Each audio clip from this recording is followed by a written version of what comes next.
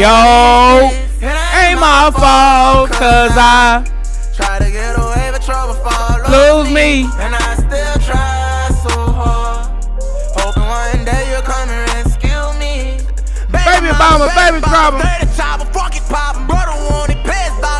Y'all know what we about to get into. I'm fucking with you. I'm exhausted. Hold on. Sharonda, I'm sorry. D-Dog, I'm sorry.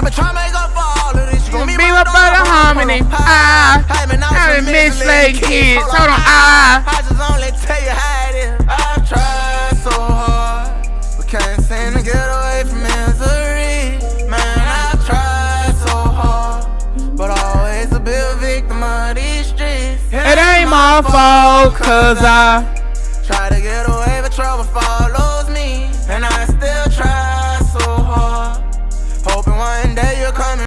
Hey, y'all,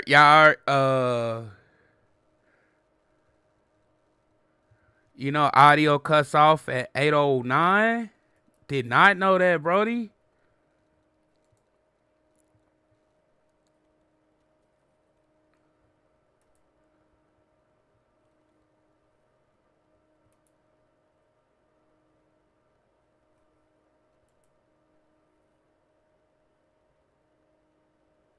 Hold on, chat. Snore, this muted out there. I know you pissed.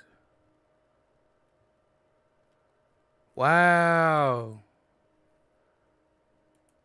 We gotta take that down.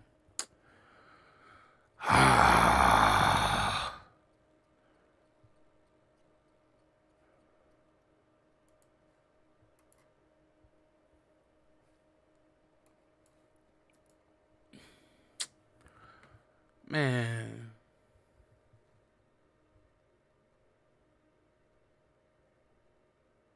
Boy, that boy came with a motherfucking 10-piece. Johnny Broom. What's up? I need to go grab a Drake, bro. Hold on. Fuck. It's going down, Trill. That boy came with a 10-piece. Like it was nothing. Childhood friend, we don't thug no more. Protect they soul. All they own. Hey. Hold on. Take cap a lot. I appreciate your sub, Brody. We a year in this bitch. Hey, Tay. Your shit did not go unnoticed, nigga. On God, I appreciate the subscribe, bro. Johnny Broom, I appreciate the 10 gifted. Hold on, we gotta run that. It's going down, Trill.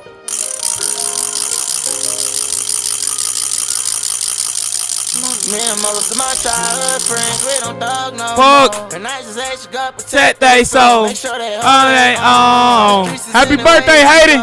And I'll be patiently waiting right here with my pole until you call my phone. Ain't the shit I came from this, I rap for you, I spank a bitch. I'ma bank for you, I don't bank for shit until the day that I'm gone. I'ma pull up quick about my bird. And I'ma slump a bitch that's on my mother. My loud eye. I'm on, yeah.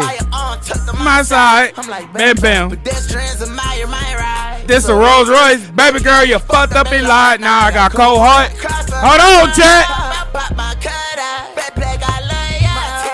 Never found another. The same niggas I struggle with, I busted with, let's do it back. I'm rich as shit on gutter shit, I'm stuck on this until I die. My childhood friends, we don't thug no more. And I just say you gotta protect their soul. Make sure they hold it on. The streets is any way it can go. And I'll be patiently waiting right here with my pole until you call my phone. Ain't the shit I came from this, I rap for you, I spank a bitch. I'ma bank for you, I don't bank for shit. Until the day that I'm gone. About my brother.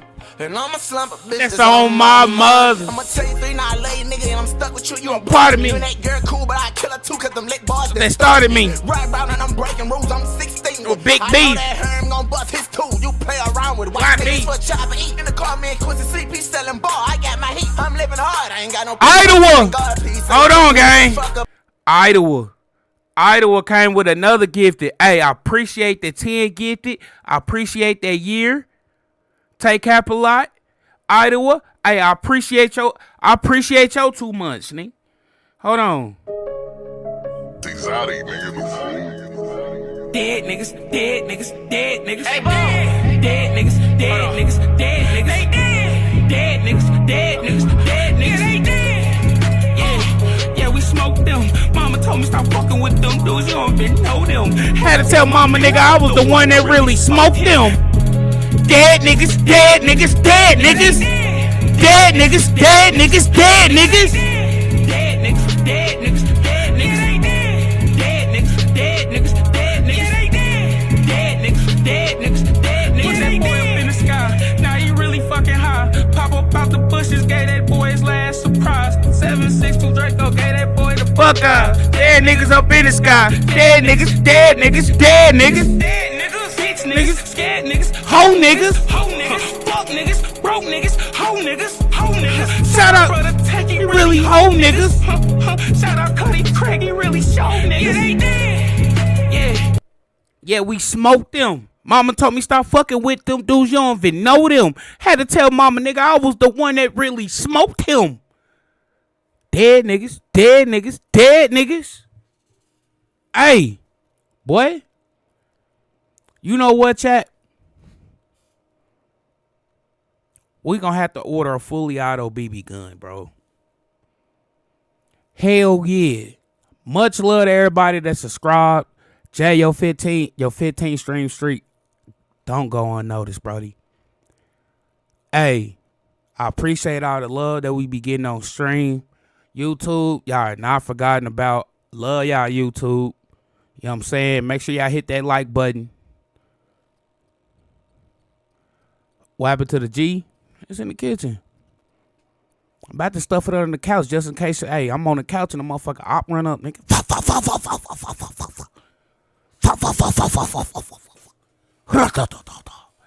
Let me stop playing.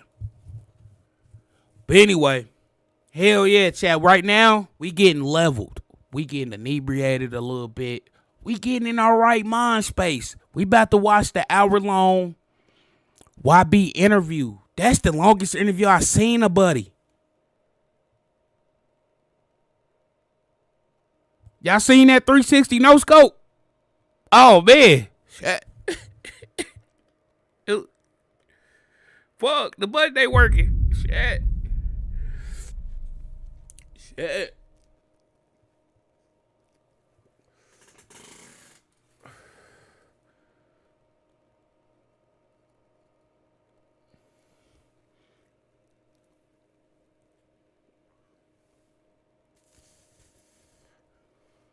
Hell yeah. Oh yeah. That nigga came with another 5. Boy. Hold on, chat. Give me some. Give me some.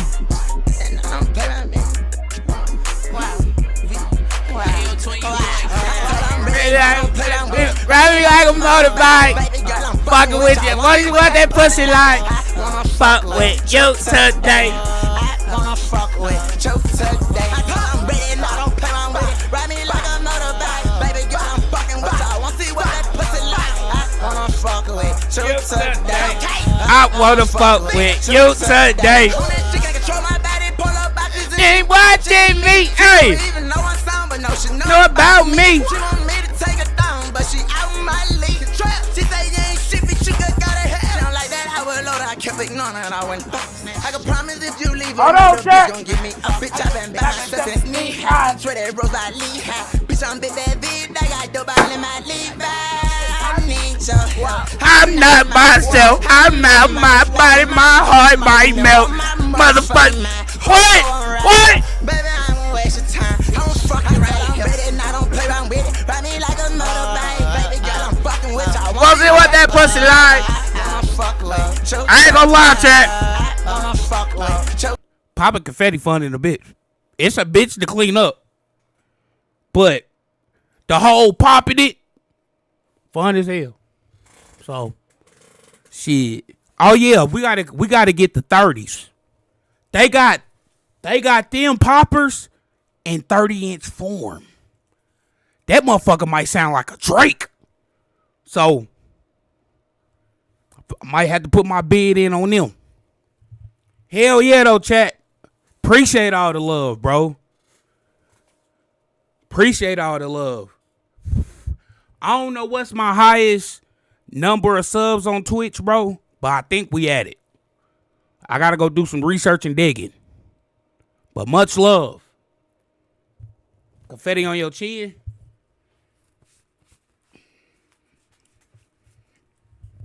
Hell yeah, chat.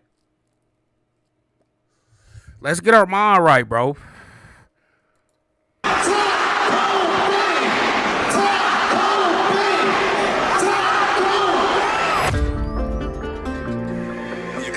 Hold on, chat. I gotta go peep some shit. Sometimes I'ma admit I don't be getting it, like I'ma need you for to take out some time right now and just focus. Them people been on me, tryna break what I mold. And I fall in the bag with them troubles I stack. I react with that pill start gripping. I told her I'm fucking up all of this money. She kept it 100, I feel like I owe. They be screaming my name through the mic, telling pain. All I hear on the stage when I'm walking up on Taco Bang. Taco Bang. Say my name. Taco Bang. She been reaching for my love, I'm falling over. I done all my lane. They got the bases fully loaded. Taco Bang. Taco Bang. Pay the guitar, I'ma kick it. Explicit, exquisite, just check how I'm living. On top of the mansion, I'm spending in me. And on top of a hater, I put on them 50. Modification. You know, we gonna be on some music shit today. Not overly on music shit, but we gonna be on some sorts of music shit today. You know what I'm saying? So, hell yeah. Hold on, gang. I'm still rolling. When we start the interview, I ain't gonna lie. When the blunt begins its first stages of being a roach, that's when we'll get into it. I ain't really got a time frame for it, but like, you know what I'm saying? Hell yeah.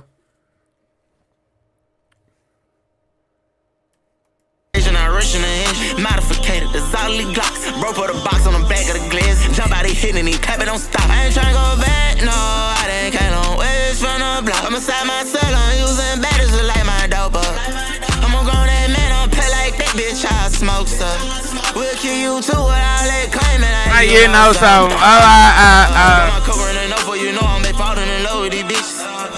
Big Yavo drop. I'm swerving the bend. I just sit that's 50 shots and each one man. On the bottom was trying to get up and they keep on that drink, they gon' look, man. I pour for to take out some time right now and just focus. Them people been on me, tryna break what I mold. And I fall in the bag with them troubles I stack. I react with that pill start gripping. I told her I'm fucking up all of this money. She kept it 100, I feel like I owe. They be screaming my name through the mic, telling pain. All I hear on the stage when I'm walking up on Taco Bang, Taco Bang. Say my name. We got 2 Yavos. Let's get into that Fat Mac. They got the bases fully loaded. Taco Bang, Taco Bang. Out of the way. Oh, my boy Grim. Hey, shout out to my boy Grim. Hold on, gang.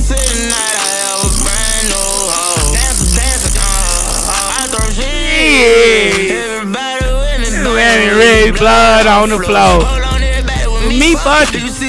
They get money. I picked out on the yard, get his long punch. Hey, I got 20 guys and man, I'm taking care of all of them. We got heavy artillery, I'm ready to shoot at all of them. Get my way, let me count my grain, I promise we'll kill all of them. What's up, Fire? Give her all of me while I'm trying to get my all of them. I told her she out of my league. Okay.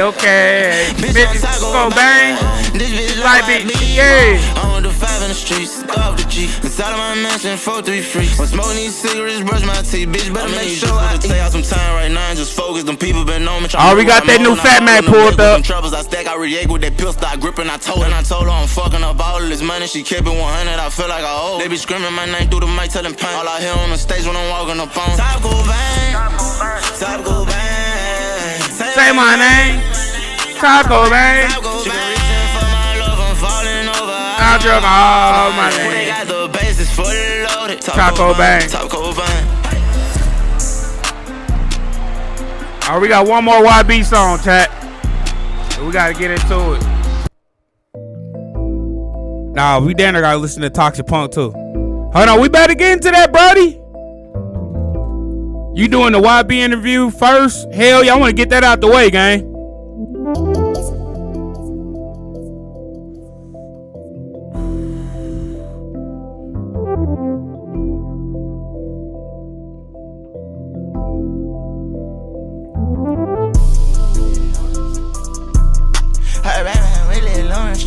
get it with it. It is. I let him in a pet that boy and never in a field. On my mind, I'm coolin' with mail. That's lit Fat daddy, I'm keeping it real. I get down and tell my daddy, I step on my apps, I got him out kill. See the little nigga, he callin' and telling me he need me show him some love on the bills. This how it feel when they on. Oh, that. I don't need.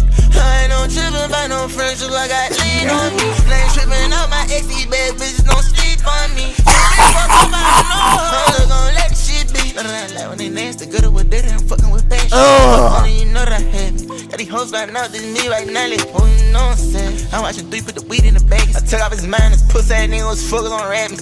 It's like bro legging and get shit breaking. My face the friend of mine, get notified. Shot low, then she know about L5. Swear these bitches.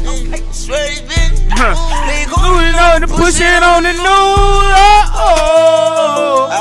Shot no lie. She just wanna see a slime crowd. I'ma gangsta keep my head to the sky. I ain't tryna let go my pride. I'ma die in front of that fire.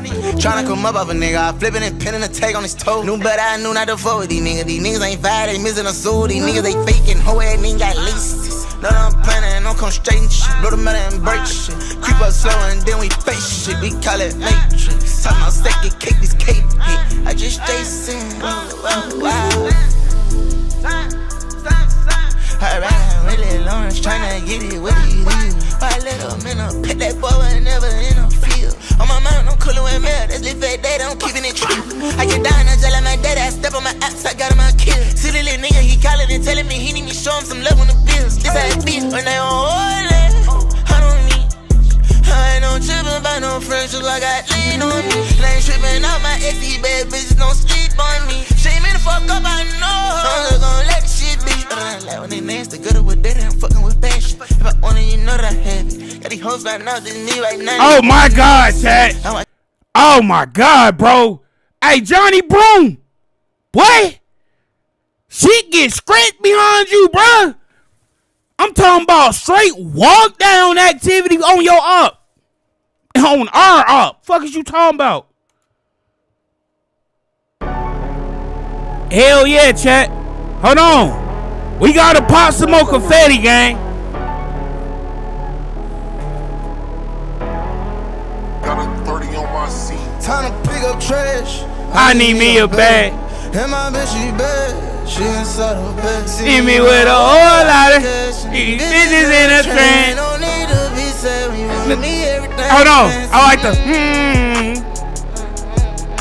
I mean, I told her it's way up on my league. On these hoes in the street. I'ma show this niggas take these hoes from my meet and greet. Mama conquered all my problems, look at It's cheese. I be standing straight from all this shit I sing, won't talk about it. On the scene, walk down. Gotta be me, damn it, the money ain't neat. I'm on a mess, pushing the Jeep, dolphin side of the street. I got the heckling. I got sent to the group on my grandma and dad, and I started to pray to 5. Here 3 that 5. Appreciate you, John. Johnny. Change a part of my style, been dealing with this as a boy, as a child. I'm standing in the cold, I ain't cracking a smile, my head held high, I'm going through trial. I ain't playing in front of my fall in the bank. Two up the studio, this T-Line. Alright, pretty judge, don't work on the school, 357, just me and leave out outside. I admit it, I had told her that she way up on my E. Boy, I've been splashing on these hoes in the street. I'ma show y'all niggas gon' take these hoes from my meeting gate. Mama conquered all my problems, look at her, cheese. I ride with her. Told y'all niggas that confetti ain't. Shit I sing, we'll talk about it. On the scene. Nigga build that talking so her ain't gon' catch him and hop out and walk him down. Nigga build that plaza and you try to stop it, I drop it, they chalk him. I really don't get it cause don't say they fucking up, they think I'm mouse. They think I'm mouse, ain't none of them slamming. So get ready, I'm coming to toss. In the loaf we get on and get off, when they ready to go out, we gon' see who gon' win. Alright, chat, that was a great turn up song, bro. Johnny Broom, boy. Forever the biggest 5. Forever. Anyway. So look, chat. I ain't know when. I see certain clips, but I ain't know when it was gonna drop. Hold on, I'm gonna pull up the chat because they can vouch. Pull up the chat, they can vouch. That the chat box? It should be. Alright, cool. Word came down from Big Bro himself. Chat, vouch. Funny Marco bopped out in chat. Hit him with the, yo, react to that YB interview tomorrow. Big Bro came down and told me himself. So, y'all know we had to pull up. So, look, we ain't made it here. This what I'm going to ask for with you. Because 68% of y'all watch these videos from the TV. Hey, gang, find your Roku remote. Hold on, I'm going to take the glass off. Find your Roku remote and hit the like button, gang. If you use your remote off your phone, pick up the phone, gang. I don't care if it's on the other side of the room. Go do that. Appreciate you, gang.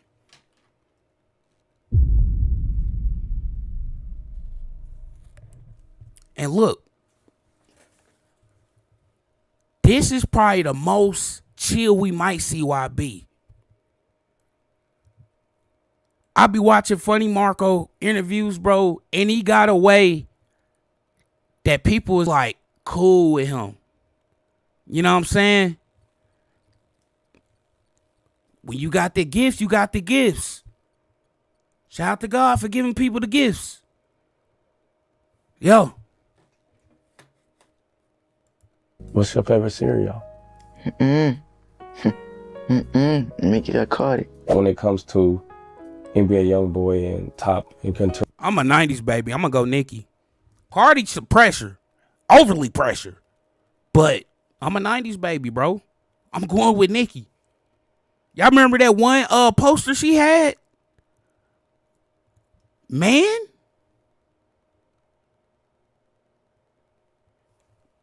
I was like in the 7th grade, bro. She got this one poster where she was on a little prison pose, but like the female sexy version of the prison pose. She was down. She had a little lollipop. It was the blue background. She had on multicolored 2-piece set. Nigga, it was like a stripe thing going on. Oh my God, I remember this picture like it was yesterday. I'm going with Nicki. And forget all that other stuff she ain't been doing recently, bro. I can look past that. You know what I mean? I'm still fucking with it. Real. Do you feel like it's a different type of persona or it's like the same person? They different. It's very different. You start off doing something that you love and so much come so quick when it comes to fame and You recognition. wanna know something? You fuck your own interview up. I did. Yep. Cause you wrong and you know you was wrong. Damn.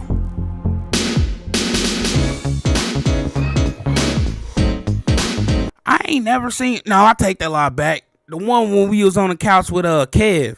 That was the coolest YB interview. But every other interview with him, something go wrong. And it's like, maybe we missing it. Maybe they edit out. But I remember one dude, he was in there while he was rapping.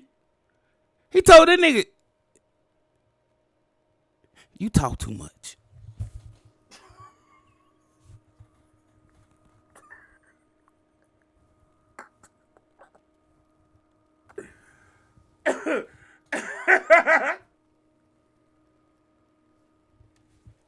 Hell yeah.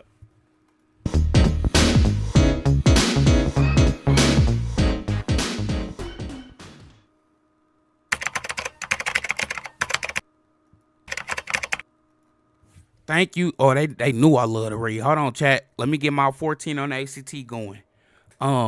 Thank you, Contrell, and all your incredible fans for what you're about to experience. I'm truly grateful for this opportunity to sit down and connect and share this moment with all of you. On God. On God.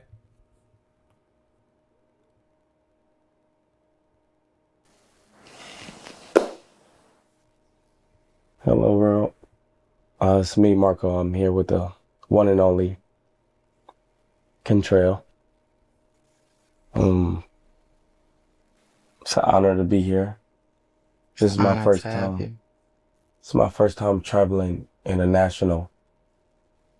And when was your first time? I can't remember. And we're in Korea right now. And this was the first, you remember the first time you've been to Korea? This time. This time. Oh, this time? Yeah.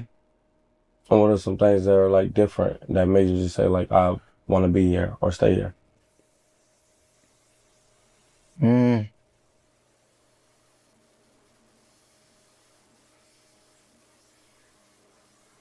Hell yeah. Just out the way. With me being here, Nigga ain't gotta worry about all that. Nothing in Korea, bro. I'm glad this nigga obtained a passport and started getting it stamped heavily. You know what I'm saying? It expands the mind, in my opinion. Traveling, do. Hell yeah. experience is different, the food different. It just feel free, different. You ate anything that you like? Yeah, What was that? just being able to, it feel like a different world. I feel like I'm living in a different life or time that I didn't know it was real over here. Like it just open your eyes up to life, to see how big it is. On God. And how you can just, looking at the streets, there's nothing on the streets, how they treat their world right, how they throw no trash on the ground or nothing like that. That was one thing that stood out to me. Yeah, I get that energy too. It's very safe here and very clean. So with you making music, you have a lot of projects out. Is it a project? What's your favorite project that like this will always be remembered? I don't have one.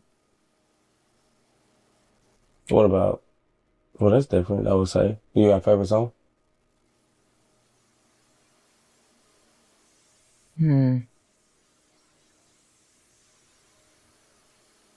No.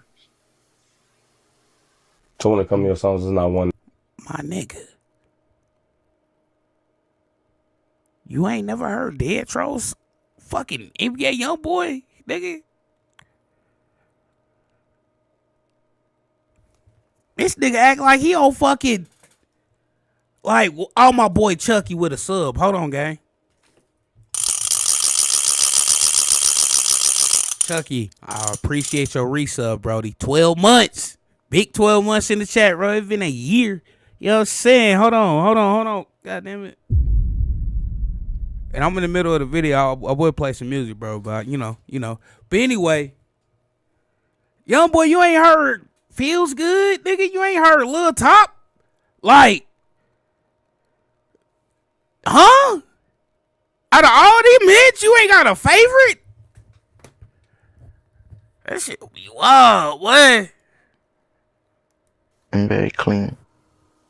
So with you making music, you have a lot of projects out. Is it a project? What's your favorite project that like this will always be remembered?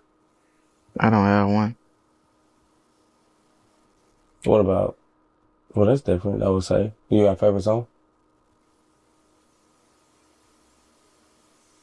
No.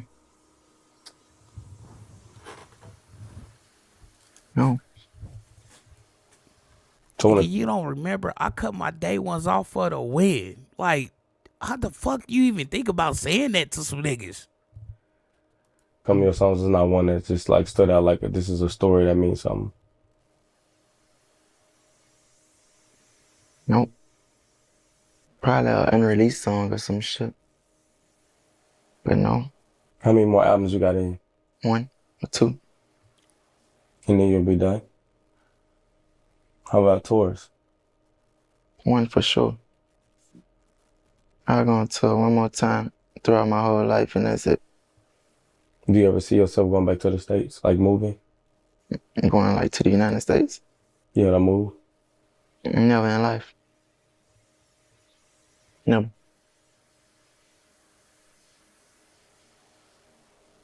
So just staying here. How did you get? Gang, are we looking at the beginning of the end? I don't like that, gang. I ain't gonna. I ain't gonna stop. I mean, I can't cap. I can't cap.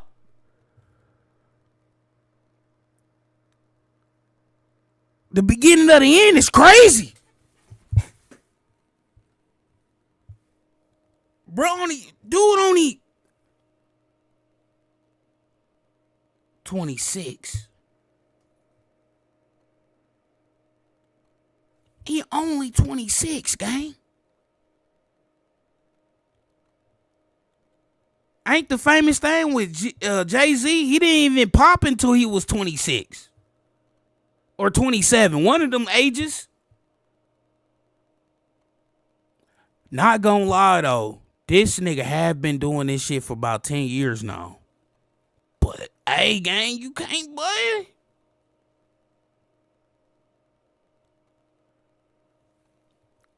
I don't know, chat. I'm just seeing what's going on, bro. That nigga said 1 or 2 albums. One for sure. I'm gonna tour one more time throughout my whole life, and that's it. Do you ever see yourself going back to the States, like moving? I'm going like to the United States. You ever move? Never in life. Never.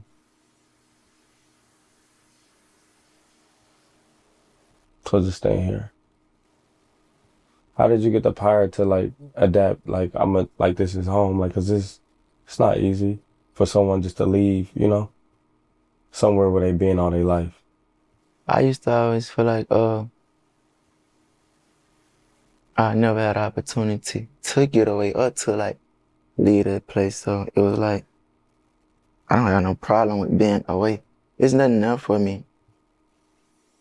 It's not enough for me at all. Probably the most important thing is my kids. But that's what they got planes for. That's what kind of financial stable to get around. So I ain't on that.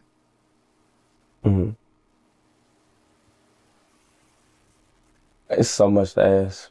And I know you say you start writing more when it comes to like jotting down like thoughts.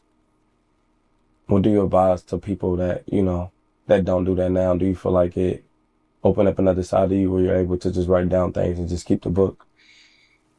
It really just it got to that point with me because I think I talked less today than I ever did. And I really don't record music. Like, I barely make songs nowadays, so it's like I just try to jot something down about myself or to myself. That's it. Damn.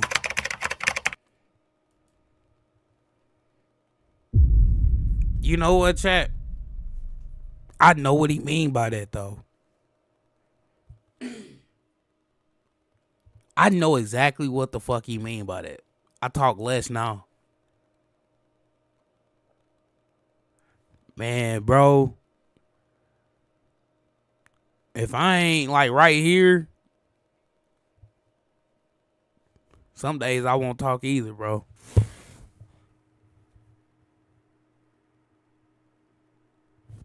Motherfucker won't hear a word out of me. I ain't sending no text. I ain't doing none of that. And I know exactly what the fuck he mean, bro. Man, that's crazy.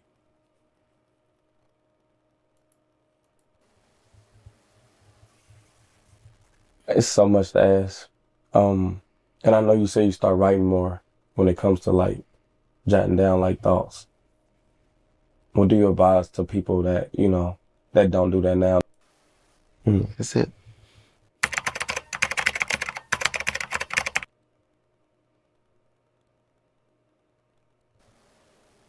And in the studio, that's like home. Are you feeling the same like from when you first started in the studio? Music not where my heart at. Music is not something that I'm focused on. And what are some things that you feel like you are want to go into with this new journey? And what journey? Leaving music.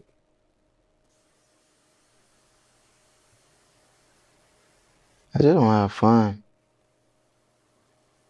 Mm-hmm. I just want to do whatever I want. That's it. Stay out the way.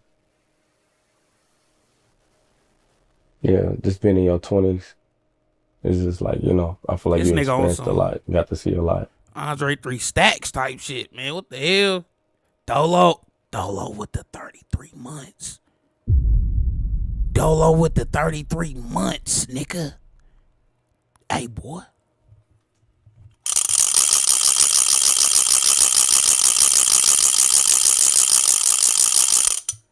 Much love. I appreciate you, bro. Appreciate the sub, bro. Hell yeah. I know we in the middle of a video, bro. But much love to you. Appreciate you pulling up. Oh no, I was about to say something. Mm-hmm. I just want to do whatever I want. That's it. Man, that nigga made buku money off of goddamn tour, bro. That nigga got to traveling that world, bro. Hey. He probably really do feel free right about now. Hell yeah.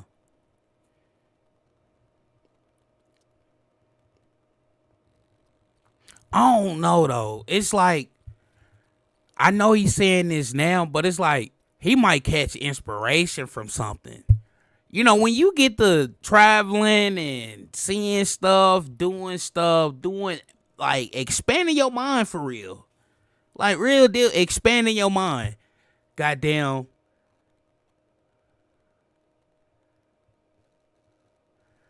You catch inspiration from shit, bro. And bro, he's a 10-year creator. A 10-year creator, bro.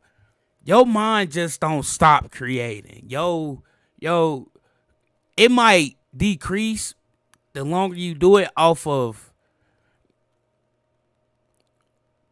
Sometimes you might lack the inspiration sometimes. But like when you traveling and seeing all this new shit, bro, you might catch inspiration at a drop of a hat, bro. It's real weird when you you a 10-year creator, bro. Stay out the way. Yeah, just being in your 20s is just like, you know, I feel like you experienced a lot. You got to see a lot. Let's say like when it comes to NBA Youngboy and Top and Contrail, do you feel like it's a different type of persona or it's like the same person? They different. It's very different. Would you like to go more into like what you know that's different? Who we talking about again? With the names? Let's start off with Contrail. Who's Contrail?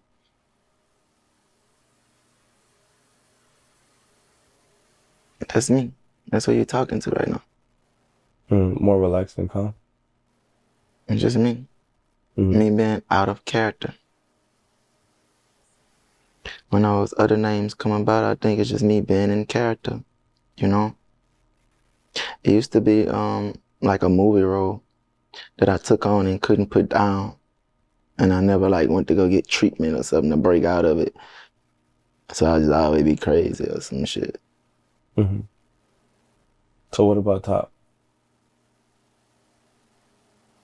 Is him and NBA Youngboy the same person? No. No. But he a good person though. Mm-hmm. I feel like a lot of people don't know like you like to play video games. Do that take your mind away from like, you know, the real? Because I know when I play the game, it's challenging to be able to like, when I know I'm gonna lose, like I want to put up a fight. That's why I like to put up a fight of it.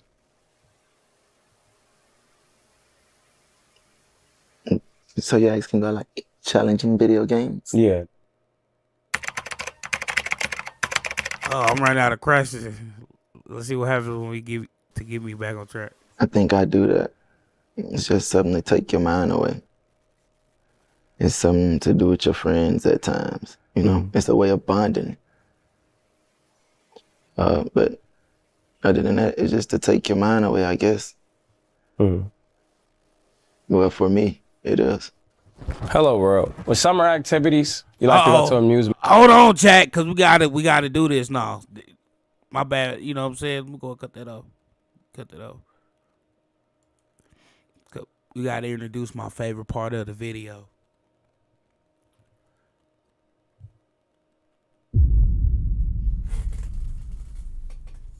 Shout out to today's sponsor, Current.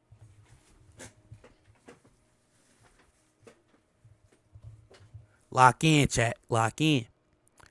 So, sponsor of today's video is Current. Current is an online banking app that allow you to do $750 payday check advance if you qualify. They also got no overdraft fees. Look, gang. They also got the bill card. It help you build your credit. You see this QR code right here? Look at it.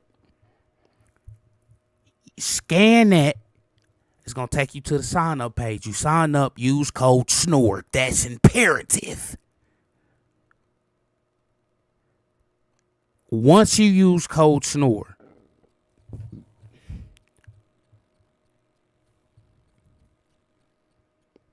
put in your direct deposit information. Voila. Magic.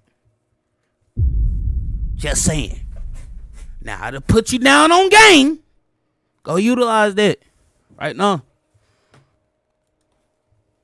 Impact your career, that just open your eyes up to, like, you know, to the world. It's just some movies out there that you just like, this movie stuck with me and it helped me through life.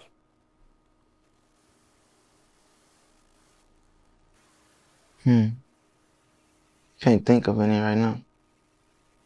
Just straight off my mind.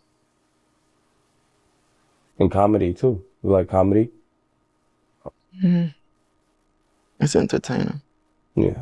Who's like a comedian that you grew up on, like as a kid, you just remember seeing them on TV? Mine's was Steve Harvey. Yeah, mine like more of like Cat Williams or some shit. Did you have any like animals growing up as a kid? I had a dog before. I had a couple dogs. Talk about that tiger. How about you? What'd he say?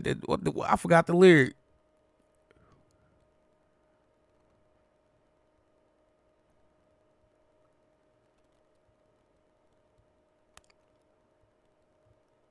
Hey, talk about that tiger, nigga. I had a hamster. I always let him get out sometimes when he got out. I remember one time he went chew through the bed. And also got a bird before and let him out. I'm scared of things like hamsters and shit. Like I don't know, like rats too. Like, yeah, reptiles. Like rat mice. Like yeah, that shit that freaked me out. Yeah, I wanted a guinea pig because they was fat, but my mama got me a hamster because that's what we could afford.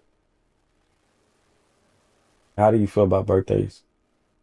It's just another day, you know? I don't celebrate none of that stuff. I really don't. I don't fuck with holidays neither. You gotta try to keep the tradition around, just participation with that shit for the kids, but I don't fuck around with that stuff. Damn. Do you remember something that you wanted as a kid? Just Thanksgiving, I ain't gonna lie, I be jolly as hell. Well, you lied to call me, probably get $100 bill out of me. I be so happy on Thanksgiving. Y'all don't know. Like, that's like my favorite one. And then I like when our family get exotic with it. Like, nah, we ain't gonna do the traditional ham and shit. No, we gonna do barbecue ribs. Oh, we did barbecue ribs for Thanksgiving, my nigga. Oh, chat. I went crazy. Pork overload. I'm just saying, chat. Damn, why be don't fuck with Thanksgiving? That's crazy. That's my shit, nigga. I be happy as hell.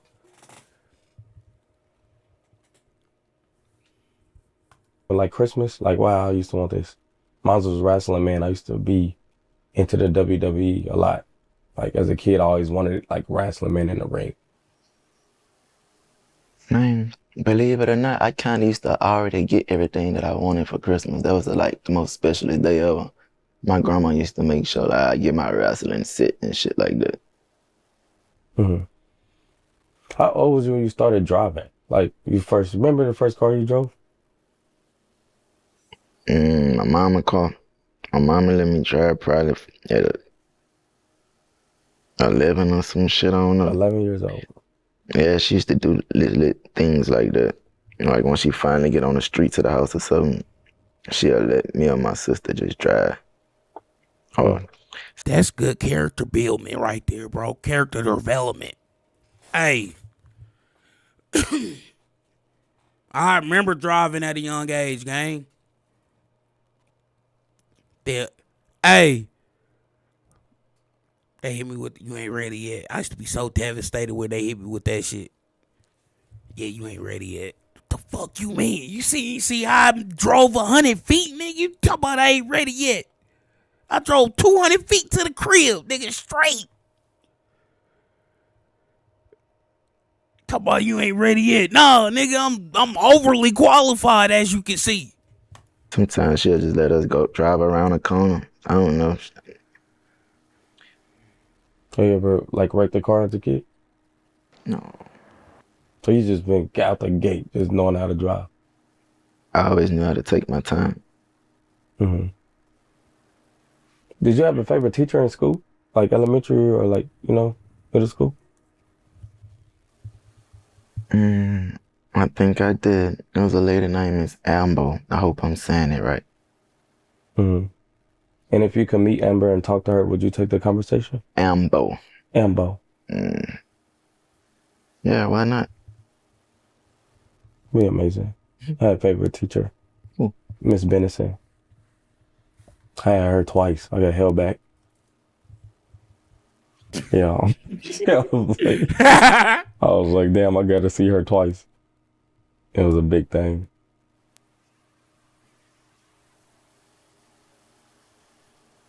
Do I say something? Do you remember your first tattoo? And like, do it mean something to you? It's a microphone.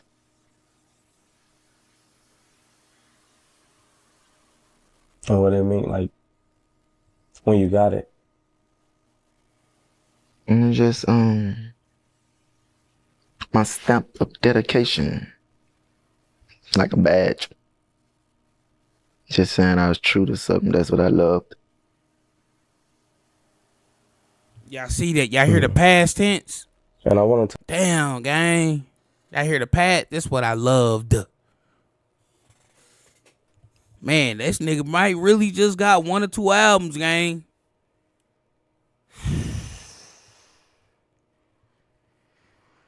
Man, it's crazy. To know when it comes to your passion to speak to anyone, when you get so much at a time, when you start off doing something that you love and so much come so quick when it comes to fame and You recognition. wanna know something? You fuck your own interview up. I did. Yep. Cause you wrong and you know you was wrong. And by me telling you was wrong, before we started this, instead of sitting there pretending, that shit got your vibe off. This ain't never been our vibe. You know you're wrong. I could tell too. But you wanna know something too? We gonna bypass that. I told you that, so maybe you could open up now and just understand. As I told you about what you did wrong, that's some disloyal shit. But that don't mean I'm telling you that I hate you or I'm your enemy or I don't want to be your friend. I was just telling you so you don't do that to me no more. Cause I ain't deserve that. And no bitch ain't that. Basically, that girl didn't deserve your loyalty more than mine for you to literally let her make you do that. That's cold, son. I called you my brother. Damn. You wanna know something though? Never trust a man who will cheat on his wife. And never trust a bitch who will fucking marry man. Valid points. Valid points.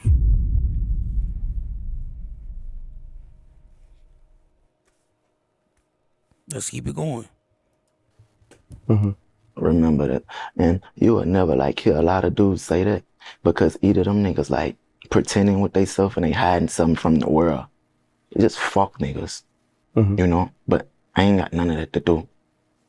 Mm-hmm. If you was honest from the beginning, you would have never had to forgive, you know? Cause everything's just there. And how I run my life today, is either you put too much time into something or you ain't put enough, no matter if it's gone bad or good. Mm-hmm. That could be with friendships, your job, anything. It's either you put enough time into it or you didn't. Mm-hmm. And if you don't mind me sharing on the conversation, I was more lost. Like, I didn't know what was going on, and that's... It's cool. And I understand that. I think, even though that it made me very upset, what actually count is you told me and keep it away from me too long. So it's okay. Mm-hmm. That's why I give you points that Yeah. 5 days from now, it won't matter. Mm-hmm. Now, if I told myself, fuck you, I don't even want to be your brother no more, I think it'll matter because that actually means something to me. Mm-hmm. But it's cool. 5 days from now, it won't matter. Mm-hmm. Hey, how do you like being a father? I love it. I feel like me not having my dad there, you know, in and out of my life, I feel like I understand how important that is. Like, you only get one father and one mom. Right. Tell me about your daughter. Oh, I got 2 daughters. The oldest one. My oldest one. Mm-hmm. We got a great relationship because I raised her brother before I had her. So, and I feel like I want to have a better connection with her, but her mama have a view of me and she's want to paint that to our child. And that's what I, you know, disconnect from, because even her mama, I respect her mama and what she got going on. And just because you disagree with me don't mean you have to take something away that we both created. I would never want to get around my kids and make them feel like your mama is this way. I feel like you should be your mama how you should view her, and I'm gonna be a dad. For sure.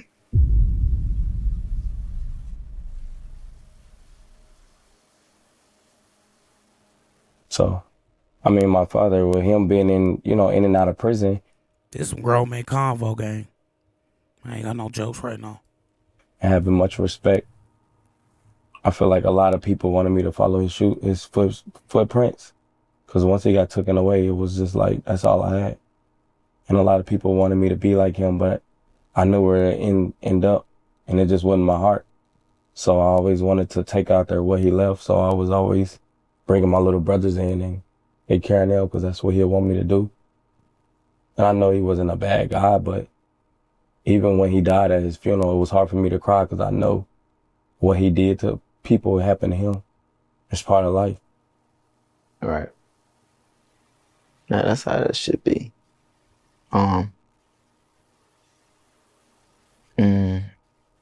Montana, my father. You know, that's like my blessing from God. I always wanted a father.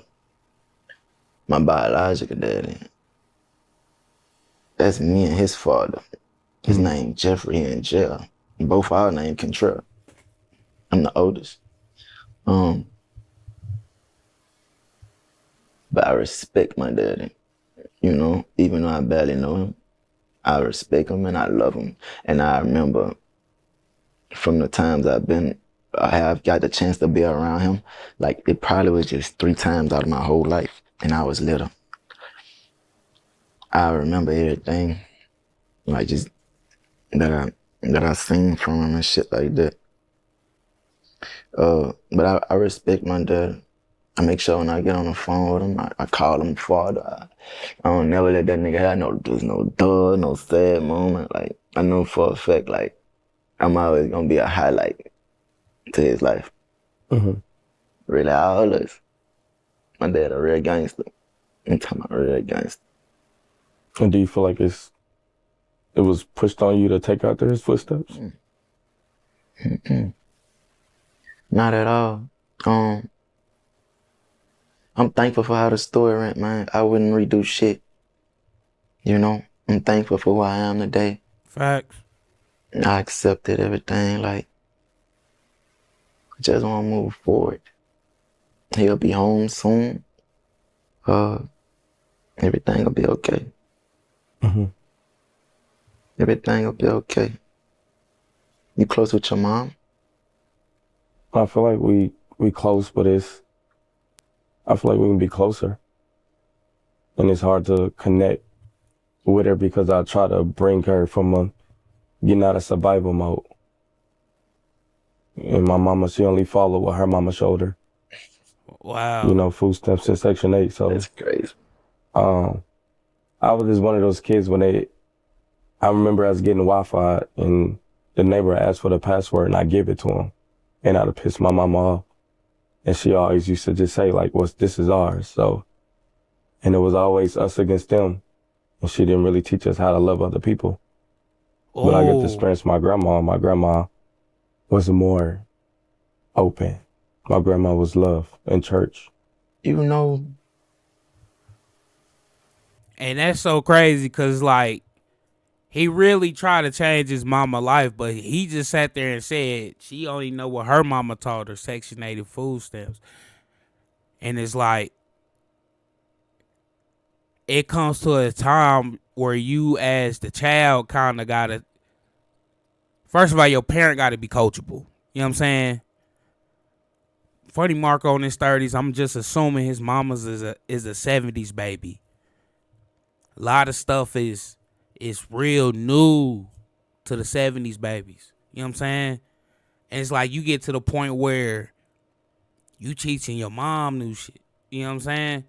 You know how they used to teach y'all new shit? Now it's like you 25, 30, 35, whatever. Now you teaching them new things and shit. And it's like they gotta adapt, especially in today's time. Like, they just gotta adapt. He really was trying to change his mama life. I don't know what they got going, but pretty sure she can get just about whatever from Marco. You know what I'm saying? And hell yeah, she probably wasn't able to adapt to certain things. I think my relationship with my mama used to be a big part of my anger. Until I told myself, like, it's just certain shit you can't fix. Like, certain people you're not gonna just bond with in the way that you expect or the way that you desire. Basically just long for and just hope for. So I started loving my mom from a distance. Like, today I never like speak to her again. Like, we'll never talk again. I know this for a fact. But I love her. Like, I care. Mm-hmm. I hope she know that too. I want her to know that. Mm-hmm. It ain't got nothing to do with no dollar. It ain't even got nothing to do with my trauma no more. Or something that I was supposedly angry about. Just love him. Mm-hmm. Cause that's my grandmother's daughter. And I love my grandma deeply. Mm-hmm. Do you remember how you and your grandma relationship? Mm-hmm. Did she used to pick you, like, how would she come into your life? Fucking right. Say it one more time. I said, how did she come in your life? I remember, because I got close to my grandma more when my daddy passed away. And I remember her, you know, she always remind her of my daddy. I always been with my grandma. Let me talk. Throughout my whole lifespan, I probably stayed with my grandma 65% of the whole time. Probably 70. But I always been grandma baby. Real talk. Shit, my grandma was always like, my grandma is my mama, but I get that statement could be disrespectful, you know? And we ain't trying to like rub nobody the wrong way, so it's like she played a very big part on some shit. She my grandma though, my grandma. It's cool. Mm-hmm. That's my heart though. Facts. What could you say about, you know, someone that, if somebody wanted advice from you, just in life and just to, you know, move forward and not to go through certain things, what would you be able to tell them? You can't be scared to it's okay to have heart. You can't be scared to show your heart, but you can't be also scared to let your guard down, bro. Or like, just basically like, be kind, be lenient with people, you know? Cause you ought to get you fucked up, my boy. Sometimes you might show too much heart, and sometimes you might show how you said, sometimes you might show you got too much heart, and sometimes you might show less heart. And that goes back to, you might put too much effort into something or you didn't. You know? Man, that's a great question. I'm gonna tell you like this, bro. Just be considerate. You know? You gotta be willing to forgive at least like more than once. Because that's really what life really about too. On some G shit, bro. And you probably not gonna understand me right now. But you gotta find them people who you willing to like receive pain for and go through hurt with. Cause everybody gonna hurt you.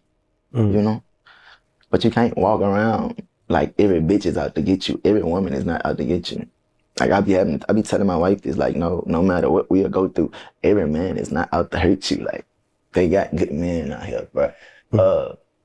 If I wanted to give anybody advice, man, just tell you this, bro. Pay attention and focus. On everything. Don't be too hard on yourself. You could tell a lot about a man when he gets stripped out his possessions, right? Mine had the world in my hands like more than once. Bitch would get took from me. I always like came from out this dark alleyway, dying down out drugs, and I'm always ended up in a cell. And I ain't take that shit too well. I'm telling you that as a man. You can tell a lot about a man when you strip the nigga out of his possessions. Man. My last go around, I ain't take that shit too well. I cried, man. I was broken. Cause it's like it happened to me at a time where it really meant the most to me, nigga. You know? And probably felt like the world had fell on me. I feel like my whole world. He talking about his last stay in prison. And sat that bitch up there, you know, because I was proud like it's a trophy. That man, by the time I looked up, that bitch fell on me, fat. That bitch fell on me, and I seen a lot of people just treat me so bad. And I had to realize, like, that's karma, son. That's karma, bro. And that's from not just making the right decisions, nigga. You gotta chill. You gotta chill, you gotta focus. You gotta know you wanna put too much effort and basically put a lot of effort into something, and you gotta know like when it ain't worth putting a lot of effort. That's my advice to you, bro. Hold position, nigga. That's it, hold position. You gotta know when you put in too much effort. You gotta know when to put less effort. That's just that. Yeah. Hell yeah. That mean a lot. That's word from five, y'all. That's word from five. I'm the same way. I'm learning how to.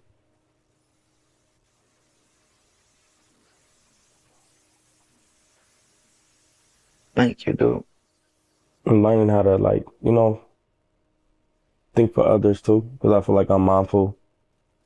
But you gotta be considerate. Yeah.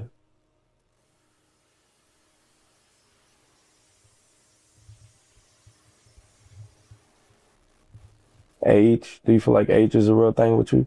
From 16, 17, 20, 21, do you feel like age is a real thing? Man, I thought you were finna, like, talking about women. I about to say, man, what the fuck? I'm saying to yourself, just your journey. Like, cause sometimes do we just feel like know better in our spirit? Or do you feel like age have changed you? And the older you get, the more you understand things, or do you just feel like it was naturally in you?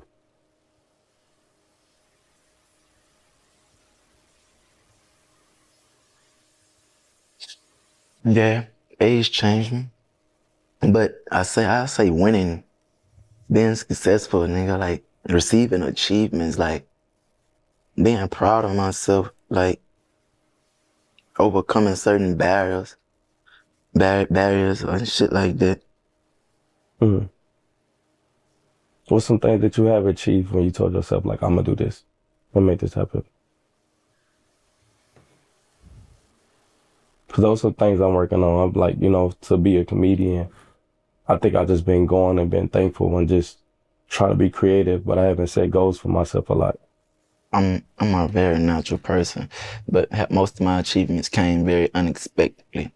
And it actually came from hard work, not knowing that it'll come, but just like not giving up on myself, and that shit felt great. I used to tell myself, oh, I never get $100,000 a show. To each show of Master Tour, nigga, I got 1.5. I ain't get no fucking 5. Nigga, I got 1.5 every show. And you know what? I believe you, Jack. Y'all see Toyota Center? That's a big motherfucker. That whole bitch was packed down. I believe you, Jack. Nothing less than 1.2 a night. Mm-hmm. I never believed no shit like that. I never thought shit like that. I never thought about actually having my number one album and all that. I always wanted it. I always said I wanted it. But you would never actually believe none of that shit, my dog.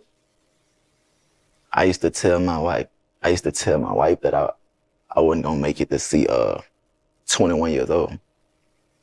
And when I was in jail, I told her, I said, I feel like I ain't gonna make it to see 25. And she said, you remember you used to tell me you wasn't gonna make it to 21? And it's always these But I know you speak on the power of the tongue is real. So when you speak like that, why do you feel like you put those words out if you feel like the power of your tongue is real? Or just sharing your thoughts with somebody you love? Cause that was actually the timing. That was actually how I used to feel and what I used to think. Man, you ever got so mad or you ever got so just down at I don't know, bro. I'm gonna stick with mad. Man, I used to get so mad. Man, I say the devil, this nigga. The bitch used to have me feeling like I was sending a bullet at anything while I was ready to receive anything. Like I really ain't just give a fuck what happened. And that was the most poorest way of thinking. The most weakest way of thinking. Then I actually knew the type of life I live and the shit I used to be into. And I used to I always been that nigga to know you ain't the most dangerous. You ain't, it's bound to happen. And karma, motherfucker. Mm-hmm. I ain't never been shot. Damn. You know what they tell you? Every dog has his day, so think about it. I ain't never been shot yet. See, there go the tongue again, but that's just me. That's really me, Five. Mm-hmm. You know? I feel like I call it not lying to yourself. But it can get out of hand sometimes. It can get out of pocket and go to, you know? Mm-hmm.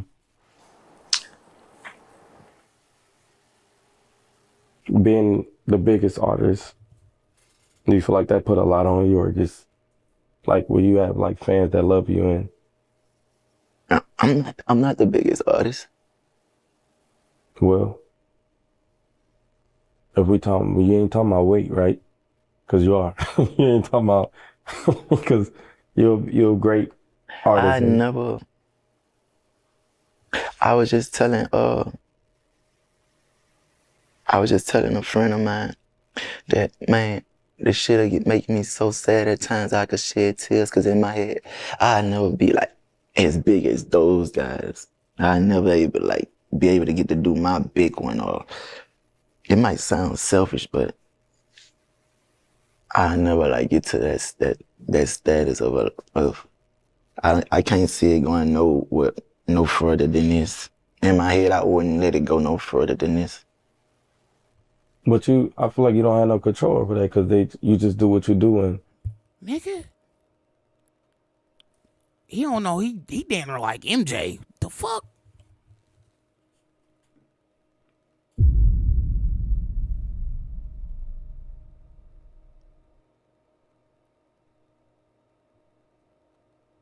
The nigga don't feel like MJ.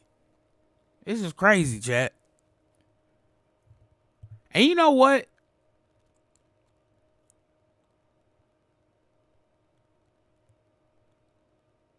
it's even crazier to think about that type of mindset, that type of thought process got him to where he's at.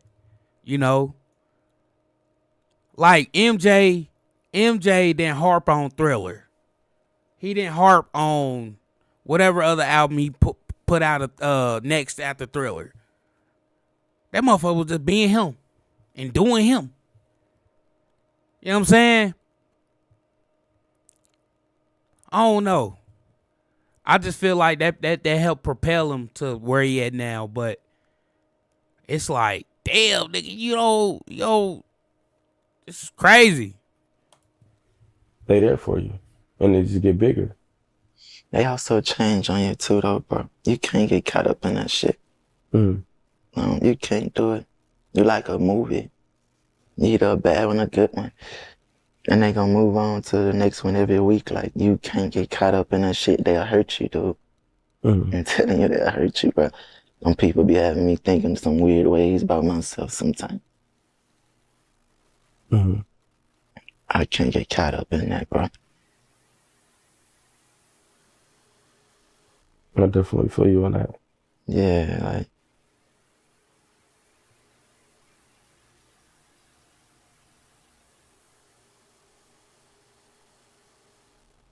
And you express yourself a lot too when it comes to just music. And it's also good to see, I mean, getting to see the side you laugh and you actually are a funny person. I feel like you got a comedy sense, like you still comedy. And I feel like when people around you that love you, you know, from your friends and people that you work with, get to see that side of you. And you make sure everybody's straight. I feel like your gift is to be able to, you know, give to others outside of music. And you do a lot for a lot of people. I kind of said that I really feel like I'm just here to help today. I'm just here to aid and assist. I'm cool with it. It makes me feel good. And that's one thing, even when you talked about your show, about your earnings, I know you don't care for money. So that was never your goal. And it was just you being you, and that was just a reward of life. But just even with that, I just feel like you make sure everybody's straight, even from strangers. Like, it's not about that with you.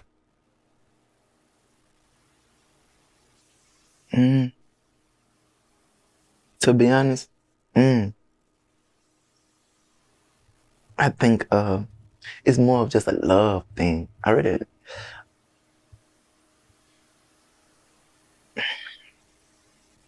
don't wanna say it because I always say I hate people. I need to just find a better way to express that statement instead of using that hate word or that feeling. But man, I just got a big heart, son. I got more than enough. And I always go off energy. I feel like I ain't never finna come out my pocket for nobody who just rubbed me wrong. We even gotta say nothing. I can even see your condition and might not act on it. And sometimes I'm gonna act on it. It's just the energy, it's just the. I don't know. It could be a lot of things. Do you feel like your spirit been here before? Like, you done lived a life before? We all have been here. We all been here 1,000 times and we just don't remember it. So you don't believe in new souls? Because sometimes I feel like some souls are produced now. We all been here 1,000 times and you just don't remember it. That's crazy. Real talk. You'll be back. What do you like to eat? Whatever my wife cooks. What don't you eat? What she don't cook? But my wife always cooks. No, I was saying, what don't you eat? I was saying, like, is there anything that you like, I don't? Well, you know, it be times where she, you know, that don't go on, so let me watch my words. But what I don't eat? Yeah. I don't eat chips today. But you want me to be like some more of a meal, you saying? Like I'm saying, like beef. I know some people don't eat turkey, like, you know, red meat, steak. I don't drink soda. Mm-hmm. But you had stopped, but you used to drink soda a lot. What about water? Yeah, all I drink is water. Mm-hmm. Have you been drinking water since you was a kid, though? Mm-mm. No. Donatello, what going on, Brody? Not like I needed to. Well, have you ever worked a 9 to 5? Interesting. Have you ever worked a 9 to 5? Damn, Not 5. Walmart, nowhere. Have you ever filled out a job application? Damn, 5. That's different. But that's what makes a lot of people struggle and grind and story better than mine. Because they actually done that, Mm-hmm. you know? Mm-hmm. I got friends that I could never amount to. And when you're speaking on the job field, you know, because they actually didn't work the 9 to 5. They know what being disciplined about and trying to stick to a schedule and make something happen for themselves. It don't really amount. It ain't really got nothing to do with the amount of our dollars today or our bank accounts, you know.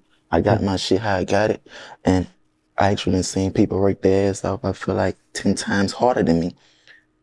It's just not their story, bro. You're not meant to have it, Mm-hmm. you know. Damn, Or it 5. just ain't your time.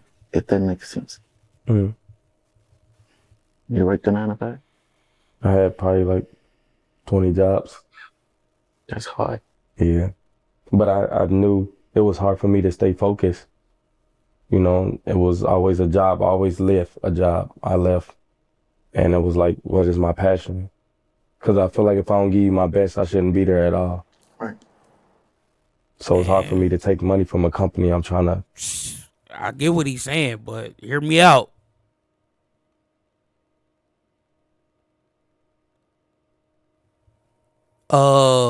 If they paying 25 an hour, I'm gonna be there collecting my chips. The good way, the bad way, the hard way, the easy way. You know what I'm saying? Something gotta give. Everybody can't be a rapper, nor an interviewer, content creator, none of that. So I'm getting it how I live. Straight up. Cheat you or trying to find a way to not work or be in the bathroom or hide.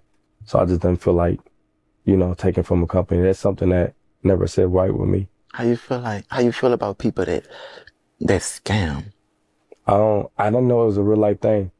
So I moved to Atlanta. I disagree with it. I feel like karma is real.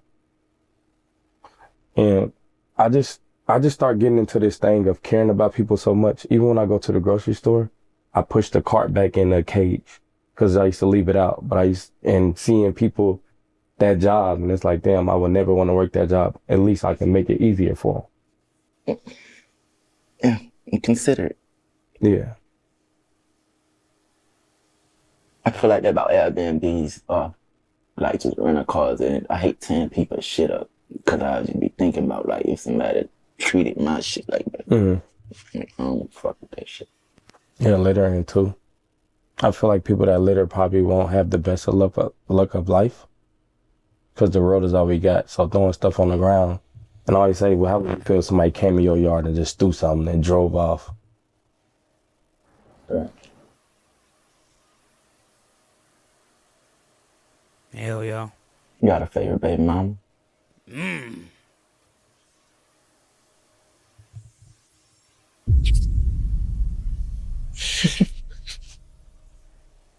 You know what? You do.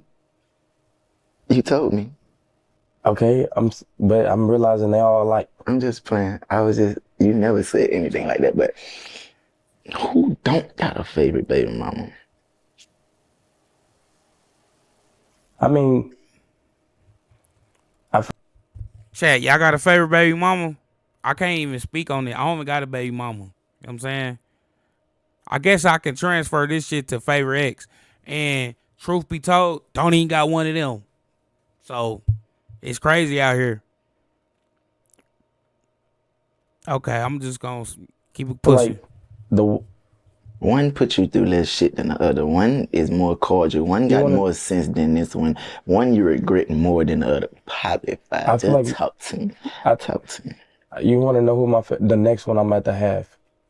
That's gonna be my favorite baby mama.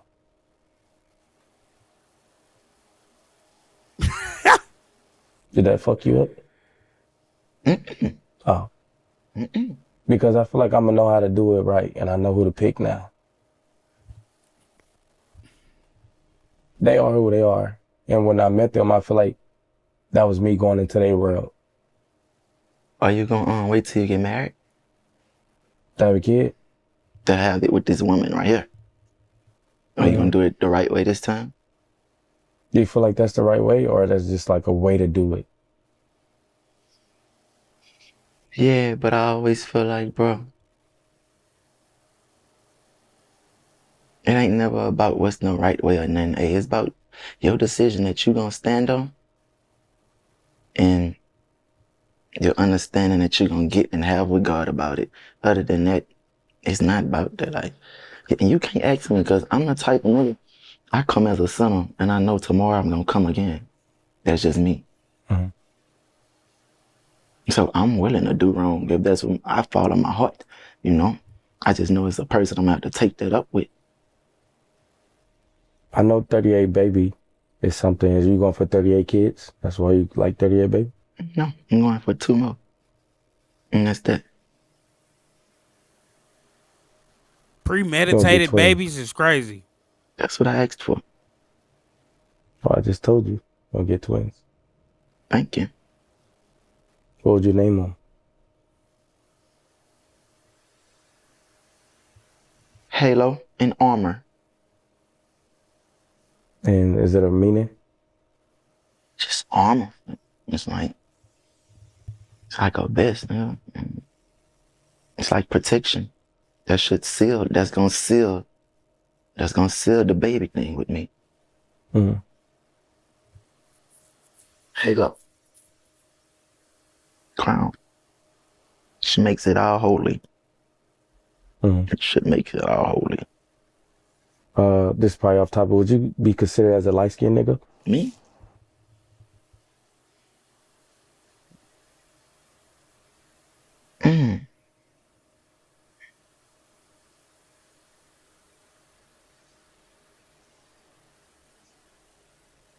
No.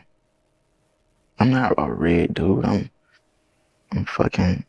black. I'm brown or whatever. I'm black. Yeah, I'm dark skinned. I ain't gonna lie though. If he light skinned, he do got hella dark skin tendencies, bro. Go listen to Right Night. Yo, that's gonna let you know everything. I'm dark skinned. Yeah. But are you actually a nigger? I got called. Where you come from? What? I gotta blur you. I got to blur you. You can't say that stuff on YouTube. Nor Twitch. You know where you actually come from? Pussy. Okay. See, that's the marker. You getting out. You know, JF Kennedy was fucking a black woman. I didn't tell you that. No, you told me Martin Luther King was fucking a white. You say Martin Luther King was fucking a white woman, so I had to double back and play on whatever I felt like you supported the most. And I feel like you support that side of that the most. Not saying I don't support. I ain't that type of person, but so by you playing with one of my forced up on me to be heroes in elementary school, I'm gonna fuck with your. That's not my hero. So how you got a tattoo of him? Who? You. That's not JFK. This not JFK. I was talking about that one. I thought that one was JF Kennedy. This Mike Epps. Oh. I'm sorry. I'm from All About the Benjamins. And then this is Martin. Man, what? And Red Fox. I fucked it up. My fault. Yeah. I get where you get that from. He just look like he got a sauce. Yeah, them babes crazy. Hold on, chat. Them babes crazy. I'm gonna go look them up. No. I mean, shout out to my tattoo artist. He's dead. Yeah, that's very bad. Yeah. That's disrespectful, dude. What part? Cause how you gonna do Mike that? Like, that's fucked up. Oh. That don't look like Mike. He ain't done with him. It's all about the Benjamin. Remember when like 15, 20, 37? Yeah. And then I didn't get to finish the name because I heard it. I ain't even pay attention. I thought that was just a Nike sign. Okay. I thought it said Nike. Okay, well, since we being real, Talk to me. you just started learning how to dress. Because when you first started off, dressing wasn't your thing. I still don't know how to dress. You got better. I don't think it's important to me. You care. I do, but not to the point where I'm about to be fucked up and take hours to get dressed. I make the outfit like, bitch, I'm Vita. Like, this me. You don't know how to dress. You fucked up, son. You crazy as fuck, son. Who dressed you? I just put on some I was just putting on some shit. Because it's hot out here. It's 100 degrees. We should both buy each other an outfit. Yeah. That'd be good. Well, I'm not really a designer type of person. Who was your favorite person to ever interview? Or like, you know, just create content with, bro? Honestly, 2 people. Orlando Brown was dope. Just to see how he could switch into like this person and really just, I don't know, it was just something about him. And it was great to sit down with Nicki Minaj. Queen. That's hard. That was really big for me, you know, so. You know, it's Nicki or Cardi? Nicki. What's your favorite cereal? Nicki or Cardi? I'm saying nigga or Cardi, like. Nicki or Cardi B? I really can't afford a Cartier. I feel you. I just love to hear you say it, though. Yeah. Who? Who what? Both of them? Like, Who do you prefer? I feel like I just don't love people. do this, don't do this, don't do this, don't do this. Who would I go to church with? Both of them. I ain't letting this slide. Hey, we gonna sit on this one all day. Or till you just say in the camera, like cut this shit off. Both of them got nice songs. Both of them got nice You asses. can't have best of both worlds. Oh, well, give me a young boy. I just listen to him. So now I'm a bitch. Oh shit. I'm a female. No, I'm just saying, like, no, we talking about music. That ain't music. neither one of they titles, you know. We talking I'm about just music. saying, so you really gonna throw me in there like that? We're talking about music. But we talking about 2 specific persons. We talking about them. We never said anything about genders. But you know what gender King and Card is. But we wasn't going that deep. Now you going that deep. So we don't know. Yeah. Pull us about the hole. Come on. Who I got more in my phone? Let's say that question. No. Yeah, that's cool. No. What? That's getting away too easy. How's it? Wait, who got more in my phone? We'll be back now. We'll be back. Hold on. Commercial break. Now that I got your attention, I got an important message. Oh, we gotta rerun it. Chat. Let me tell y'all about today's sponsor. It's Current. Shout out to Current for sponsoring this video. Look, putting you down on game. Just listen to me. Current is an online banking app. Listen, they let you get $750 payday check advance if you qualify. Hold on, gang. It get better. They got no overdraft fees. They also got the Current bill card. Look, use this QR code right here, It's going to take you to the sign up page. Make sure you include code SNORE. Imperative. Keep it on your mind. Code SNORE. All right, boom. Enter your direct deposit information. Voila. W current. W current.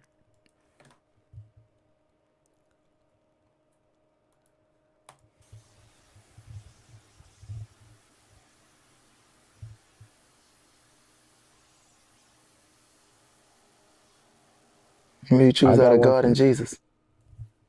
You know, I used to think they was the same person. Mm-hmm. Who you choose?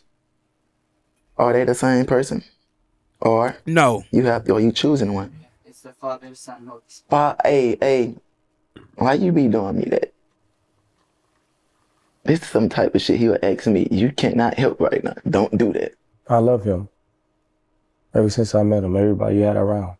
I love him too. That's my little brother. God of Jesus. We're going to go with God. The creator. I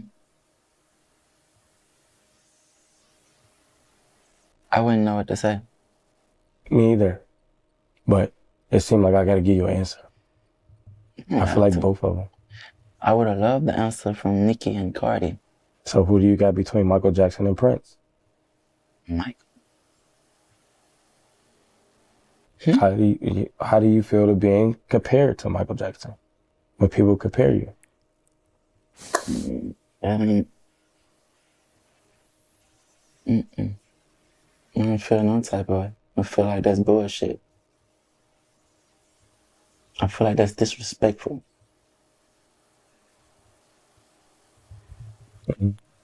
Here's why I don't fuck with Prince. You know what I'm saying? I fuck with Michael, but here's why I don't fuck with Prince. Cause why you gotta have your beauty cheeks out? Why? Like, out of all shit to pop out in. I'm talking about out of everything. Leather jeans, flare jeans, boot cut jeans. Like, gang, assless chaps.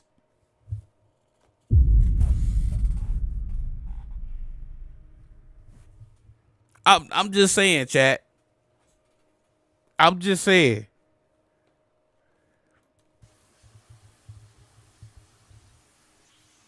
If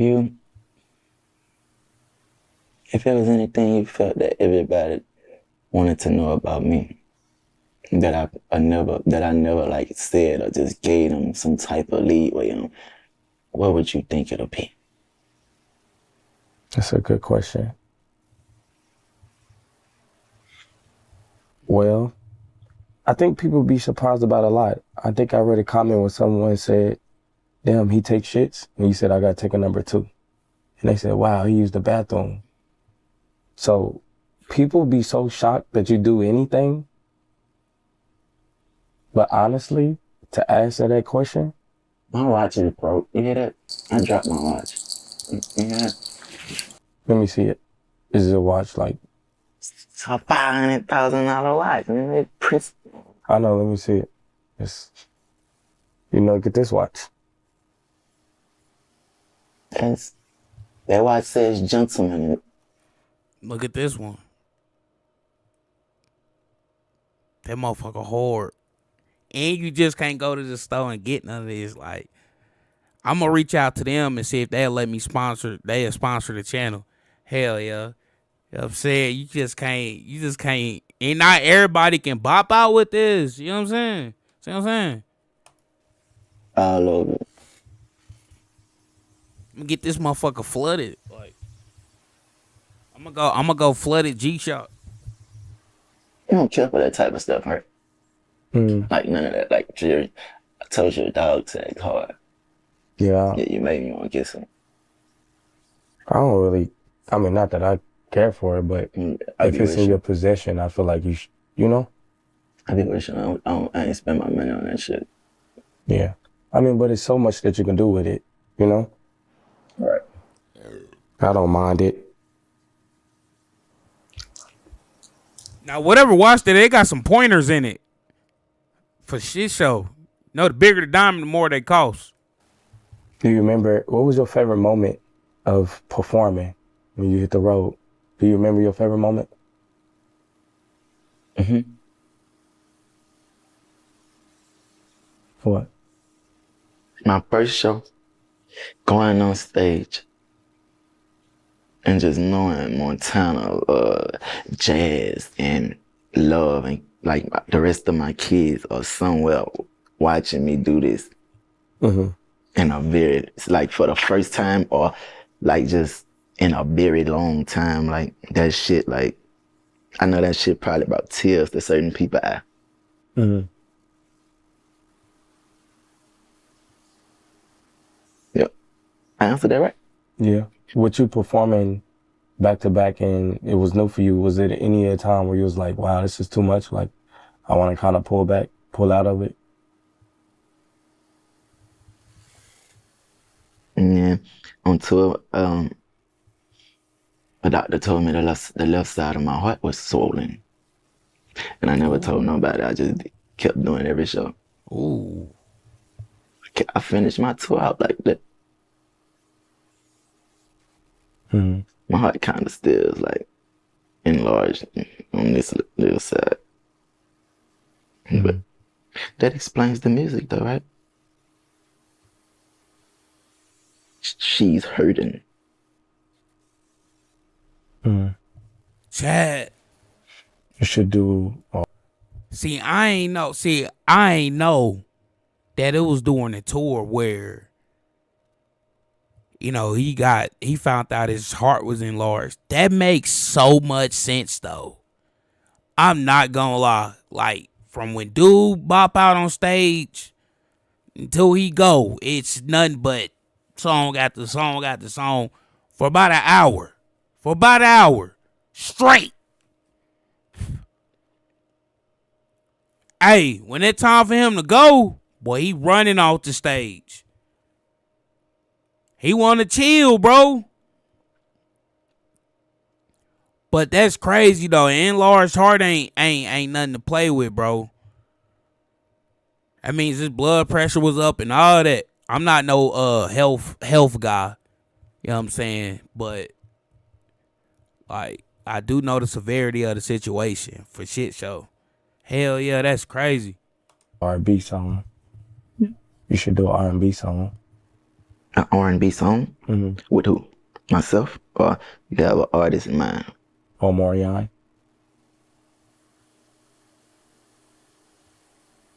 Why not? Why not?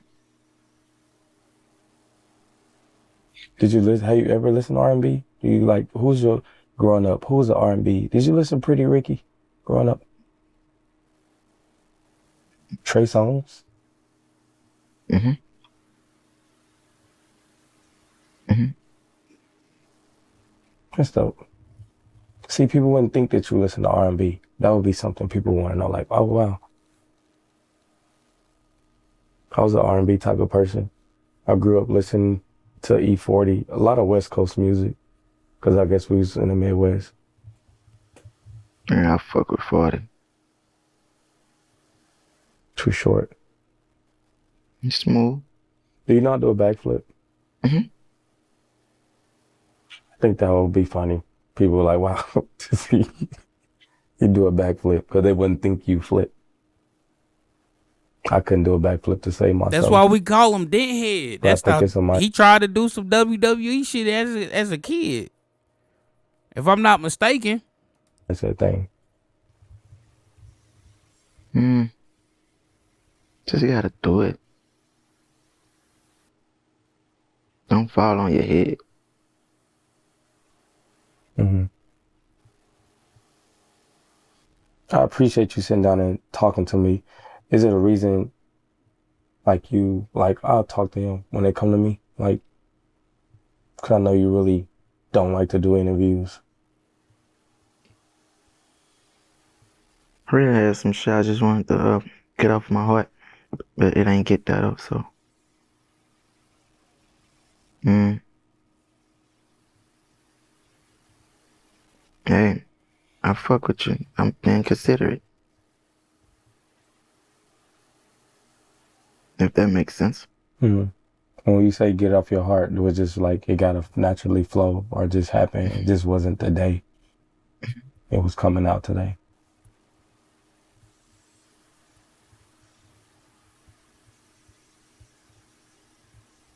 It'll be alright.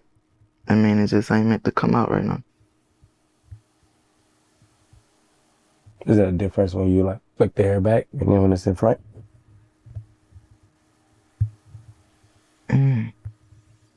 No. It's just more like just getting it out of my ass. Mm-hmm.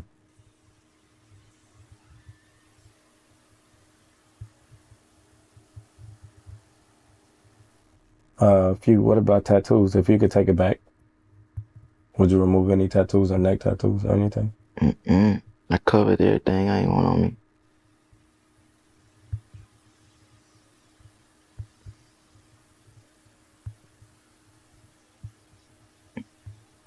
I love my tattoos.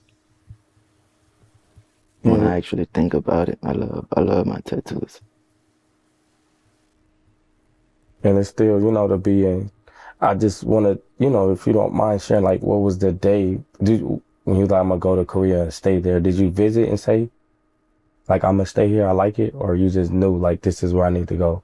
You just woke up and just got the ticket and was like, I'm gonna just stay here. This is home now. Well, it can't be my home until they give me a visa, right?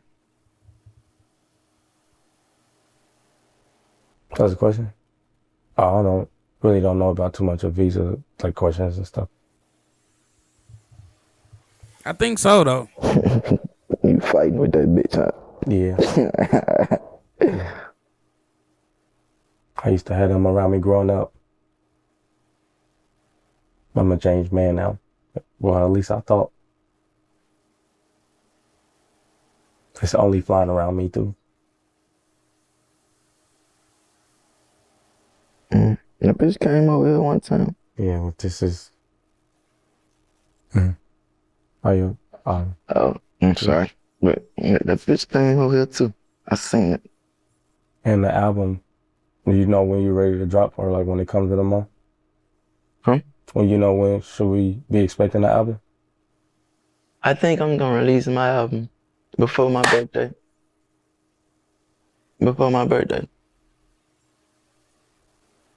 And do you have a goal when you put out the album, how many songs you want, or just? All I know is just it seems like a lot of women are against me right now. Like I ever gave a fuck. Like That was on his heart. All dogs go to heaven. Mm-hmm. That's the name of my album. I think everybody should remember that. All dogs go to heaven, bitch. Mm-hmm. Get ready.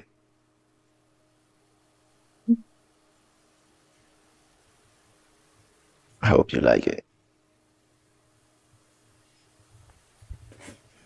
You want to do it? You want to put a song on that for me? A verse? Can I do a skit? Like going into a song? Or talking feature? Tell them the story about Martin Luther King. Let's go back to it. Hold on. What happened to the song? Hold on. All dogs go to heaven. Hold on. When is this nigga birthday? They said something about October 2nd. NBA young boy.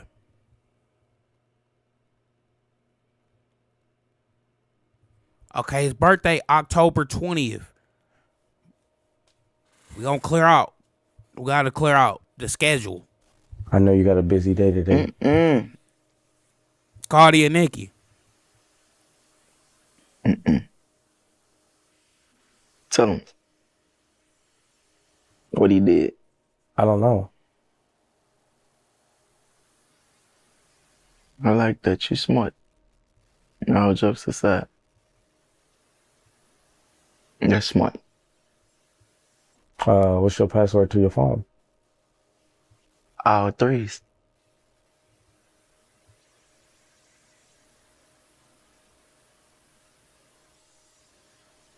Type shit. What's your About you? iCloud? Last 4 digits on my social. That's smart too. Chat, what's y'all shit? You got a crush? Or did you have a crush before your new girlfriend? I used to have a crush on Kiki Palmer. And what happened? You ever like expressed that to her?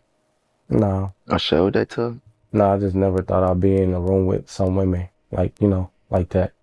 Way about my league. Have you ever met her? Yeah, I met her. Was she what you expected? Yeah. That's tight.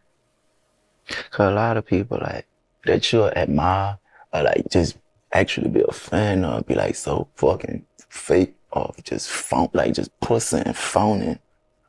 Like I met a lot of rappers and when I got in front of them dudes, like man, you see fear in them dudes' eyes or you just see like these bitch ass niggas not even comfortable in their own body. Like and that shit like really got to me growing up. So I ain't even got no favorite rapper like that no more. But Damn. I got people that I get a benefit of the doubt now. Hey, you got to meet Justin Bieber? No. That'd be nice for y'all to do a song. Mm. And Billie Eilish. Good. Billie Eilish too. That's some big wants. I mean, they people that just, love what they do. Doja Cat. Yeah.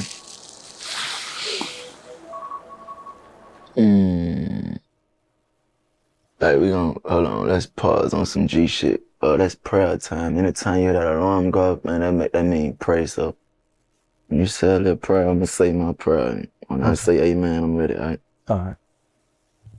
I'm gonna do mine first for you.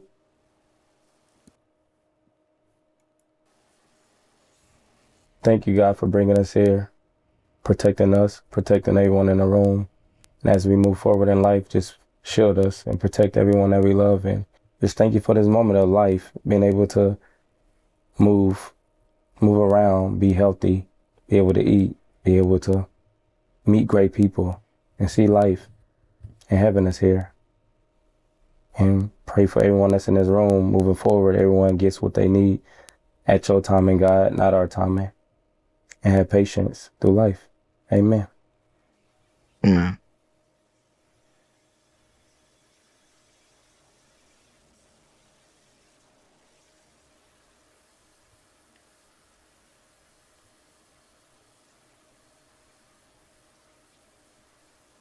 Type shit. I fuck with that.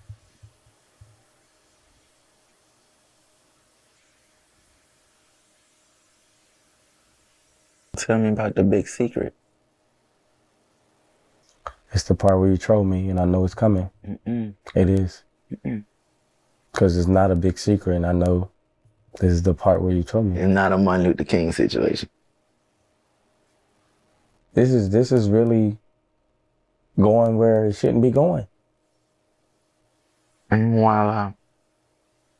There you go. Scary, sneaky Marco. No. Yeah, that boy media trained. That boy know that shit that nigga say on these phones. He know he gonna get canceled. He say that shit right now. Don't nobody like me anyway. I don't give a fuck. I don't give a fuck. Fuck.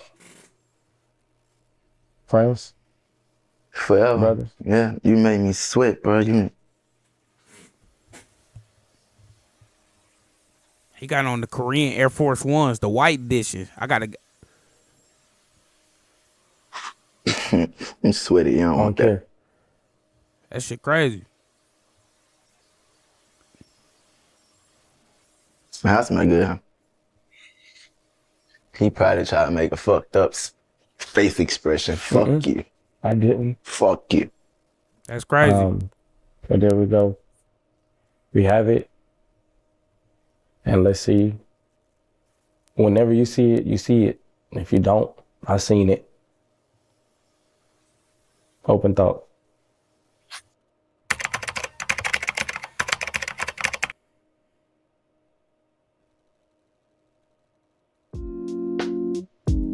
Chat, that's the interview, man. That's the interview. Forever be my five. More than my bitch, I love my brother. Hey. We got an album on the way. Good shit. Now we know. Anyway, if you made it to this part of the video, go ahead and put Coca-Cola for me. Just to let me know you made it to the end. Also, don't forget to like the video. Other than that, though, it's your boy Snore. I'm gone.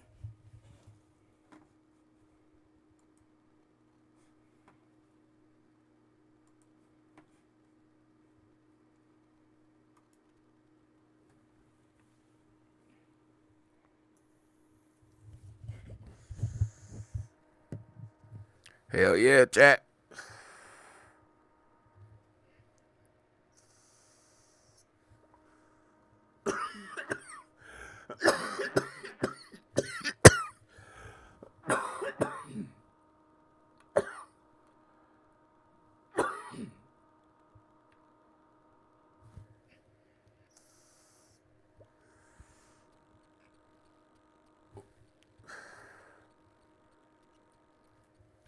Rod Wave interview.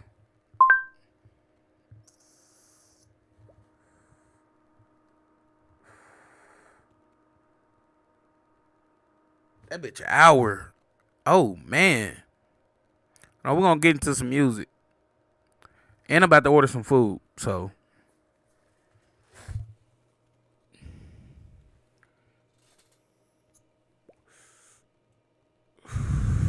Yeah, we already heard that Pooh Shiesty, man. Pooh Shiesty is Mr. I don't give a fuck about nothing.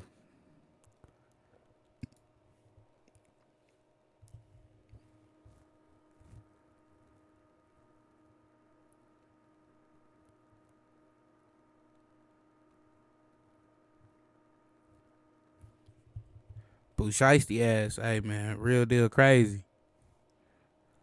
Hold on, chat. I'm finna order some food. Niggas is hungry.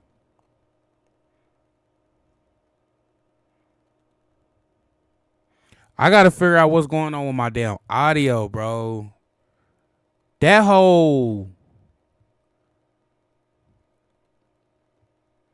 after 8 minutes cut off, man, that's crazy. No, absolutely not. I'm not on the wrong channel. I'm in the right channel. That's what's going on. Hold on, chat.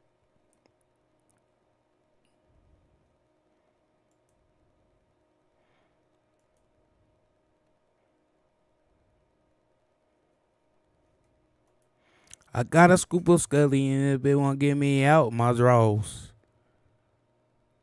We did a video to that all in, if I'm not mistaken.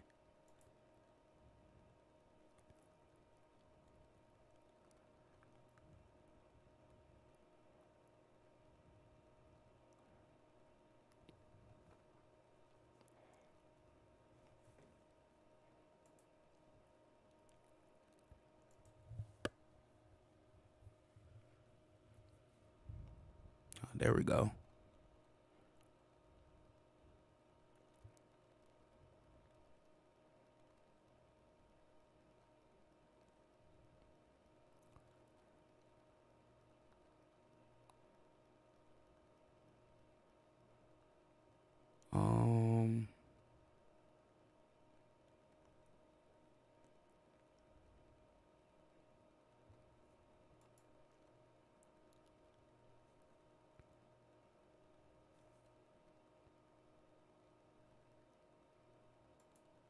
All right, chat, let me order me some food.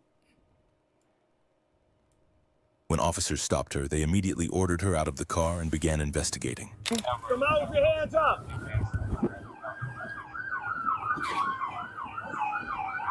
Ma'am, listen.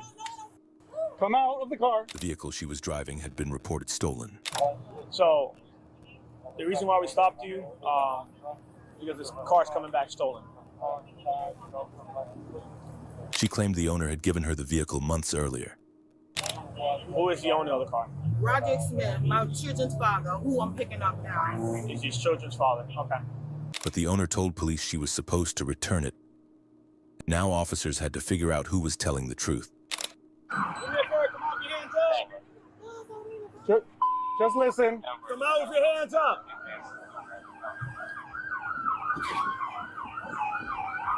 Ma'am, listen. Come out of the car.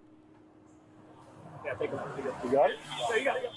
All right, come out with your hands up. That's all you got to do. Just listen. You'll be all right. Hands up. Walk back this way. Walk back this way. Okay. Do me a favor. Spin around for me real quick. Okay. Take her on that side. There's us. Go on that side. You're all right. Anybody else in the car? All right, go over there.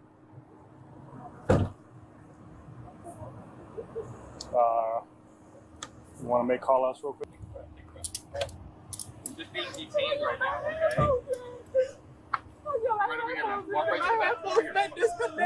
They're making me leave from the car. If I have both ways disconnect, yes. 253, one detained. Make call outs, no response. We're going to clear the car from the left side, from the driver's side. One detained. I'm here.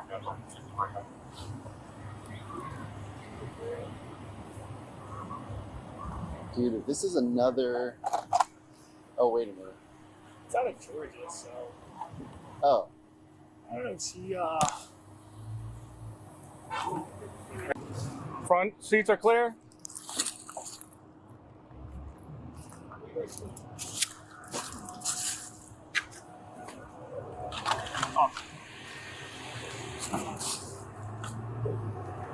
Vehicle clear, clear.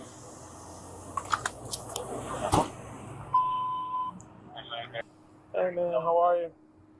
Officer Martinez, Florida. There. I'll explain everything to you in a couple minutes, okay? See, you have an ID. Do you have like a driver's license or anything on that? Everything is in the car. Okay. Well, I just have that. Hola. Yes. She did a birth, man? Talk to 88. What's the phone number for you? I'm so sorry, but will you please tell me this? Let me identify you first and we'll go from there, okay? 470.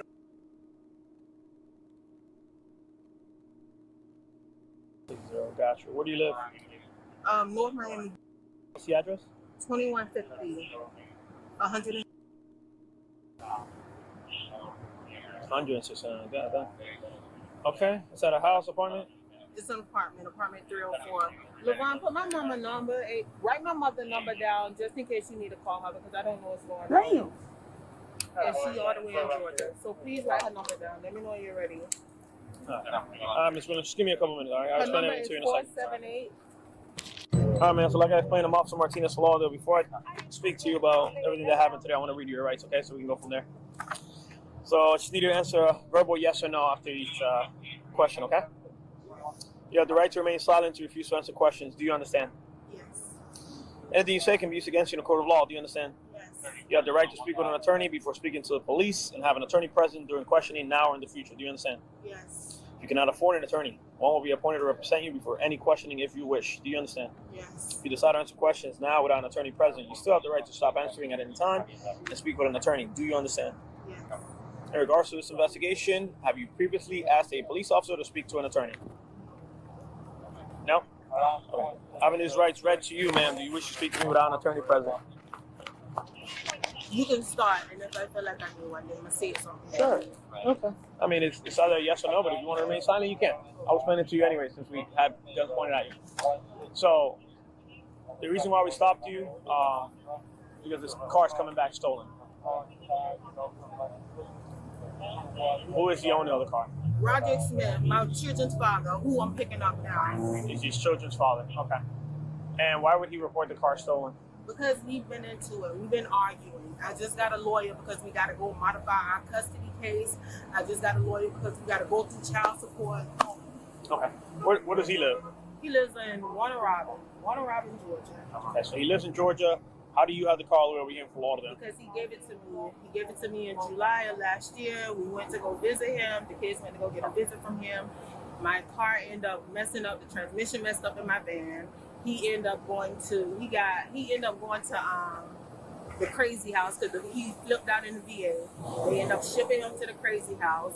My car had messed up. So instead of him giving me the $2,000 to buy a new car, I didn't want the payments. I said, just give us the truck that you got in the backyard. I got a text message. I can go through my phone to show that he told me he was going to give me the title to sign for the truck. But then when he got in trouble in August with the police, he got in trouble. That distanced our relationship, of course, because he started flipping out because he stopped taking his medication. And we are here. Okay. No. I haven't spoken to him since he had his little flip out session. So in August, did anything happen in August at all other than him taking drugs? No, he got in trouble with the police in August. Oh, I thought you said something about drugs. No. He takes medicine because he suffered from severe PTSD. Oh, okay. So he got in trouble with the police. We was down there. I even visited him 2 times after he got in trouble with the police. But then he started talking crazy like he normally does. So I stopped talking to him. What like crazy? What do you mean? What was he? He's just like his normal self. Anything to indicate that he was kind of over things with you? Did he ever ask for the vehicle back? And, he asked for it back, and I told him whenever I come back to Georgia, you'll get it. Okay. And we going to Did he say like, hey, listen, if I don't get this back, that unfortunately this relationships like this have happened. The last thing he said to me was, "You want your child support? I want my car back." That was it. So it was 1 and 1. Okay, and that was when? August? No, I can't remember when he said that. I can just look. You said August was when you were done talking to him. Right. August when he got in trouble with the police. August got in trouble with police. And then we seen him 2 times after he got in trouble with the police. I can't remember the months we went to Georgia to take the kids to see him. But we seen him 2 times prior to that. Okay. And then that's when the crazy text messages started happening. Because when he get in trouble, he don't know how to deal with stress. Yeah. And when he can't deal with stress, he started flipping out on everybody around him. And I just happen to be the main target because I have the kids. How long have you guys been separated? We wasn't together then. We just doing it for the kids. Like, we just go to Georgia to visit. How many kids do you have in common? 2. So you got 2 kids. How old are they? In there, 7 and 8. And who do they stay with? Me. Where? North Miami? I'm guessing you stay with family in North Miami? No, I stay with my kids. I have 4 kids total. 4 kids total, okay. Right. All right. So. I can't wait to tell my mama this. Okay, so he reported the car stolen. He pretty much put that the person that operated the car was going to be Ola Williams. So she put you pretty much as a suspect.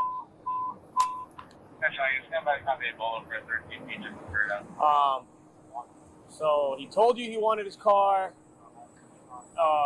because you were pretty much going after him for child support. Yeah, we're doing a modification. We already got a court order. Okay. But due to the videos he been sending videos when he got mad with the gun pointed to us. Basically, the Russian net, whatever it's called, when he put the bullet in the gun, put it to his head and try to shoot himself and stuff like that. Yeah, revolver. So, okay. Yeah, So why didn't you just return the vehicle to him and just get everything over with? We're going to Georgia. We're going to Georgia tomorrow night. Okay. He can get everything then. I told, like, even in the text message, I told him, whenever I come to Georgia, that's when you get your car back. And then a couple of days later, him and I was texting, and then he said, I was talking to him about child support, how whatever him and I got going on shouldn't be against the kids. And then he go, well, you want your child support, I want my car back. And that's when I went to my lawyer to do the modification process. And we just started, and you know what's funny? We just started the modification process, like, when we started this court case, a couple of months ago, probably not even a full month ago. I just got my lawyer maybe 2 months ago. So so all this happened like 2 months ago? When I got my lawyer, that's probably, I haven't talked to him since, Give me like 2 seconds, I'll get you out of here. I haven't talked to him since that last conversation. Okay. So 2 months ago, you guys talked. You said, "Let me get my car back," or child support. You're like, "All right, whatever." Now you kind of arranged everything in a way that you can go back to Georgia and you want to return the car tomorrow. Right, because we was leaving Thursday night. But you have no knowledge that you reported stolen. He never threatened you with reporting it stolen. I can show you the last 6 messages. Give us none whatsoever. Okay. None whatsoever. All right. So do me a favor. I'm gonna make a couple calls. I'm gonna have you sit in the back of my car, and we'll go from there. Okay. Not in the back of the car, and the AirPods have to come off also. Cause I gotta. Since it's not. Since it's basic car, we're gonna switch your handcuffs, okay? Is it yours? I don't know. Is it from the top or? Yeah, do you think that's fine? She's not.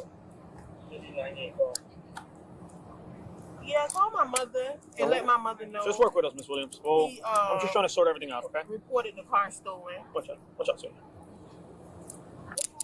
don't want to put it too tight on you, okay? Let me get your other hand. Put it like if you're praying better. Like that. There you go. That helps. So just call my mother. Let my mother know. So baby daddy reported the car stolen. My partner explained to you you're just being detained, okay? And then let her know to call my lawyer. So we're gonna double lock. Just wait for you. It's so they don't tie it on you, okay? Jimmy Garner. That's what. Where's it at? All right. And then your phone is in the car, right? And I'm guessing the case and everything's in the car as well. You don't have anything on you? I'm just gonna pat you down the back of my hand, okay? Can you do me a favor? Can you please take my stuff off and put it in the car? Because I don't want it to reflect on my job. Where do you work? At Plantation Meadow. I'm gonna put it in the front seat for now, okay? All right. Anything else you have on you want to take off for you? All right. Go ahead and take a seat for me. Just give me a couple minutes, okay? I'll get you out of here. I'll figure this out for you. You need help? I don't even 1, 2, 3. 1, 2, 3. Yeah, I don't want you to be hard on you. All right. The air on there. I want you to be hot. All right. All right, I'm gonna move my phone. Follow me over to the gate. With this. Password. 67. The whole thing? 672865. All right, what's the contact? Jamie Williams.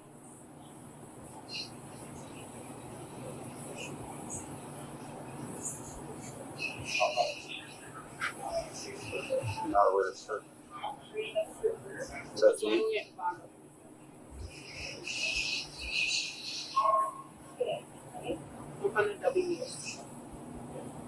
Lady? Yeah. Well, you know that their EP is going for now, but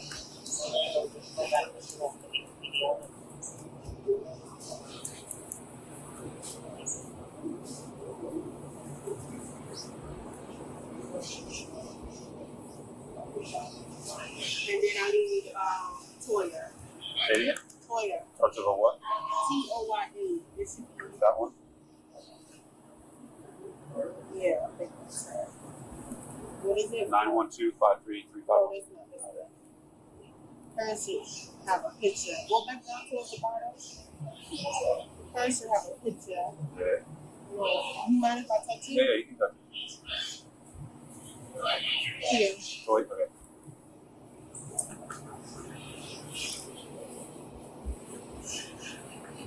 And I need one more. Yes. I need my passport. Did you write the names down for you? I know you can leave mama the way it is the first one. I Okay. just need a little Toya and then the other one.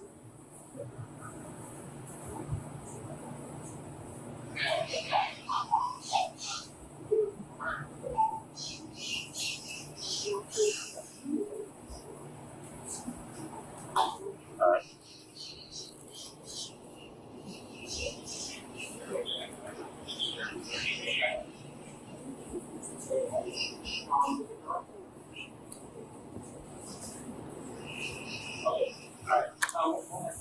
There you are. There. That's your property. You can take this in with you. Got all your numbers? All right.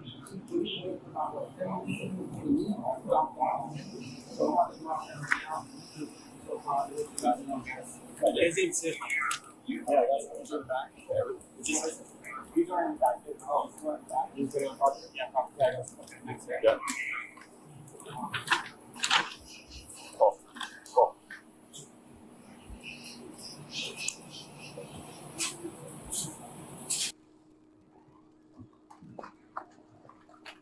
Hey, how's it going? Doing all right. So what we got going on today, sir? Bunch of fuckers. So, my baby mama took my truck when I was on house arrest. Okay. Told her to bring it back, so she did. Okay. So in November, I canceled the registration and the insurance on it. But she's still driving, running up tolls. I had to pay a ticket. Oh, I got some more. I got a ticket in Miami I had to pay. Okay. Because they thought it was me. I couldn't go to court because I was on house arrest. Okay. So I missed my court fault. for that. And I had to pay $350 for that. Okay. But this is the vehicle.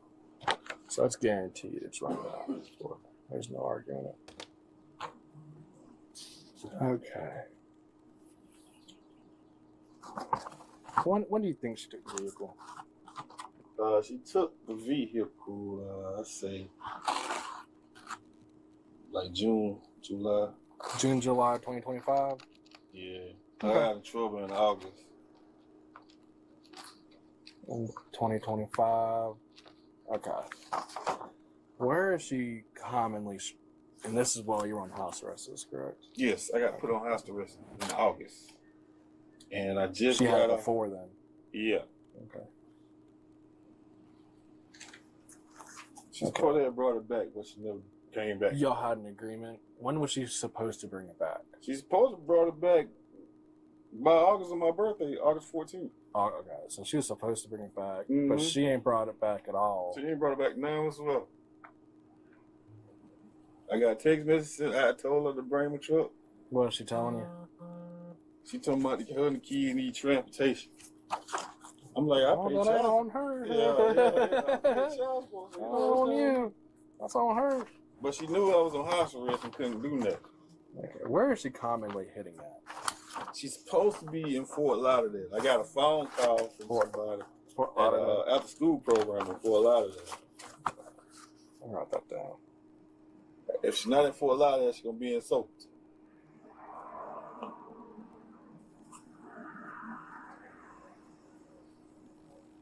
Okay. And so she's had this truck since August of 2025. Is that correct? Or no? June, July of 2025. She's had the truck ever since. Yes. And now we've got. See the dates recently. Yeah, so she's still driving the truck. She's still driving the truck. I done canceled the registration and the And insurance. is these each different date for each different citation? See, January ones. So she's just racking it up on tolls for you. And I have to pay it because it's in my name. Like, I got a ticket inside. I can show you where I had to pay Miami $350 because she ran a red light. God damn. Okay. And it wasn't me. Just for proof, do you mind to show me the title of the vehicle? Do you That, still have it? I can't find it. You can't find it? Okay. Not a nightmare because it's still registered to you.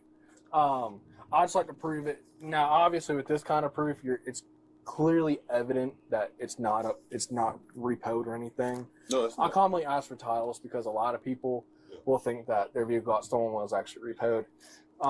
But this is more than enough proof, in my opinion. It's definitely not been repoed. Because ain't no repo company gonna be running up like that.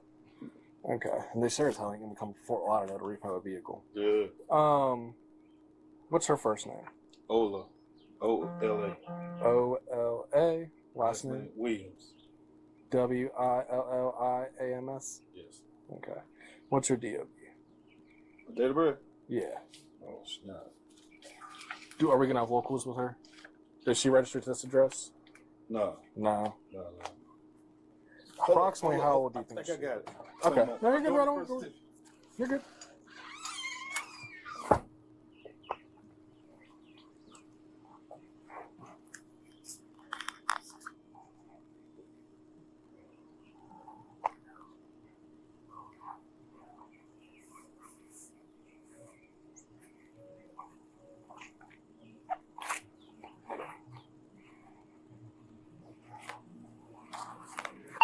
Central. Go ahead. Can you please code 5 the registered owner of that vehicle, please?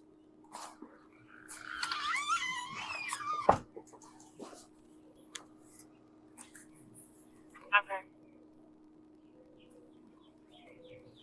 That's the title right there.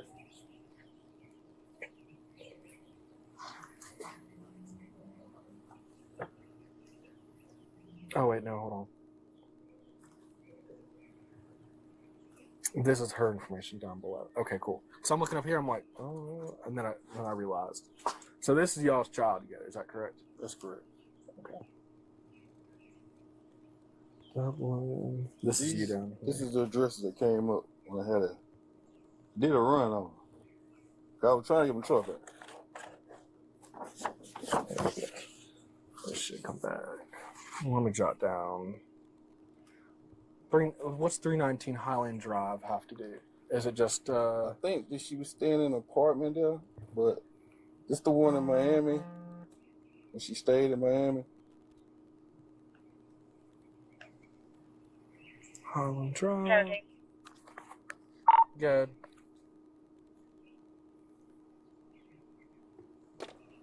Roderick Smith out of Centerville, 2 Charles, valid, negative. Claire, I got one by name and DOB when you're clear. You're good. Thank you. Good. First name Ola, common spelling. Last name Williams, common spelling. Her date of birth should be 12/22/1988 with history in Dublin.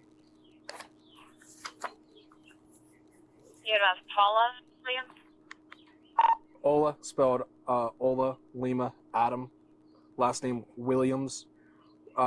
William, Ida, Lima, Lima, Ida, Adam, Mary, Sam. Alrighty. And I believe you already gave us all that vehicle information. Let me just go get you a case card generated. Let me, just for clarification on body camera and everything, she is supposed to have returned this vehicle back in August of 2025. Is that correct? Okay, and she's had it since June. You tried to contact her multiple times. Her explanation is, well, I got to have something for me and the kids, correct? Okay. But you did allow her to drive it for a short period of time while you were under house arrest. A van had messed up when she came to visit. Okay. Okay. And she lives somewhere in around the Fort Lauderdale, Silverton area. She has also hit Miami. Yes. Okay. All right. And then she's got a possible address at 319 Highland Drive, Silverton, Georgia. Okay. Alrighty. Let me just go to my patrol car. I'm going to verify that all of her information came through. And I'm able to see all of her information. And then I'm going to make sure the vehicle and then everything else. And I'll get you a case card as well, okay? All right. All right, just give me 1 minute, okay? Appreciate it.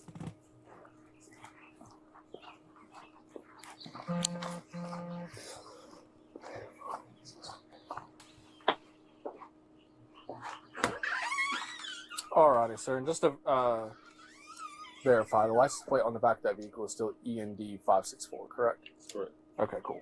Alrighty. Here's your case card, okay? About 3 to 5 business days to come up to the Centerville Police Department and pick up the hard copy of that report, okay? Right. What I'm going to do from here is I'm going to go reach out to the Sheriff's Office, get an, you know what NCIC is? National Crime Information Database, blah, blah. Yeah. It's a system how I can see criminal shenanigans going on. Right. I'm going to go log it in there. I'm going to get a number. That number, I'm going to go take it. I'm going to go call Fort Lauderdale. Go at Fort Lauderdale, pass the information on off to them. And what they would do with that information is up to their choosing. Unfortunately, as much as I'd love a little mini vacation, I can't go down to Fort Lauderdale and go grab that car for you. 19 Central, Florida says. But it is what it is. I mean, she's got shenanigans been going on, and I'm sure they're looking for her. Yeah. And when I give them a phone call, it's going to point them in the right direction. So if you get a Fort Lauderdale or something, is that a reference to this? Does the motor vehicle have you on? Negative. Just keep your phone on you. You might get a phone call by next couple weeks or so from them saying, "Hey, we got your vehicle. Come by, pick it up." Hopefully she's smart and she just pulls on over. I pray. Black and color BMW 2012 to an elder Ford of Tampa. Now you can't take her to civil court for that. Well, now with all the tickets, you can take her to civil court. I paid tolls before. It's not expired. If I know the insurance negative. And then the ticket from court. When I was on house arrest, I really couldn't go to it. Hell, you can also suspend the. You can also take off the insurance off the vehicle too. Yeah, I canceled the insurance. Okay. So I see canceled registration, not canceled insurance. Is it the company Tex something? Okay. That ain't me. I got she did it. She might have done it. Okay, then she probably did on her end because she looks like she got nicked for no insurance. Yeah. Because she got something going on with Broward County too. So she got nipped in Miami for something, and I'm sure that's why there's insurance in the vehicle now. Because somebody can do that. I can go call right now and go get insurance on that white car. And it's coming out of my pocket. It makes me liable for it. You know, it ain't really like the whole registration thing. And so how do you get insurance if I cancel the registration? You can get insurance on a canceled registration. Oh, okay. Yeah. Now you can't fix the canceled registration without valid insurance. Just like suspended registration as well. You can't fix that without valid insurance. Now you can do one without the other, but you gotta do one with, in order to do the other. Yeah. So, well, alrighty. If I hear anything else from Bob, I'll let you know about it. All right. All right. Alrighty. Well, all right. Take care, man. I wish you the best of luck with everything. All right. All right. Appreciate it. Yes, sir. You take care now.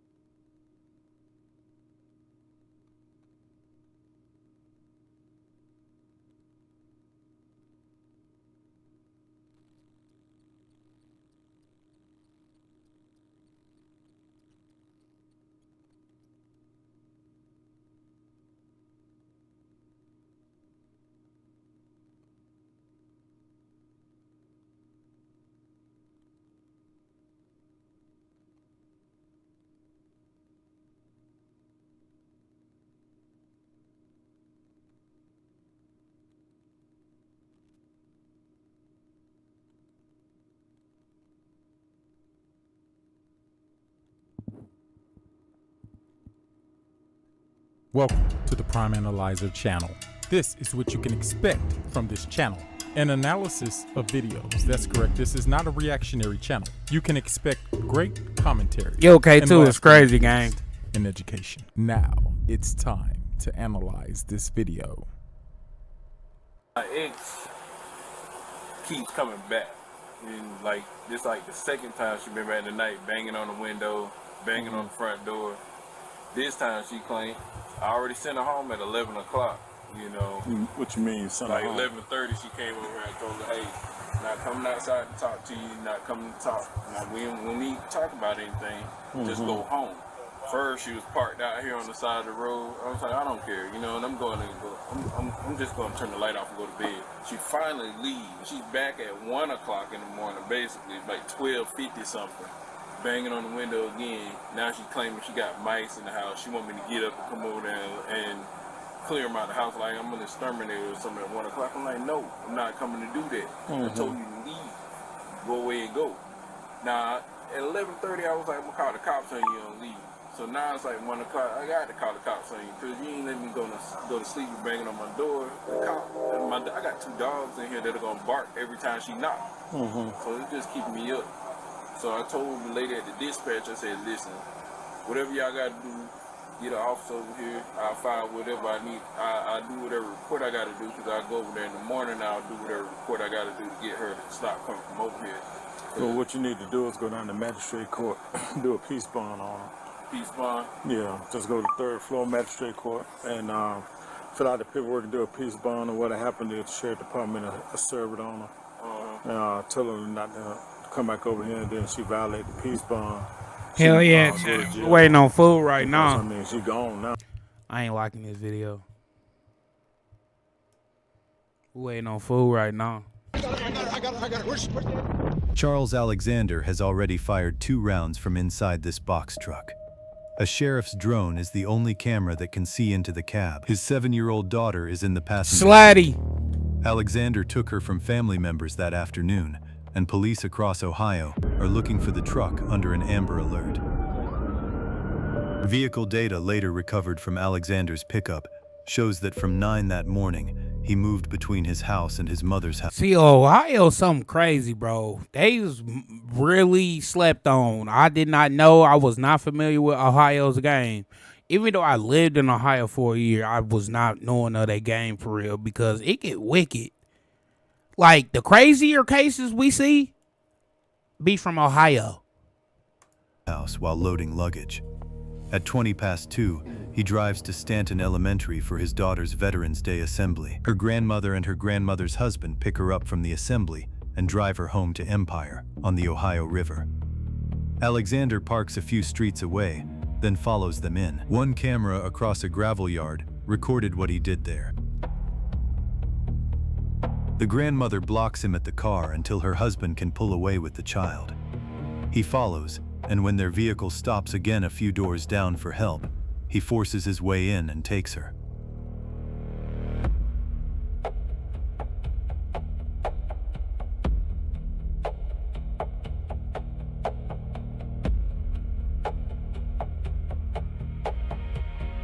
The family calls the sheriff at 3:04.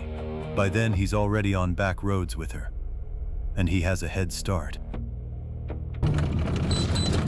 About an hour and 25 minutes after the family calls the sheriff, a highway patrol trooper from the Lisbon post finds the F-150 on a gravel drive in Columbiana County. Gray F-150, rear end damage.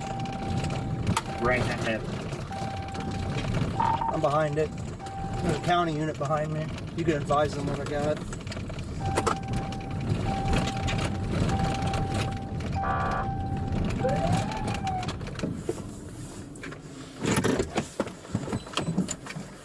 Stop the vehicle! Stop the vehicle! Put your hands out the window! Put your hands out the window! Put your hands out the window! Absolutely not. He's taking off from me through a field. 24 row.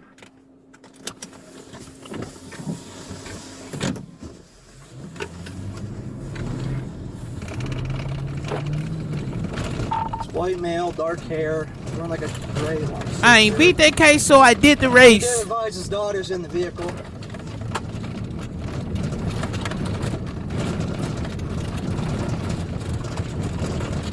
Southbound through this field.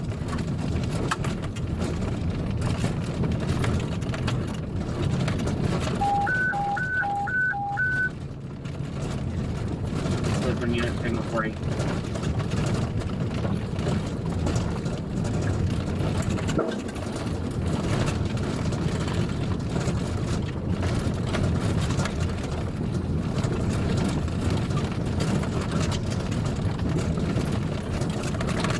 The trooper loses sight of the pickup in the Oh field. God, that pickup dusted Officers him. search and set up the perimeter, but Alexander has already left the area.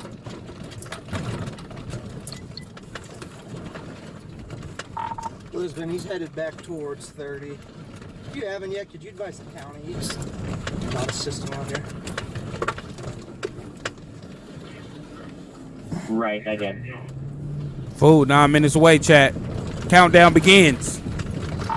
Lisbon, he's back southbound in a yard now. About 30 minutes later, the pickup is parked in a lot 40 miles west in Hanoverton, where Alexander is renting a 26-foot U-Haul box truck.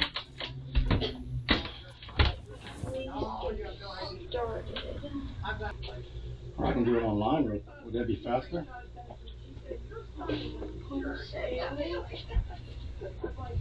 At 5:15, he pulls out of Hanoverton in a rented 26-foot box truck and leaves the pickup sitting in the lot. Wing, An stop! hour later, Ohio issues the Amber Alert. It's Oh, looking for man. the wrong vehicle. 90 miles north, at 7:30, the two of them walk into Scene 75, an entertainment center in Brunswick, go-karts, laser tag, an arcade floor. They stay about half an hour, and the records don't establish why he stopped there. While they're inside, a second alert goes out to Ohio police, a caution notice issued at 7:53. It says Alexander is threatening suicide by cop and is carrying a handgun.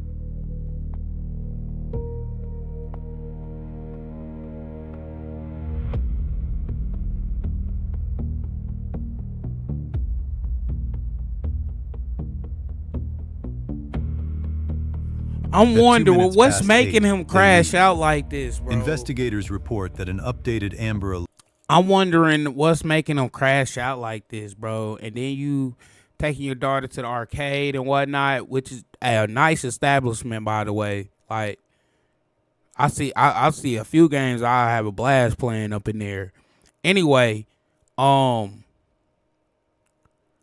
want to know what's making them crash out like this, bro.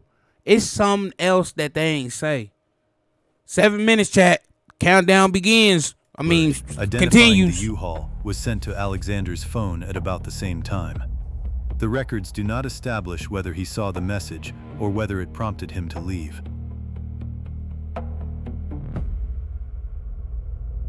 A Brunswick officer on patrol has that update. The box truck is sitting in the lot right in front of him.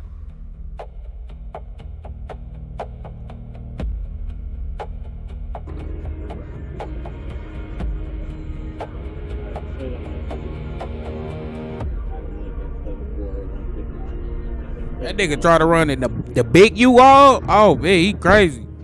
That's gonna be the vehicle.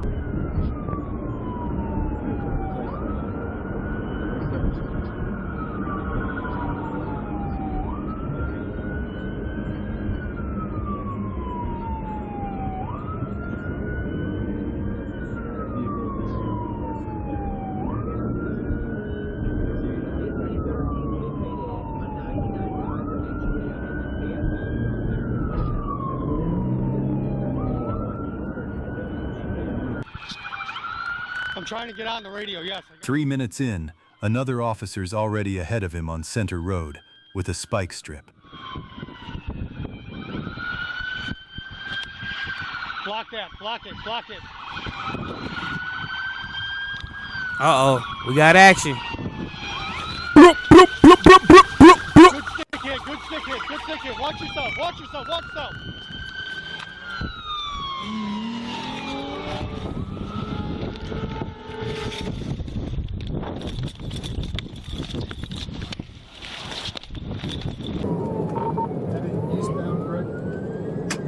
Right, eastbound. They were on Warren and they went eastbound. They're by Giant Eagle.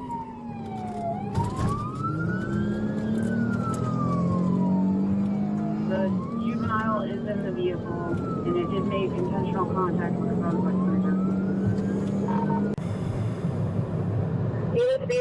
By now, dispatch has him on the phone, and it starts passing along what he's saying. He is threatening to. He does have a 61 and he's threatening to kill himself and the child. Oh, no. Get this nigga off the airways. What the kid do? Get this nigga off the airways.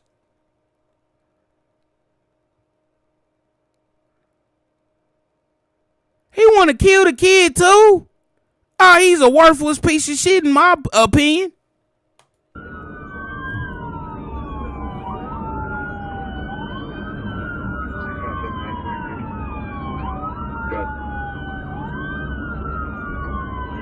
Should have spikes set up just south of you. I'm going to be at the 217.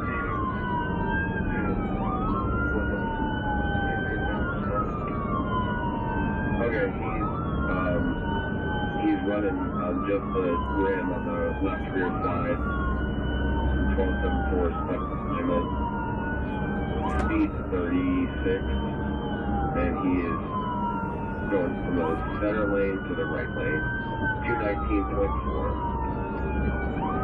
922, do you want to steer up 18 to southbound 71 Blackout? Right, if we have points of entry from the interstate, coming out of the interstate, let's try to get to that, shut it down. The left front tire is gone, then a second one. He comes down the exit 218 ramp onto Route 18 on a bare rim with 7 cruisers behind him. Man, he got about 4 stars.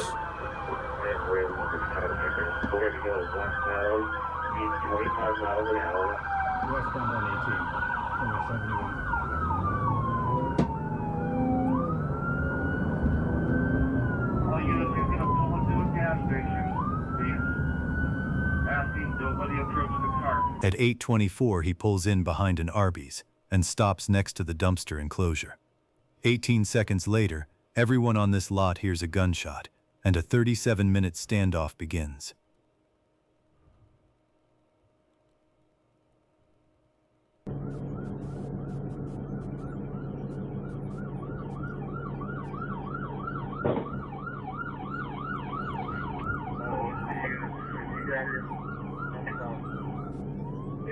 fired. Shots fired. Shots fired. Shots fired. Echo, echo, echo. Alright, I'm gonna put a hold as a hub. Request SRT for that. Okay. Shots fired from OSP or from the subject? I'm inside the truck. One shot was fired from. Officers initially cannot determine where the shot came from. Less than a minute later, radio traffic confirms that it was fired from inside the truck.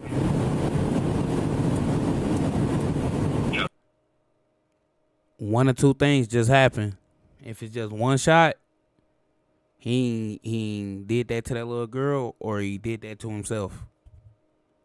Hopefully it's to himself. Like, you ain't gotta kill that little girl.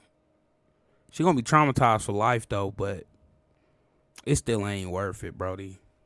Fired. Shots fired.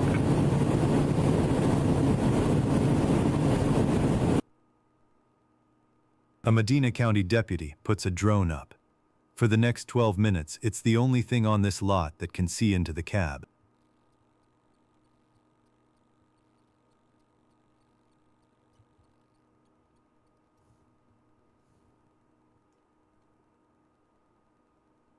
Oh.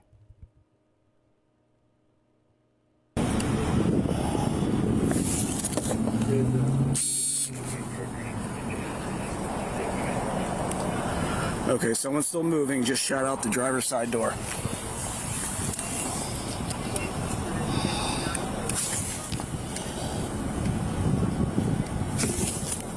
Appears to be a handgun on the dash. Yeah, something in there with a green laser fire. Man, get down there. Oh, wow. Wow.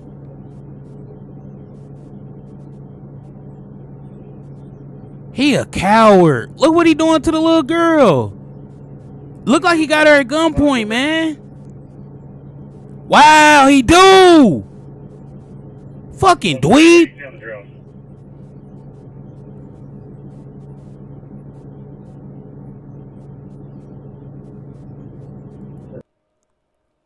Hold on, chat. That's been delivered.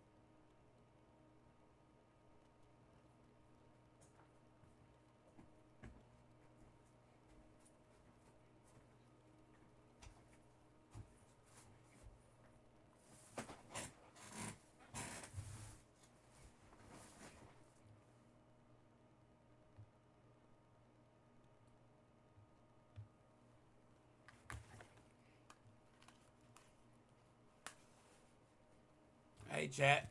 It's about to go down. I'll take that lie back. Let me go get something to drink.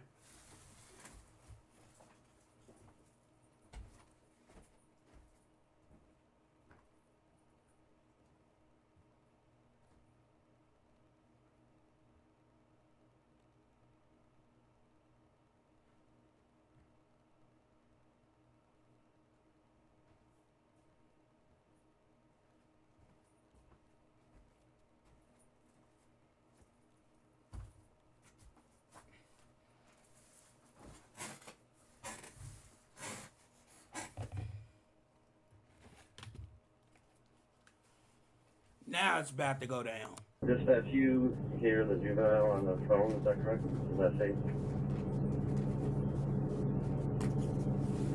We don't have them on the phone.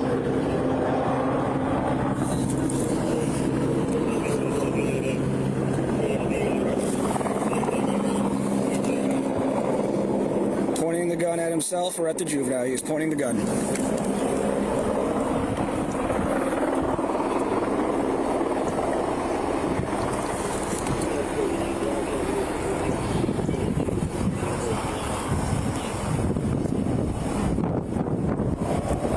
He is pointing the gun at the juvenile's side.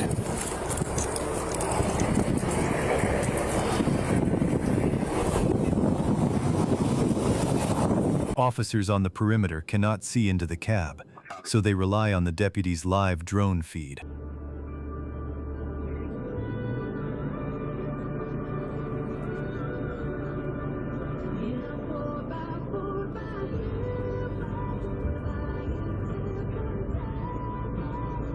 Back 22, please. 22, please. And I'm attempting to make contact with them through the PA system. Okay.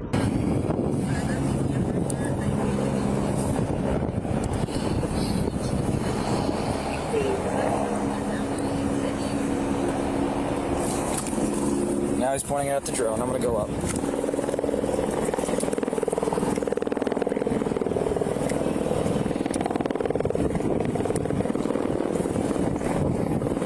At 8:38, the drone runs out of battery. A replacement is not airborne for 10 minutes, leaving officers without a view inside the truck.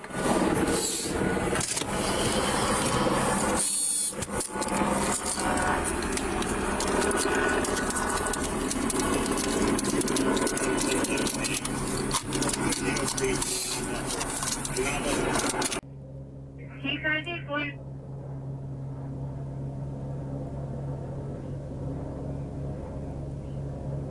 Says he's going to heaven, and he's telling the little girl she's going to heaven. I know. What do I say?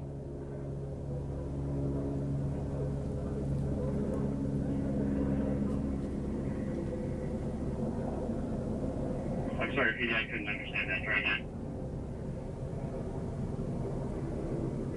He's still advising that he's gonna end his life in the 34.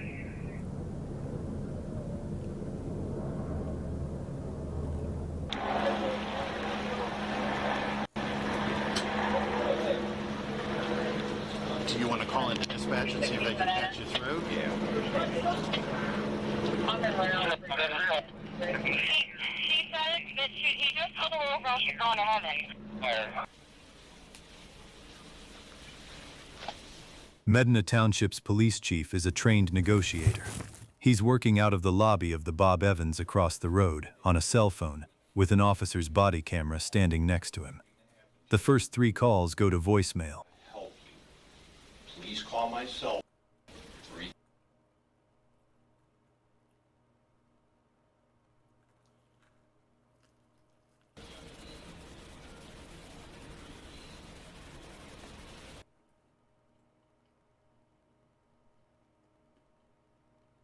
Call me right away, buddy. I need to help you out, okay? Charles? Hey, this is Chief Minnick. What's going on, buddy? 1611 PD, let all units know 1503 is on 19 with him. 1503 is on 19 with the suspect right now.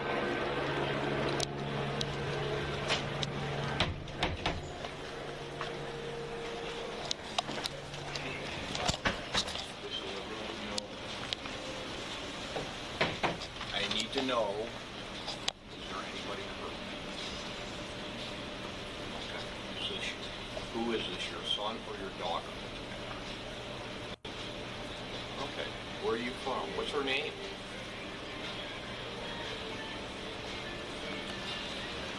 .1503 is inside Bob Evans.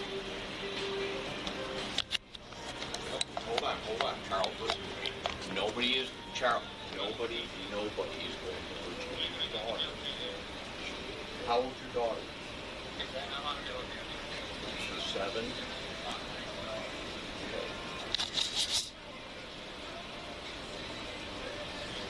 Well, here's what we're going to do,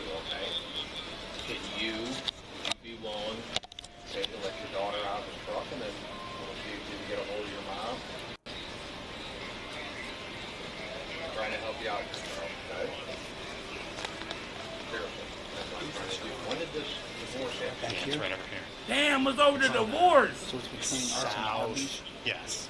Yeah, kind of the southeast corner of the lot of RVs. So his name's Charles, and what's the kid's name? So they're going to the divorce. At 8:58, the call drops. The chief calls back and gets voicemail, and he never reaches Alexander again. From here on, no one is talking to the man in the truck. Did Charles call back into dispatch? This process could take a while. 5 minutes before that, an unmarked Dodge Durango stopped on the closed off-ramp above this lot. The trooper inside is a highway patrol precision rifleman. He puts his rifle on a sandbag on the roof, takes his heavy vest off so he can lie flat, and sets his body camera on the roof beside him. That's why the only recording ever made from his position is audio, over an empty night sky. Jack.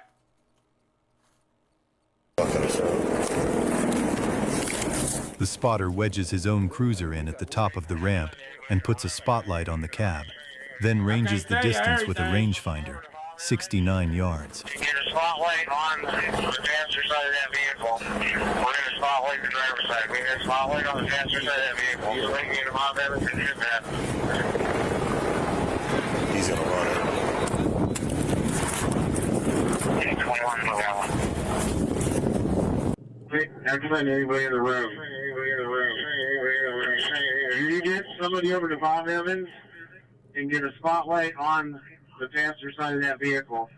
We're going to spotlight the driver's side. We get a spotlight on the passenger side of that vehicle. So they can get to Bob Evans and fit that.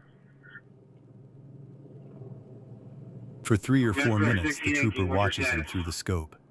Alexander leans his head back into the seat, then forward, disappearing behind the A-pillar and coming out again. Yeah, it's clear. LSD, you need to kill your disregard. X9, are you set up? You get him on spot for SRC. Get the assault team ready to go. We've got him covered with relay. That's clear. Dispatcher, we still on the phone with you? I guess.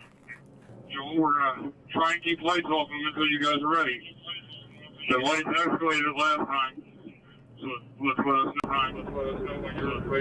know when you're ready to go. A single shot rings out. Driver, is that you? That's the driver. Driver, is that you? That's the driver. We got another shot fired. That's the driver. We got another shot fired. Air to ground, I believe that's another shot fired, and it looks self-inflicted. The female's freaking out right now, covering her ears. Officers call Action 2 and move on the truck. Execute, move, execute, execute. Execute, move, execute, execute.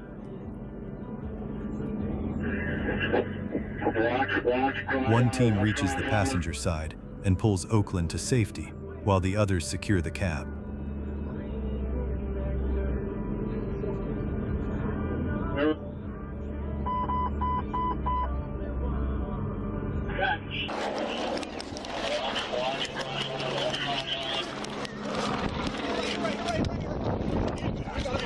I got it. Where's We got the child extracted.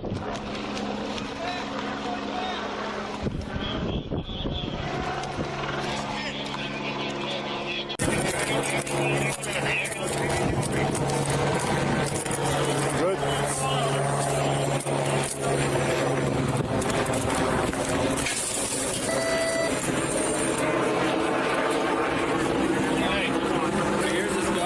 Just leave it. He's done.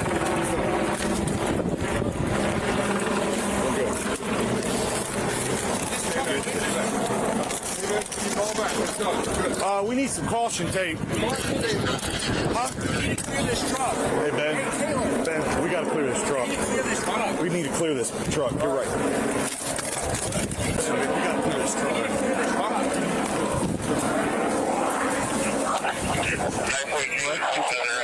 I think it's self-inflicted. We got more than the child. There's another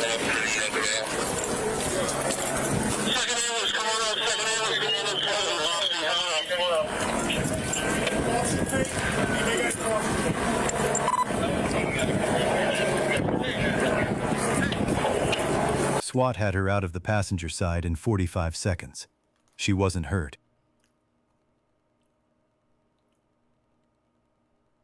Inside the cab, on the driver's floorboard, officers found a pistol, a spent casing, and his phone.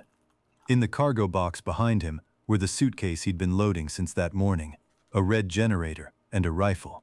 Both guns were his, bought legally. Into the position, you know, to keep this girl safe, and I heard the shot go off, and the shot that went off did not sound like it came from a U-Haul truck. It didn't have the, I know what gunfire sounds like. It did not sound like it came from a U-Haul. It sounded like it came from a silencer. And I saw one of the snipers on top of RV start moving around, and then they pulled a little girl out.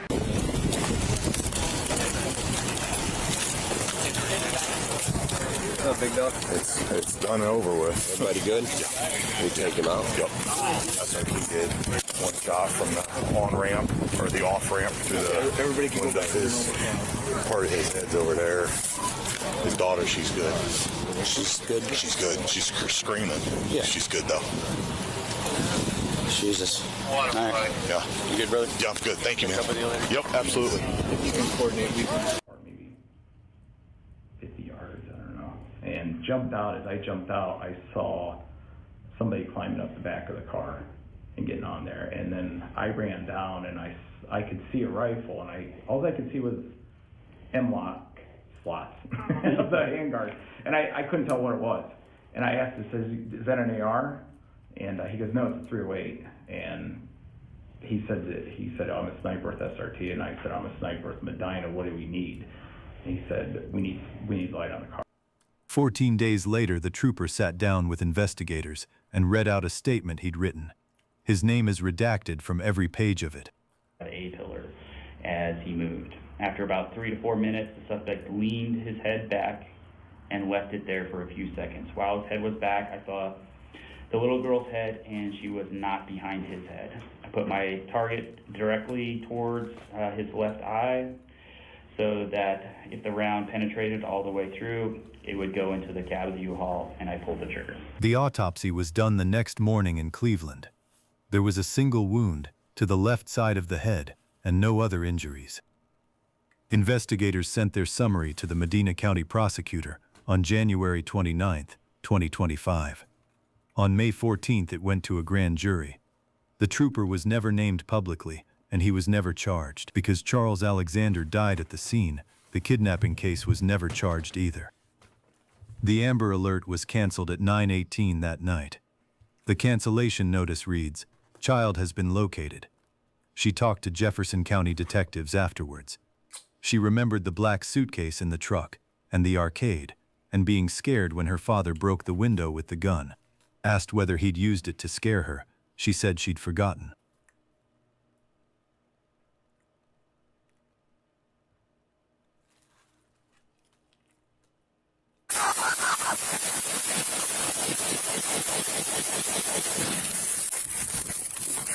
Shots fired! Shots fired! I'm hit! I'm hit! I am contented, actually. Do you know who's inside this residence?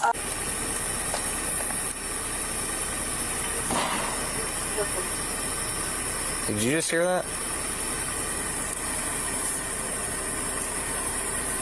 Just before 2 in the morning on November 4th, 2023, officers in North Olmsted, Ohio, were spread through these backyards in the dark.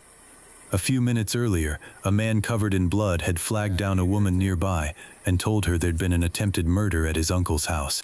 As they searched, one of them heard what he thought was a gunshot, and smoke was already pouring from the front of a house up the street.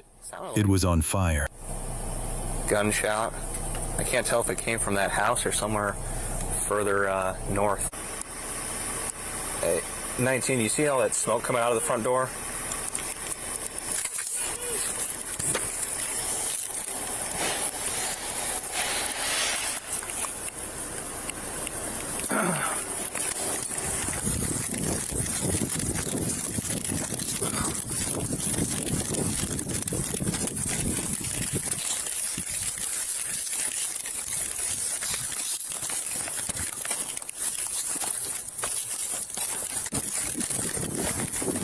Someone's running westbound. We're on Berkshire Country Yards. Police, stop! Police, stop! Police, stop! Police, stop! Do not move! I said stop! Police, stop!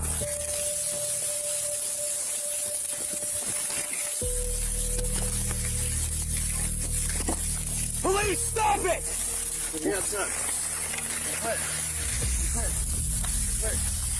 Do not move! I'm stuck. I know you're stuck. Hold on. Don't move. Don't move. I'm not moving. I'm not moving. You're moving. Stop moving. I'm not moving. Stay right where you are. Okay. I got him at gunpoint. He's stuck in the bushes right here. Help me.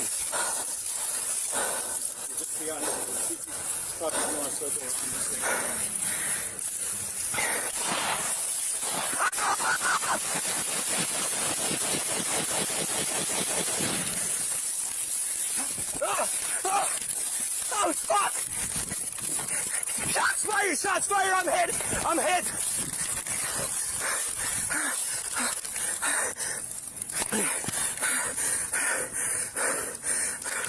Shots fired! I'm hit! Fuck! From the next yard over, another officer's camera caught the same few seconds. Holy shit!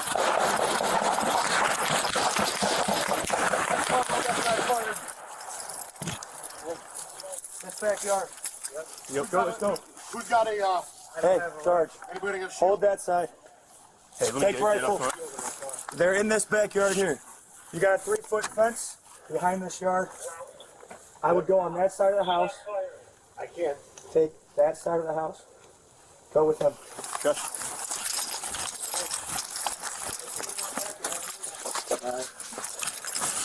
Fuck.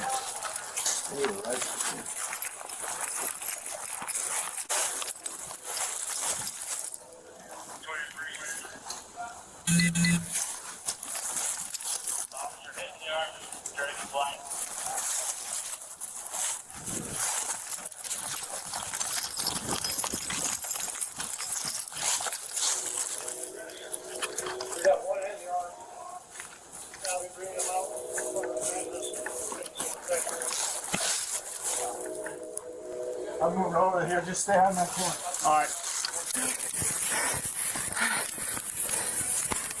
He'd been shot twice, once in the forearm and once in the chest.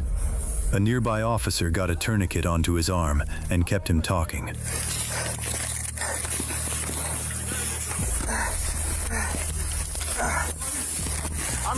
I'm over here.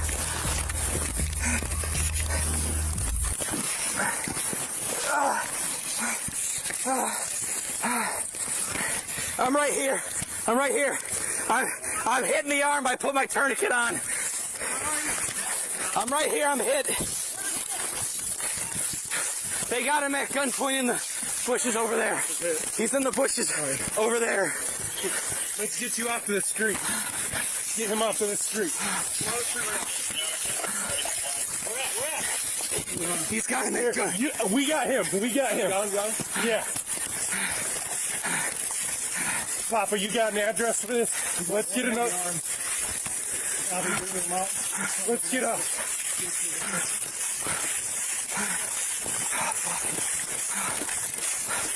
I got hit. All right, brother. Let's fucking get you down. As soon as he hit me, I just started. Instead of waiting for an ambulance, the officers put him in a cruiser and drove him to the hospital themselves. The round that struck his chest had been stopped by his ballistic vest. Shield in my car right here.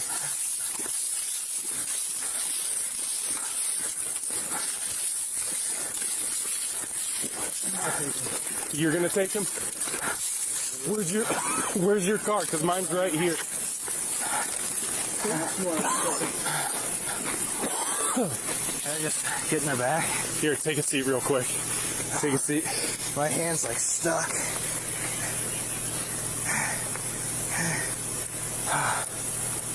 We're right at the intersection of Douglas.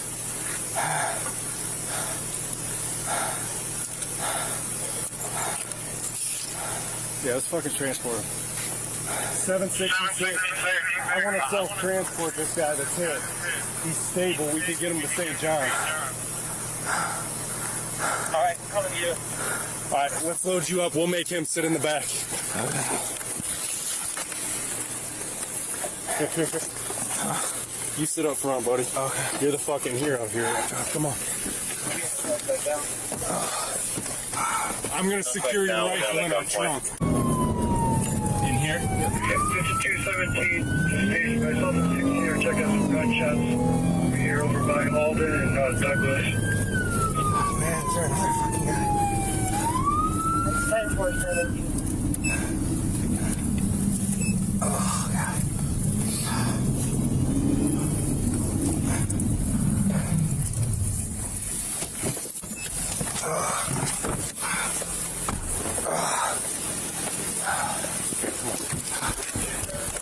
Hey, I gotta let him out.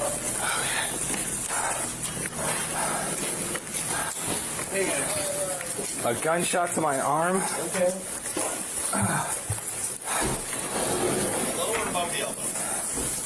Alright, Yeah, he's got the tourniquet on. He was also hit in the vest, but it stopped. I raped. I didn't feel anything, but... Okay, where are we on? I don't know, man. Hey, John. Great. Alright, we gotta get your clothes off, right? Yeah, okay. We need you to all close up. That shit was so good. I'm finna go back on Uber Eats and tip, dude. You know what I'm saying? On my life. You made sure my shit came on time, precise, with precision. Maximum accuracy. Then the fool hit. Hey. In the fool hit. Y'all see I ain't say a word. Ain't shit to talk about. The food good, nigga. Ain't shit to talk about. And really, that's Wingstop, by the way. The barbecue wings was cool, but them plain motherfuckers was pressure. The plain ones, oh my God.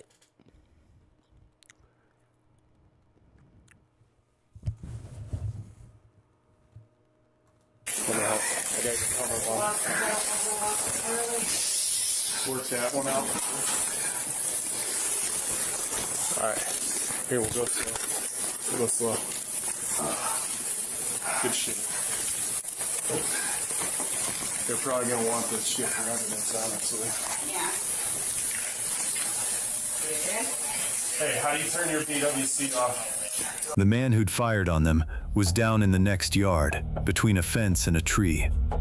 Officers could see him moving a little, but they couldn't tell if he was still armed, so they held their positions and waited.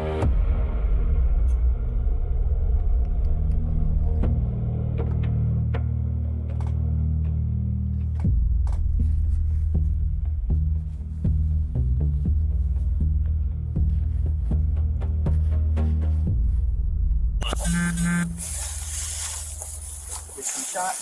Yeah, he shot. I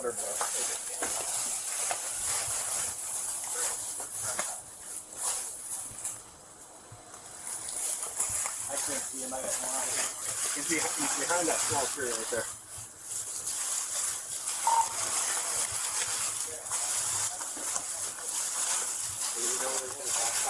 Anybody on the other side?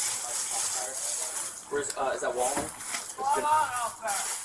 Stay in your house! Stay in your house! You're not going outside. The police department, stay in. I don't think there's anybody on the other side of us to the north. It's just us here on the south. You have good eyes on him? Yeah. Is he moving? He's been moving a little bit. I don't know if it's last breaths or what. I want to see if that police officer got instant get back. He'd be identified as 27-year-old Thomas Knock. He lived alone a few miles away, was going through a divorce, and had come into the neighborhood that night in an old Toyota Camry. On How he bullshit. ended up in these backyards is something officers would only understand later from a man they'd stopped 2 miles away.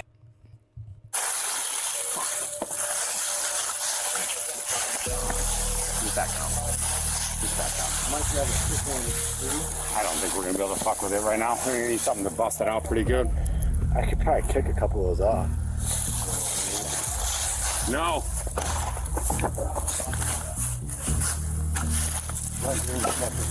Yeah, I can see it. Do not move, man. It's on his face.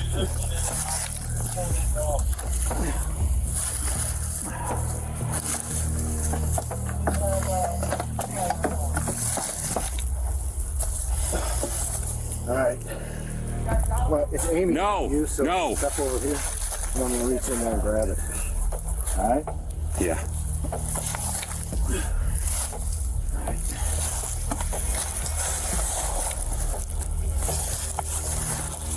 Let's see if we can fucking rip this whole thing down.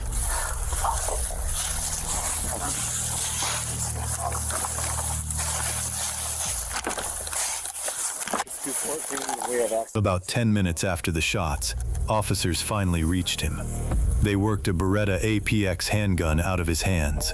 He was wearing a black ski mask and blue surgical gloves.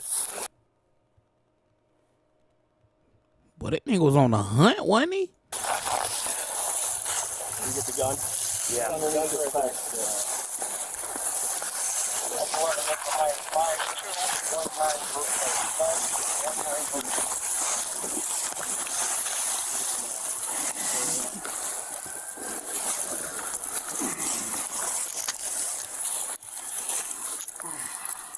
They handcuffed him, and then they started CPR.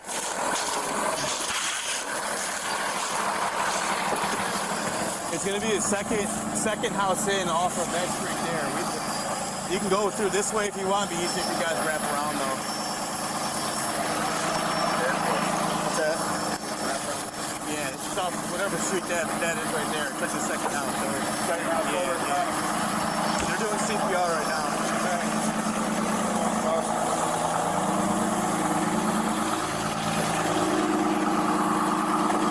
Man. The house he'd run out of was fully on fire now. Ammunition stored inside was going off in the heat, and for a few minutes officers on the street thought it was more gunshots. They started pulling neighbors out of the homes around it. I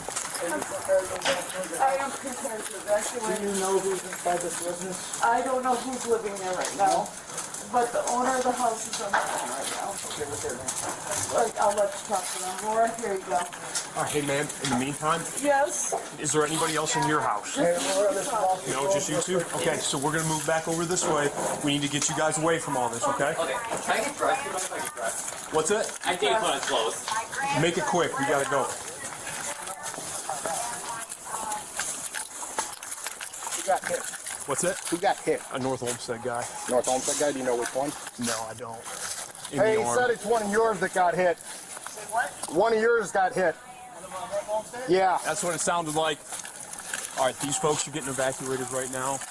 Bones is on the phone with the owner of this house, the one that's on fire. Number, do you know it? A drone they tried to put up to find him had a dead battery, so it came down to officers on foot, going door to door in the middle of the night. There's more gunfire, guys. Anybody at the house?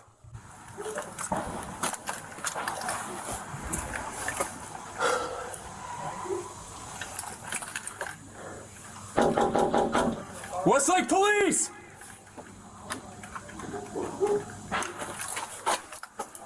I ain't gonna lie, I'm looking at the time right here, 2:03. 2:06. 2:06 in the morning. You come banging at my door, we instantly got a problem. Instantly. Straight up. This shit better be good.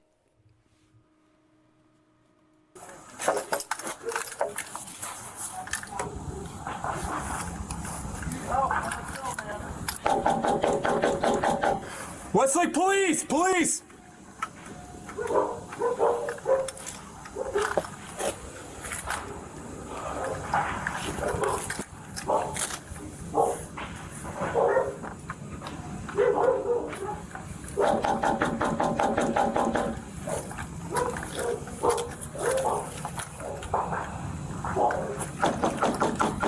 Police! Anyone home?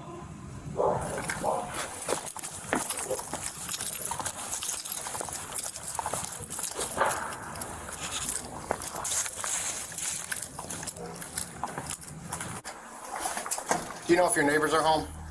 I don't know offhand. Okay. Um, We tried pounding on their door too. I would think that they would be awake if they were. Okay. Um, Is there normally just one car in the drive? yes, but they have one in the garage too. Okay. I'll check the garage. I'm assuming you want me to get my car and Grab stuff your too? car, yeah. I don't want this house to get burned up, but fire departments, they're worried about the guy that was shooting at us that we shot. Okay, well that was was coming explained to All the 147 Yeah. when there were 6 gunshots, and Yeah. I thought they were gunshots. Okay, They were. let me get my car and I will be out of here. It was only after the fire was out that officers understood how the night had really started. Inside the home, in a hallway, they found a man dead, shot in the right side of the face. He was the reason for that first phone call. About an hour after the shot. So wait a minute. Dude went in. I mean, from the ski mask and blue gloves. Oh yeah, he was definitely on the hunt for something. And he actually hunted some shit. That makes sense. And 2 miles away, officers stopped a man walking toward the police station. He was bloodied and hurt, and he was the same man who'd made that first report. They put him on the ground and read him his rights. All right, you're good, you're good.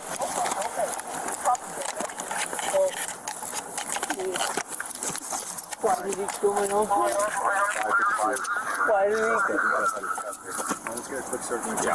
Why did he shoot my uncle? I got another glove. I got no glove. Are you injured anywhere? You have the right to remain silent. Yes. You have the right to remain silent. Anything you We do need a say- squad for him.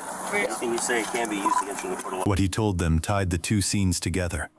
The man who'd killed his uncle, he said, was named Thomas, the same man officers had just shot in the yard. Who killed your uncle? His name is Thomas Knock. Where's your uncle at?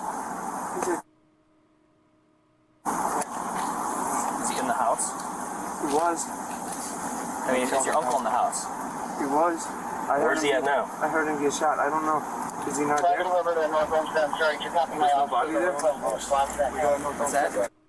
I was sleeping. My uncle was... In the back of a cruiser, he laid out the night from the beginning.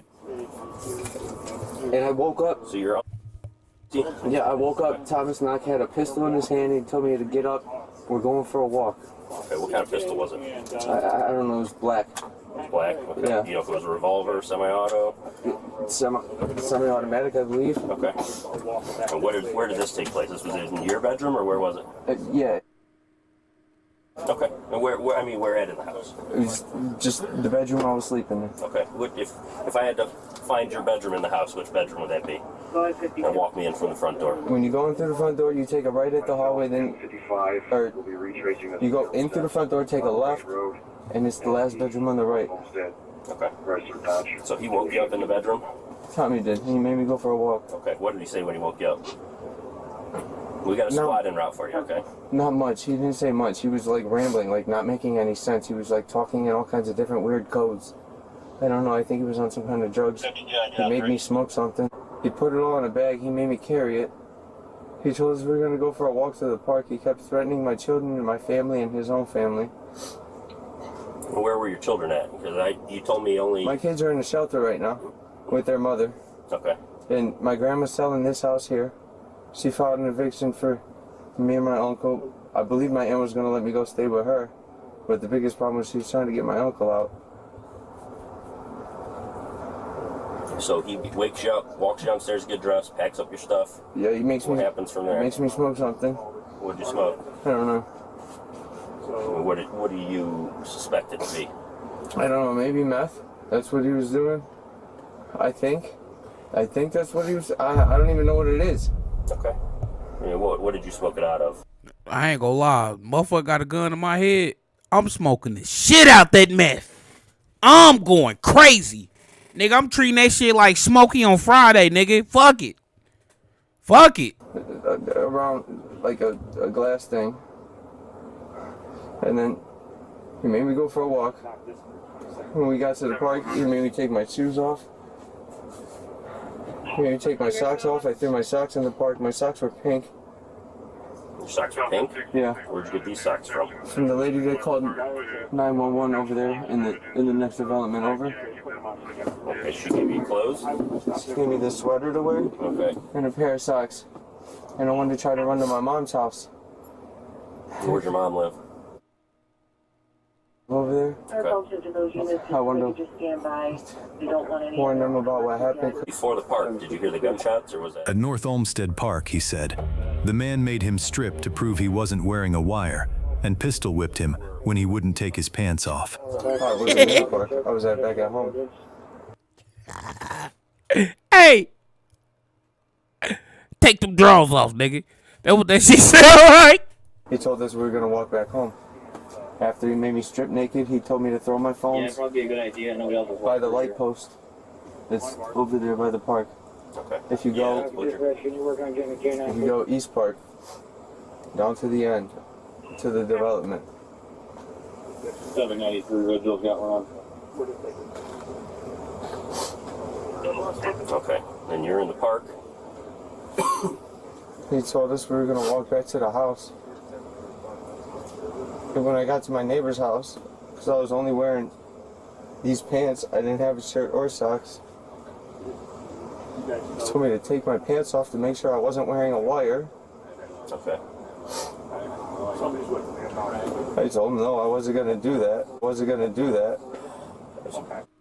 Thomas was What freaky, was bro. everybody wearing, clothing-wise? So what was Thomas wearing? Dark colored clothes? I don't know. Okay. You had a jacket on, shirt, pants, jeans. A jacket. I know it's a lot to remember, but... A jacket, I guess. Okay. I don't know. What about... I just know Tommy's tall. I don't know, he was in the bathroom. Okay. I opened up the door. He was on the toilet. I told him to call 911 because Tommy hit me with a gun a bunch of times. Okay. When did he hit you with the gun? Because you didn't tell me that. He hit me twice when we were halfway up. When I wouldn't take my damn pants off. He hit me with the gun. Okay, how did he hit you with the gun? It just whipped me with it right in my face. Okay. And then he did it again in the neighbor's yard. And I fell because I wouldn't take my pants off.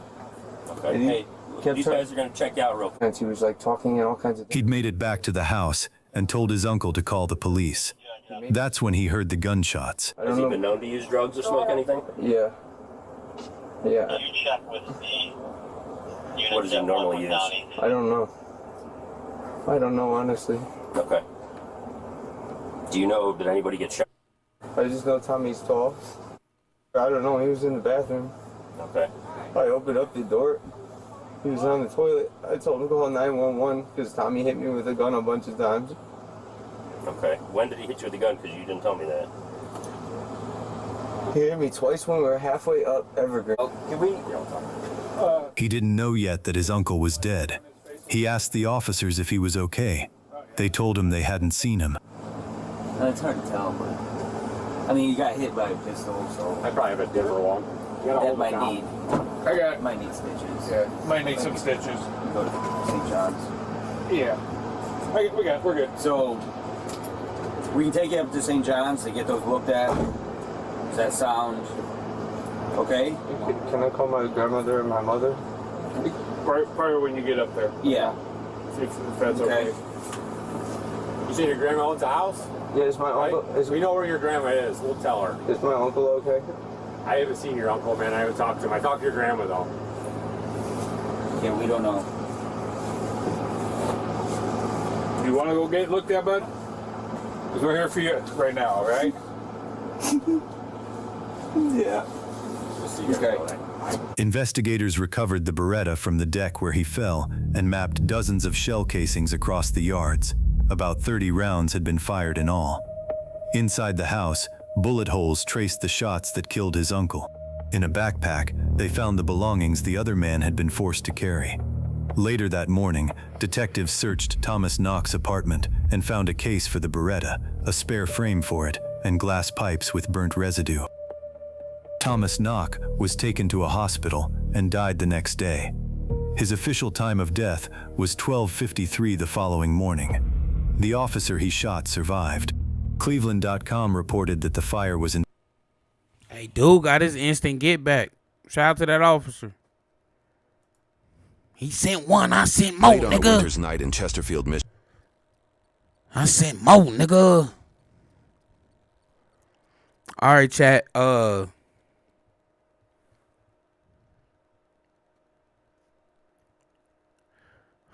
I caught the killer. Ooh. That looked like a good show, but it's televised. Oh, they got a J Money doc.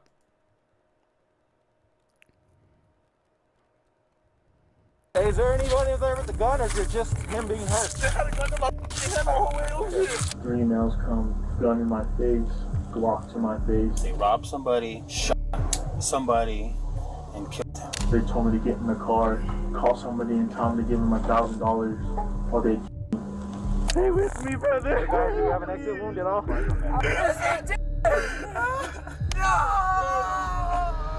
Tuesday, February 11th, 2021, Albuquerque, New Mexico. What seemed like a casual meeting ended in a kidnapping, an attempted rescue, and a murder through which authorities would uncover a network of juvenile crimes connected by the same app. For months, that chain of fleeting messages and reckless decisions would guide an investigation that revealed 2 homicides, a recurring pattern, and a lingering question. To what extent can a screen turn a connection into a tragedy? I'm Tyler, and this is your daily dose of crime. We see you watching, but only about 11% of you are subscribed to the channel. So, if you enjoy this video, make sure to hit subscribe and ring that bell so that we can reach more people and you can keep getting your daily dose of crime. As always, thanks for being here. Let's go back to you initially start talking to her. Yeah, so I started talking to her for like maybe 15, 20 minutes. And she was like bringing up like little things, like she's like, oh, you're a tweener, oh, like oh, that's where you put your money in, like just trying to figure stuff, like asking me a bunch of questions. And like I don't really open up, so I'm not really telling her nothing, but I told her some stuff I do. And as soon as I told her all that, like I'd say about 3 minutes after, 3 males come, gun in my face, 247 to my face, Glock to my face, and then the other guy pulls her out like if she's a victim of her getting robbed too. But while I'm getting thrown on the ground and they pull me out of the car, I'm listening and he's all put her in the car, and she just texted me and she said she ran away, but how was she running away if she was in the car behind me while they were bumping while he was driving?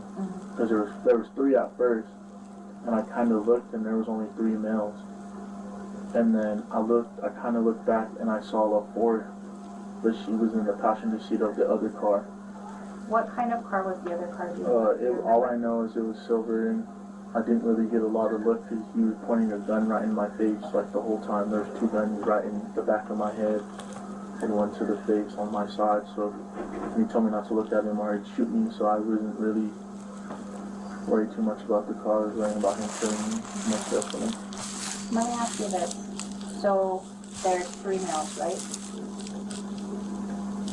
What if the first male that you think of, did he sound know? Yeah, they were all young. They were definitely like early 19, 20, 21 up there.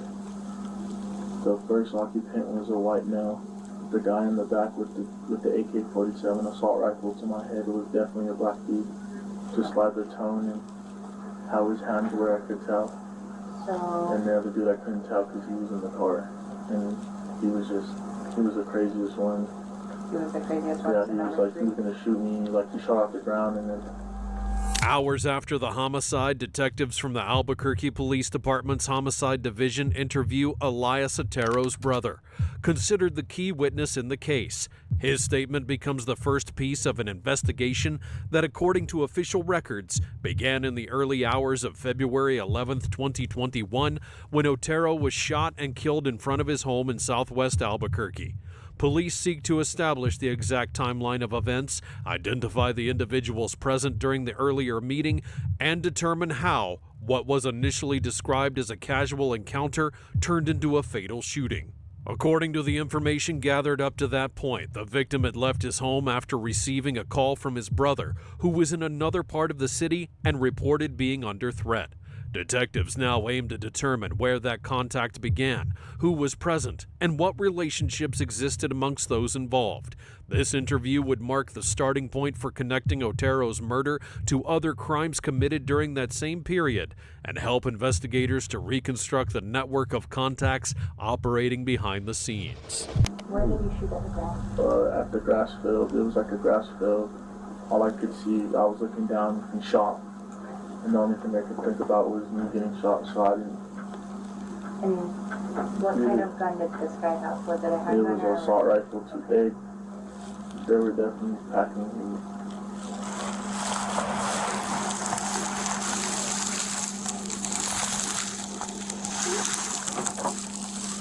So the young black male, you said he had an AK? It was like a Drake, it's called a Draco. It's like a mini AK. Was it a micro Draco? Yeah, it was a little Draco, like you could put it in your pants. It was a little one. But it had a big clip. It was like 80, so it could be out. They were wrapped up, they were mashed up. I could only see their eyes, but I couldn't tell you. I remember what they looked like, but... Were they like COVID masked up, or were they were like robbery masked yeah, up? like robbery, like make sure they don't see their face, gloves on. They were prepared for it. It was definitely set it up. So let me ask you this and understand this. You're not in any trouble. I am not the drug police, anything like that. But was there any transaction of narcotics, anything like that, between you and her? Like, did you smoke any with her? Did you tell her that you could get her anything like that? So I did smoke before that. Okay, and I'm not gonna lie, I did. But I smoked before I met up with her, and I smoked with another female. And I was just asking because you said she said this is where you keep your cash. Yeah, what she did like she mean by that? she like so like I keep my cash in the middle, which means like if like I have any money in there, which I didn't have a lot of money in there. And she like everything that they were saying where it was at, she knew. So it like and before all this started, I noticed her phone was on a call, but she was like kind of hiding it, but kind of like it was weird. So she was actually calling somebody? She was on the phone with somebody. Hey, is there anybody there with the gun, or is it just him being hurt? They had a gun in my head my whole way over here. All right. He's dying right now, man. There's a gun on the floor, there's a shotgun. Okay, cool. But they're all legal. Okay. They're legal to carry firearms. I'm underage. Okay. Is he not breathing at all? They're in the Okay. Let's go. You guys, drop top. You guys got PPE? I got this is the one that set me up. Okay. We got the car up there, man. We got the car up there. Okay. I'm sorry, I just had a gun in my hand. No, man, take a deep breath. Okay. Do me a favor. Let's secure this. Let's try and ID him. I'm gonna let rescue know it's good to go over here. Okay, watch that firearm.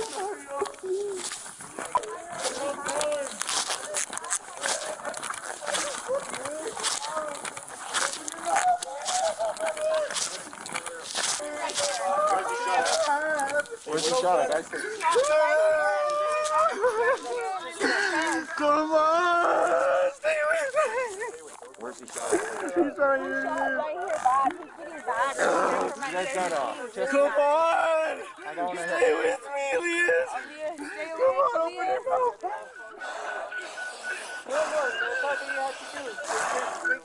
Elias, stay away. Stay away. Please, Elias, Guys, I stay need the away. medics to make sure that they're safe, right? That's why this is going down this way. Stay away! Elias. Come on! Elias. During the interview, the brother describes the moment he was intercepted by the attackers and the weapons they carried. According to his testimony, at least 2 of them were armed with semi-automatic pistols, which they used immediately and without warning. His account matches the ballistic evidence recovered at the scene, where multiple 9mm shell casings consistent with the type of weapons used were found. Investigators note the aggressiveness of the attack. The shots were fired at close range and in rapid succession, suggesting a coordinated and premeditated action. This information allowed forensic analysts to determine the shooter's positions and confirmed that the victim was struck while attempting to respond to the threat, placing the act within the parameters of intentional homicide with a firearm. From this point forward, the investigation focused on tracing the weapon's origin and exploring potential links between the suspects and other violent robberies reported in the same area weeks earlier. A couple months ago, our daughter, Anna's my niece. Okay. Hangs out with my daughter. Mm-hmm. My other daughter doesn't really like her, so they don't hang out. The other day they were hanging out together for who knows what, and Anna was gloating, I guess, about that they robbed somebody,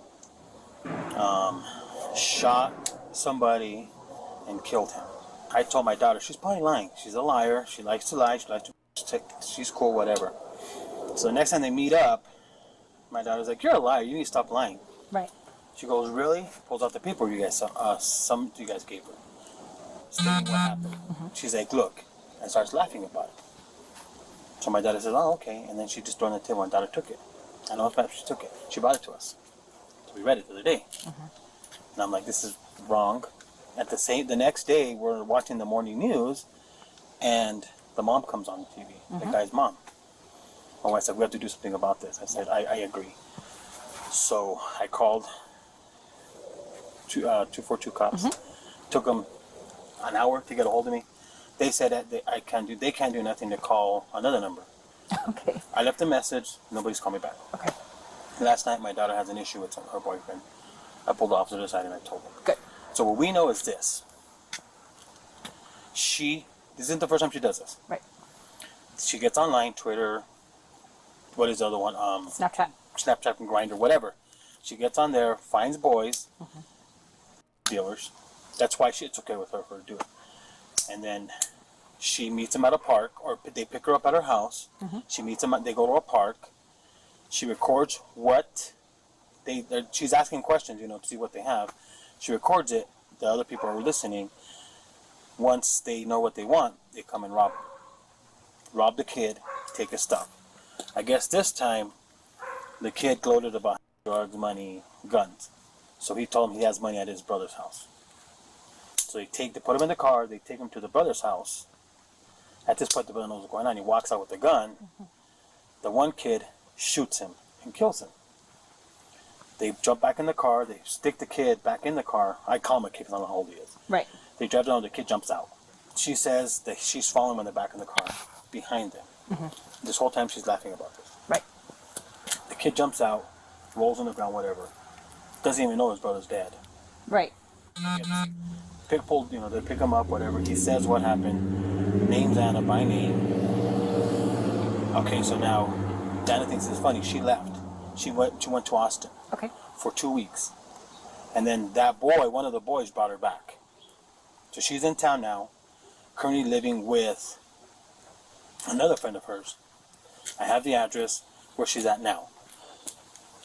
To me, it's wrong because it would have been one of my kids. Oh yeah. I'd want something to do about it because it's not right what they did, and they've done. It's not the first time. This isn't her first time doing this. Right. She also says, "I'm a teenager and I didn't do anything. If I get arrested, I get 2 years in juvie and I'm done. I don't care." In the interview, the witness provides a crucial lead, claiming to know the exact address of one of the individuals involved in the attack. He adds that the woman regularly frequents the location, often arriving late at night and sometimes accompanied by 2 young men. He also mentions that after the incident, the suspect was absent for about 2 weeks in Austin, Texas, before returning to Albuquerque and resuming her routine at the same residence. Investigators immediately verified the information, cross-checking it with prior reports and complaints related to the same area.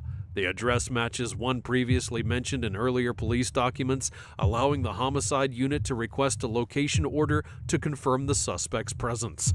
The development marks a decisive point in the investigation.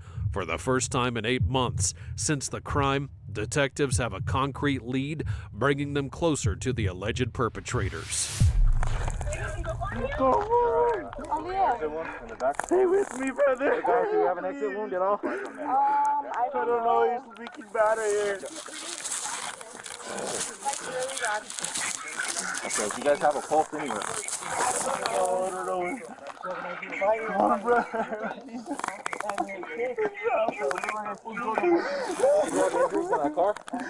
Come on, brother. Come on, don't do this.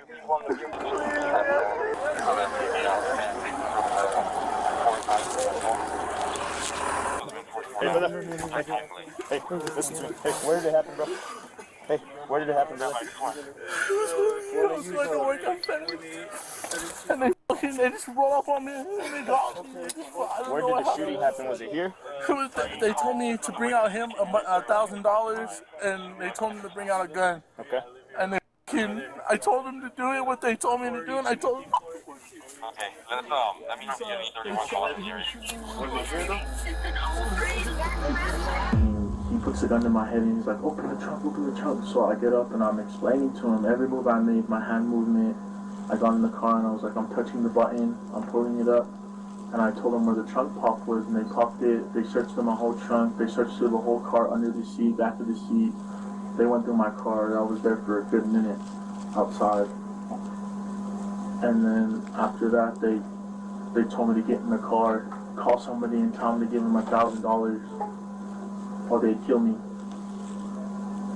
And me thinking, well, who am I going to go to for $1,000? And what they wanted, and so I told them to go to my brother's house, and that's why I felt most protected, and they have guns under their names. So that's why I felt most to take them. So he's driving all the way on the freeway, gets on the freeway, and there's a gun to my head the whole time. And I'm trying to look around, I'm trying to get clues, I'm trying to look around, but I look, and he's like, they're staring at me the whole time, and he said if I said that, he would shoot me in the leg. And he puts the Draco to my leg, and he says if I look at him one more time, or I move or anything, he's gonna shoot me. So after that, I'm going on the freeway forever. We're in the east side, so I'm coming all the way up here. And he goes around this thing, he goes around it, and the guy's behind him the whole time. He's like bumping the car, like he's like bumping it, like hitting it with this. And there's only one other car, right? Yeah, there's only one other car with 2 occupants in it, and then another 2 with me. Okay. And the backseat's very small, so he's back there cuddled up with a gun and just going crazy, just yelling at me. They're just yelling at me the whole time. They better be there, I'm gonna kill you. He's like, I don't got nothing to live for. He's like, I will really kill you. He's like, they better come out or you're dead. I'm shooting you. And he's just threatening me the whole time, just with death. And I'm thinking, I'm gonna die, you know what I mean? What do I do? So I get here, I get to the house, and they pull up and they tell me to get my phone, which I didn't know my phone was, but it was under the seat, so I found it. I FaceTime my brother Jacob, and they tell me not to tell him anything, and I was just like, bring $1,000 out, and this is where I started. I was like, please bring the $1,000 out, please don't do nothing. They have 2 guns to my head, but I couldn't tell him that there was an occupant in the back. I couldn't be specific because he told me not to. So I said they have 2 guns to my head, and my brother's like, okay. So we're waiting, and he's all, call him again. So I'm calling my brother, but then my brother opens up the door, and my older brother that came out, and he comes out the house, and they're both with their guns out, and I'm crying and I'm telling your brother, don't do it. And the guy's pointing the gun at me, and he's screaming at me, I'm gonna kill him.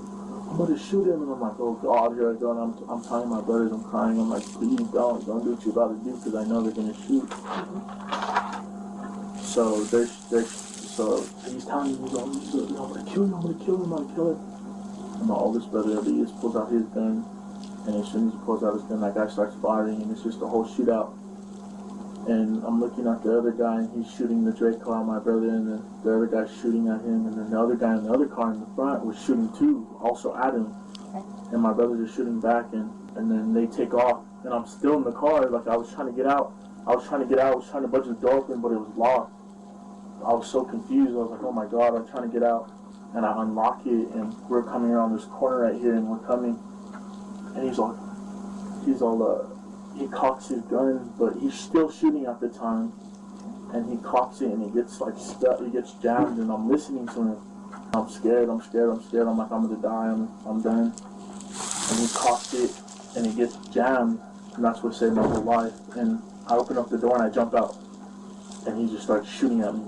So he was gonna shoot you, but it jammed. Yeah, it jammed. I could hear it jammed. As investigators listen to the statement, the magnitude of the case begins to take shape. The demand for $1,000, a trivial amount compared to the level of violence used, reveals the degree of irrationality and disregard for life displayed by the attackers. According to court records, the suspects were not pursuing a planned profit, but rather a quick opportunity to obtain cash and weapons, turning the event into an act of impulsive and disproportionate violence. The Albuquerque Police Department's analysis points to a growing pattern of young offenders resorting to lethal force over minimal sums in social media-facilitated robberies. In this case, a life was taken over a minor theft, executed with the same brutality as a calculated ambush, an act reflecting a complete lack of control and human empathy. This finding would later be key for prosecutors in classifying the event as intentional homicide committed during the commission of an aggravated robbery.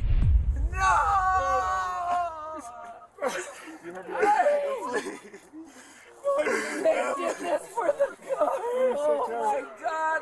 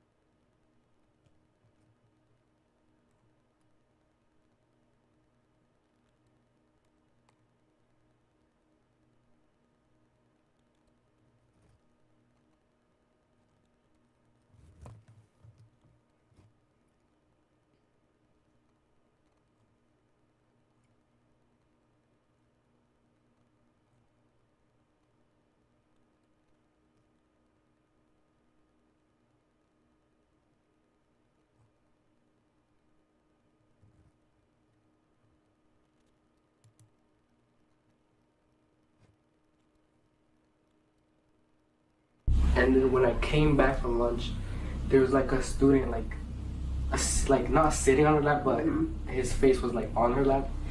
And then this case.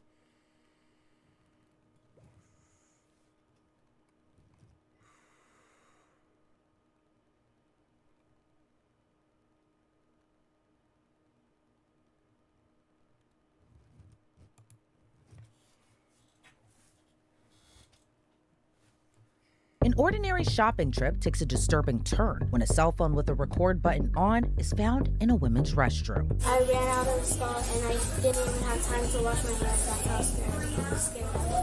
This is Inside the Crime, presented by Law and Crime. I'm Elizabeth Milner. What makes this case so terrifying is how easily it could happen to anyone. A routine errand, a quick break to the restroom, then you spot a recording device in the hands of someone watching your every move. It's May 25th, 2025. We're in Norwich, Connecticut. It's just before 11:15 in the morning when police are dispatched to a local Walmart. About 15 minutes later, officers arrive on scene. What's going on? The officer caretaker. answer, to answer some questions, okay? Behind the blurred image is an 11-year-old girl who spotted a creep in the bathroom. What's going on? What happened? Actually, I was in the car waiting for them. Are you mom? I'm not the mom. I work for the ARC. He's my client, and this is his daughter. So Okay. they were in here just getting a couple of things like normal. Do you want to go on? I used the bathroom, so I went in the bathrooms, and I went in the last stall, and there was, I don't know if it was a guy or a woman.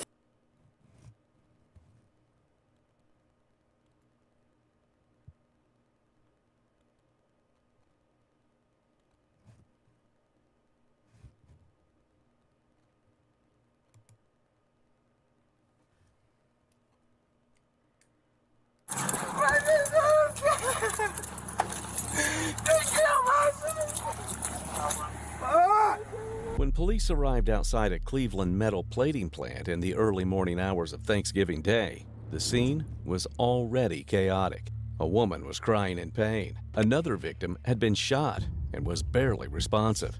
Paramedics rushed 29-year-old Dominique Johnson into an ambulance. But the gunfire that caused it all had happened only moments earlier, right in that parking lot. Around 2:30 a.m. on November 25, 2021, officers responded to reports of a shooting near Springco Metal Coating in Cleveland. When they arrived, they found 2 women suffering from gunshot wounds, after which they tried their best to keep the victims alive. I have no suspect info. There's a male caller who heard it.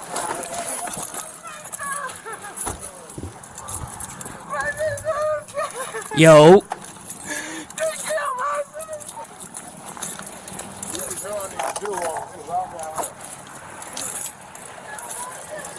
We need to turn the vehicle off.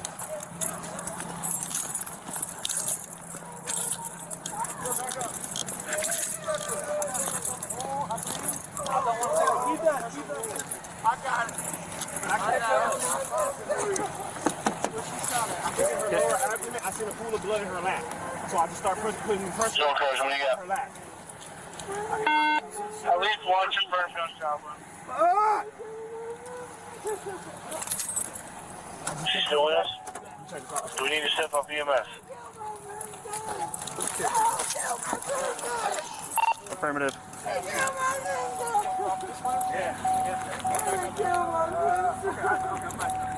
Ready to step up EMS. Also contact The car's a SAU. manual. Always to start shooting at this time. Car's a manual.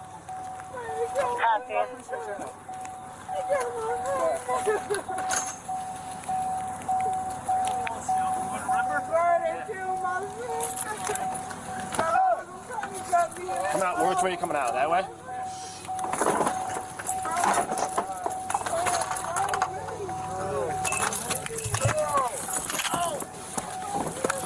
Full of blood. You got it? Come on, man. Let's go. Go.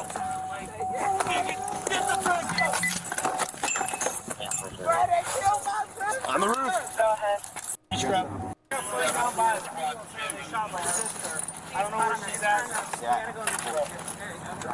Dominique Johnson had been shot while sitting in her car. She was rushed to the hospital, but unfortunately, she succumbed to her injuries. The other victim, Rebecca Patterson, had been wounded, but was still able to speak with officers through tears and wails. Male or female? Where at? She's not breathing! She's not breathing! I want my sister! I want my sister! How old are you? I'm gonna go grab blood. That's my sister! Back to you. How old are you? Hey, I don't know. right here. There's Casey. Okay, northeast corner of Elmwood, correct? GSW, the second one? The girl or the boy? The girl. Sarge, watch casings. I want my sister! Where the f*** I want my sister! EMS coming. Come on over here. We gotta get out. I'm okay. I know, but we gotta get out of Hey guys. Hey, I need you guys to step over there. I'm the foreman. I got you. I'm trying to find out what's going on. These people work for me. I'm trying to find out what's going on. I'm not going to have that at my job. You got it. Step back. 733, do you have an age on her? All over here. Shot my leg, I don't know. My sister, okay? She in the car, she okay? I'm with you. No, just shot me, bro. No, shot me. Okay, I'm in the Shot me, bro. Okay, dude, I just need you to step over there. Over there. What can I say? I'm okay. I want my sister. We're going to the same place. She's going to go with you, or you're going with her. She's already en route. You came in muffled. They trying to kill me. They trying to kill me. They kill my Hey, we got to take care of you first. What's your first name? Johnson to pick her up from work. Johnson arrived at the plant parking lot with Patterson's sister, Barbara Wakrowski. But when they tried to leave, everything spiraled out of control. In a later interview with Barbara Wakrowski, she told a similar story. Okay, so in your own words, started firing. Investigators say at least 5 to 6 shots were fired as Johnson attempted to drive away. Even as the car sped off and crashed into a nearby fence, the shooting continued.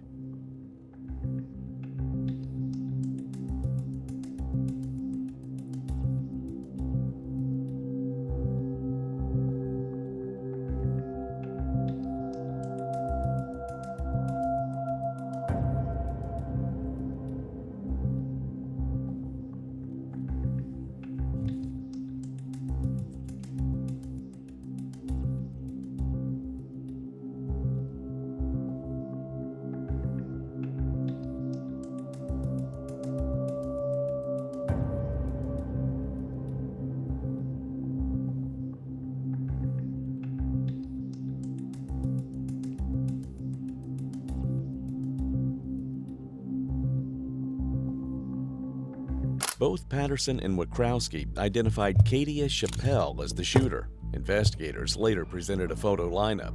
Wakrowski selected Chappelle's photograph with about 80% certainty based on witness statements, surveillance footage, and the investigation. Prosecutors quickly approved an arrest warrant for Chappelle, but by then, she was already gone. While on the run, Chappelle posted a video to social media addressing the shooting.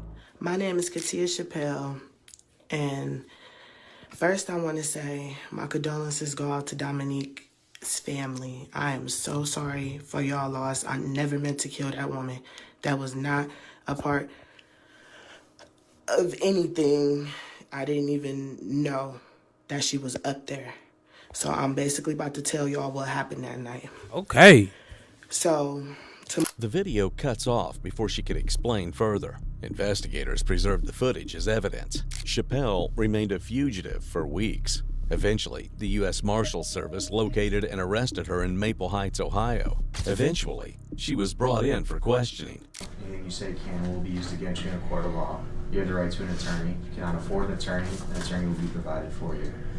You have the right to have that attorney present during any questioning, any now and in the future, and you can exercise your rights at any time. You understand that? Okay. I'm going to start with just some basic stuff, right? Is it Katia? Okay. Yeah. Chapel, 2 P's. Chappelle. 2 P's, 2 L's? Mm-hmm. Okay. What's your birthday? 1993. What's your phone number?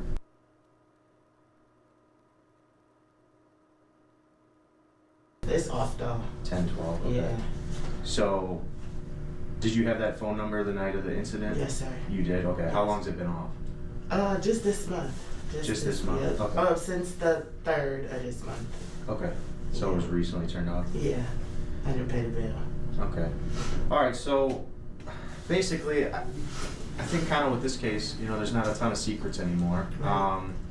I've seen this. We've got a lot of witnesses, and we know something happened. Obviously, we've seen this stuff from the remembrance page and things like that. And I know that you want to tell your side of the story. So I think that's just how we're going to start. I just kind of want you to tell your side of the story. Can my lawyer be here for that? If that's what you want, that's up to you. I mean, Used to answer further questions. A grand jury eventually indicted Chappell on multiple charges, including aggravated murder, murder, attempted murder, felonious assault, tampering with evidence, and carrying a concealed weapon. Eventually, Katia Chappell was sentenced to 43 and a half years to life in prison on March 16, 2023. She cooked. See you never. 43 years. All right, let's find something. Cop arrested first day on the job after sneakery Snapchat messages to high school students. Man. Bruh. What's up with these dudes and wanting to mess with high school students, bro? That shit's disgusting. Fucking disgusting.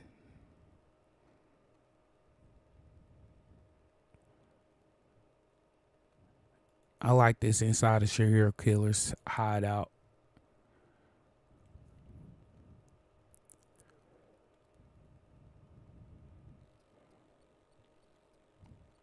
That's 2 hours. Hell no.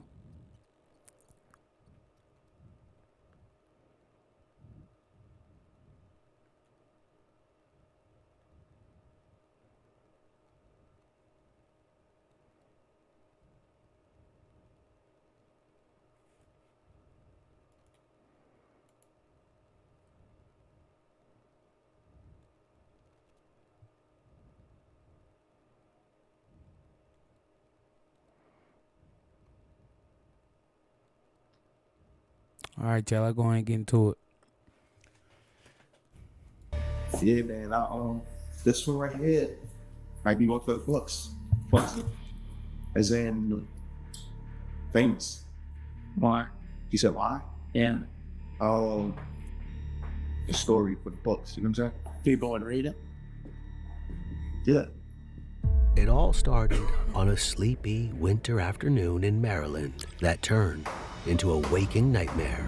Montgomery County 911 was Maryland. Oh my God. the Shell station on the corner of Lockwood and New Hampshire Avenue. They just got robbed. Yeah, we already did a reaction to the interview, Brody. I'm gonna have that out tomorrow, Cops most definitely. rushed to the scene, but they're too late.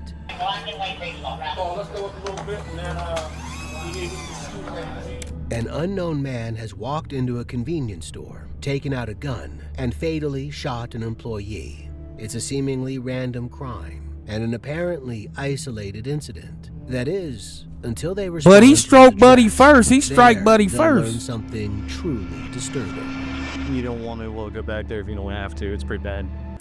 But he told me that he's gonna shoot him. He already told me that. An unprovoked attack and a twist no one could have seen coming. Here on the Decoder, with never-before-seen footage that could be disturbing, let's dive into the story of Tory Moore. For investigators, the story officially began around 3 p.m. on Thursday, December 8th, 2022, at a dash-in convenience store in the White Oak area of Montgomery County, directly across from the towering Enclave apartment complex. Staff can be seen on overhead CCTV going about their usual tasks. Just before 3 p.m., a man enters the store. He browses the shelves for a while as the clerk waits at the counter. He walks up to the counter, clutching a bottle of iced tea. Within seconds, the encounter turns hostile. In full view of the clerk, he cracks it open and takes a sip of the drink. No payment, no hesitation. With no sound, we don't know. Hold on, gang. Cause that ain't foreign. I've definitely been in the store, parched, and cracked that motherfucking seal before I even purchase. Now I'm gonna purchase it.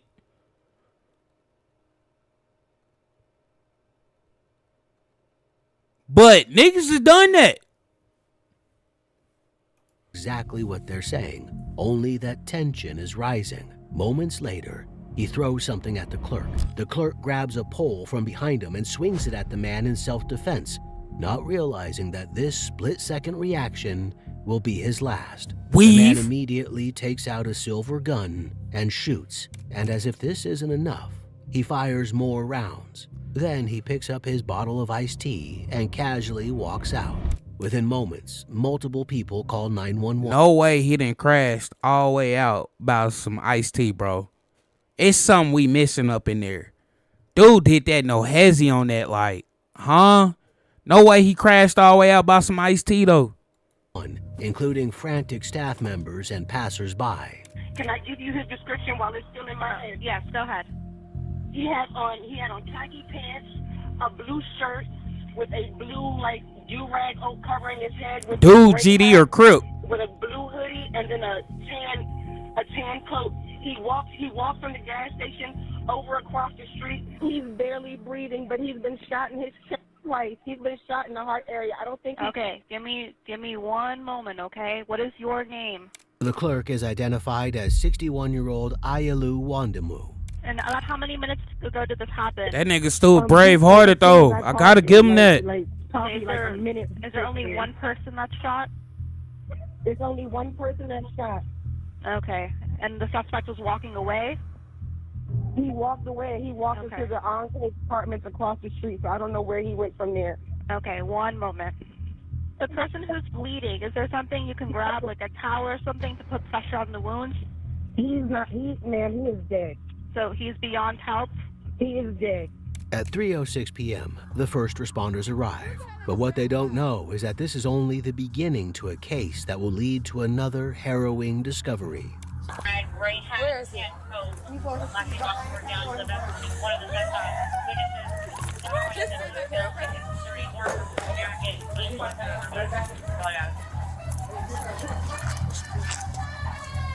They try to save Ayalu, but the caller was right. He's beyond help. The cops spread out around the store, talking to the staff and searching for evidence. What is the worker's name? One is Makrit. The one that was shot. Is Ayala.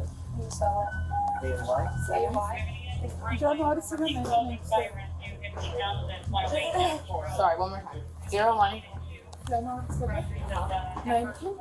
All the employees are in a state of shock. Did you guys see anything? There's a video right there. Running yellow. Yeah.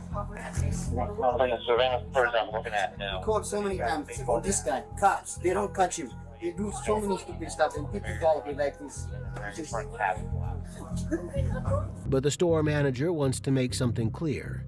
He's been fearing that something like this would happen for a while. If you saw anything that could be helpful to us to try to catch the guy, I don't know. Do you remember seeing much, or you do?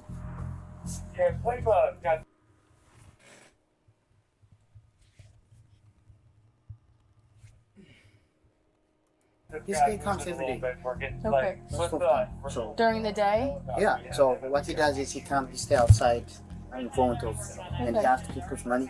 Okay. When they don't give it to him, he just, he's kind of a little bit aggressive most of the time. Yeah. And I don't know, last week maybe, it's a Wednesday? Yes. Or I'll say Thursday or Wednesday, one of the day. Okay. He was here, and he was doing like too much outside and inside. So Okay. I told this guy to leave. Correct. He don't want to leave. Huh? So he didn't want to leave. Okay. So I called the cop, and they came. But when they arrived, he already left. Okay. But he told me that he's gonna shoot me. He already told me that. He did? So, yeah, he told me that he's gonna shoot me. Okay. He said, I'm gonna kill you. I'm gonna get you outside. That's what he told me. Okay. And he knows my car because he always stand outside. Correct. When I come in the morning when I park, Yeah. he knows me. But, Okay. so he just, we did a trespass this guy before. You did? Yeah, we did. Okay. And but he keeps coming. According to the manager, this man has been hanging around the store for a while. The last time he was here, Wednesday, December 1st, he had made threats. They've called the police on him before. The store has had some trouble lately with 3 separate trespassing incidents on file, but nobody ever anticipated for things to escalate this far. This unidentified man's name is among the 3 trespassing notices in the manager's office. We think this might be the guy. So, yeah, he's not sure. He has like 2 trespass notices. The other one is for Sean Henderson. And then the owner or the manager gave me this one. But right now we're doing everything. We have more officers coming in from other districts to try to find them. We have the helicopter up right now, okay? Yeah, I understand that. You know, the problem is like we called so many times. You know, we were asking, you know, for protection because this place is a business place and a lot of times a lot of stealing happens. We called 100 times the cops, but they always come late because they have so many issues too. Yes. But last week when I called with, they're supposed to call him because he don't drive, he walks. Okay. He walks those there, so Okay. you know we Yes. can easily get him. And still, I don't think he went far away. Maybe Okay. most of the time he stays in Silver Spring downtown. Even when I'm driving, I look him so many times. So this guy, he don't drive, he just walks. While it's a promising lead, the unit now has to dig through all 3 profiles to pinpoint their suspect. Time is slipping away, and they know they have to move fast. They enlist the store manager's help in an attempt to identify the suspect quickly. How many times would you say you've seen him? Every day. Every day you see him? Because every day he's stay outside and he has people for money. So there's a lot of footage for him staying outside. Have you ever seen him wearing the clothes he was wearing today? Yes. Yes. Same clothes? What about a week ago? Was he wearing the same clothes or different clothes? Do you remember? I would say it's kind of the same, I would say. Okay. But while this man is a regular at the store, the manager doesn't know his name. He always say, I'm the king, I'm the pharaoh. That's what he uses. I'm the king. Yeah, that's what he said so many times. He just, he have a kind of some belief, I think. He always, you know, doing some shit on his hand like this. Because I live Silver Spring, so I see him in downtown. Although Ayalu was struck by multiple rounds, the autopsy later confirmed that it was the bullet that severed his spine that ultimately ended his life, an incident that has now rattled the entire local community. I was at this gas station earlier this morning. I go to this gas station almost every single other day. So, you never know when violence is going to strike, and, you know, you hope it's not you, but you also hope no one else gets hurt. Investigators know that they have an armed suspect on the loose and must act fast. They sift through more surveillance footage and canvass the neighborhood, interviewing anyone who might hold a piece of the puzzle. The culprit is almost certainly local to the area, and the investigators are beginning to fit together certain clues. A description of the suspect. By 3 a.m. on December 9th, about 12 hours after the murder, they reach a critical breakthrough. The suspect had walked toward the Enclave, a collection of high-rise buildings right across the street. On the building's CCTV, he can be seen climbing the stairs at 3:03 p.m., just minutes after the shooting. He's calm as anything, holding his bottle of iced tea. Armed with a no-knock search warrant, the SWAT team congregate outside an apartment in the building opposite the dash-in. Don't move. Stay right there. Don't move. What they don't know is that there's far more waiting inside than just the killer. The cops find Tori inside, sleeping on a bare mattress near the kitchen. You don't want to go back there if you don't have to. It's pretty bad. It's cold. I know. Why you want to sit in cold? All right, we're here. You should eat. I'll grab your soap, my friend. We'll close it though. Just grab a seat, my friend. Actually. Copy. We're gonna try and get you some clothes and get you out of here, okay? The place is messy and uncared for, but there's a strange, oppressive smell that sends a shiver down their spines. Mike, you think a female? Yeah, it's a female. Wonder if that was Mom. Inside Tori's apartment is a dead body that has reached an advanced stage of decay, making it nearly unrecognizable. Could this be Mom? FYI, I'm hot, obviously, but could this be Mom? Yeah. I don't know. No one else was supposed to be in this apartment. Did anyone search him? I have not. To my knowledge, he has not been searched. If we just want to check the pocket. They searched me. I know, we get it. We do it like 5 times, brother. It's just procedure. Put it right back in your pocket, okay? Then they start to move out. Oh, hold up. My phone? I need to text my mother and send her some messages. Where do you think it is, sir? Huh? The phone? I think it was. I saw it plugged. Okay, we'll make sure it makes it. Yeah, they'll bring it. Maybe that's not Mom. Tori's simple statement shatters the entire theory the unit has been working with. I really thought that was Mom. I was shocked when he's like, can I text Mom? I mean, I guess I figured it was his mom. Wow. The leasing office said no one else was supposed to be in. It was just. I mean, did you see her? Would you two agree? I think it looks like a woman. I believe so. Yeah. If this woman isn't his mother, then who is she? What investigators don't yet know is that they're not dealing with just one victim found inside Tori's apartment, but two. A second search of the apartment the next morning uncovers even more disturbing evidence. We were talking about maybe there's shell casings that have been moved. You want me to empty out these garbage bags? I don't think we ever did. Is a rat in there? Oh yeah, there's mice right here. Just so you guys know. So yes, that is true. Apart from Tori clearly not taking care of his space, investigators determine that he's been living with a dead body for a month or more. They also find multiple weapons in the place, including some spent shell casings and a sword. On December 11th, 2 days after the shooting at the store, a detective sits to interrogate Tori. Hi, sir. How are you, sir? How you doing in here? I don't really know how to explain it, you know? Like, I feel like I'm having deja vu, man. Like, I'll be honest with you, I'm trying to figure out if I'm in the exact same cell I was in last time. Are you by yourself? Yeah. I'm like, yo, it's kind of crazy. The irony of this, like, I'm like, yo, I for some reason, I feel like I'm in the exact same cell from last time. This one right here might be one for the books. As in, famous. Why? You said why? Yeah. So I've been planning on writing a book. Honestly, you know, I just didn't quite get around the book. Well, I actually started on one. Yeah. And I think it's in my notes. But I plan on writing all different types of books. But personally, this right here, I feel like this is definitely, you know what I'm saying?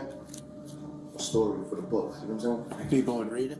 They haven't started digging into his crimes yet, but he doesn't seem to feel much remorse. It reminds me of the story, I don't know, it's Al Pacino and Rapinero, right?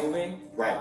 He tries to explain away his presence at the gas station. The only reason why I stopped is because I was trying to think, do I want to get me a tea or not? This dude, these Ethiopian dudes. He makes out like the staff at the dash-in have a problem with him, a typical defense used to pin the blame on the victim. The cops play along. There's way more to this story. What? You know, so you've killed. I didn't just go in there and right, but at the end of the day, right. But at the end of the day, like a homicide is basically, you know, killing another person. Like when a police officer shoots somebody, right? It's a homicide. It's ruled a homicide. Right. But every homicide may have an excuse behind it. Like an officer said, "Oh, dude pulled out a gun on me. Dude pulled out a knife on me." Stuff like that. So you can't just be like, "All right, well, they killed him, so I guess." You know, it is what it is. So behind every one of those cases is way more of a story than this. It's all a balancing act. They know Tori killed the clerk in the convenience store, but they don't know why, and they don't yet know how the dead woman fits in. However, they have identified her as 26-year-old Denise Middleton, who was 8.5 months pregnant with Tori's child at the time of her death. It was a boy, and she had planned to name him Ezekiel. Tori tells investigators that Denise was his girlfriend and that he discovered her in that state when he came home one day. I'm sure it doesn't surprise you. Denise was shot, right? Multiple times. Sad.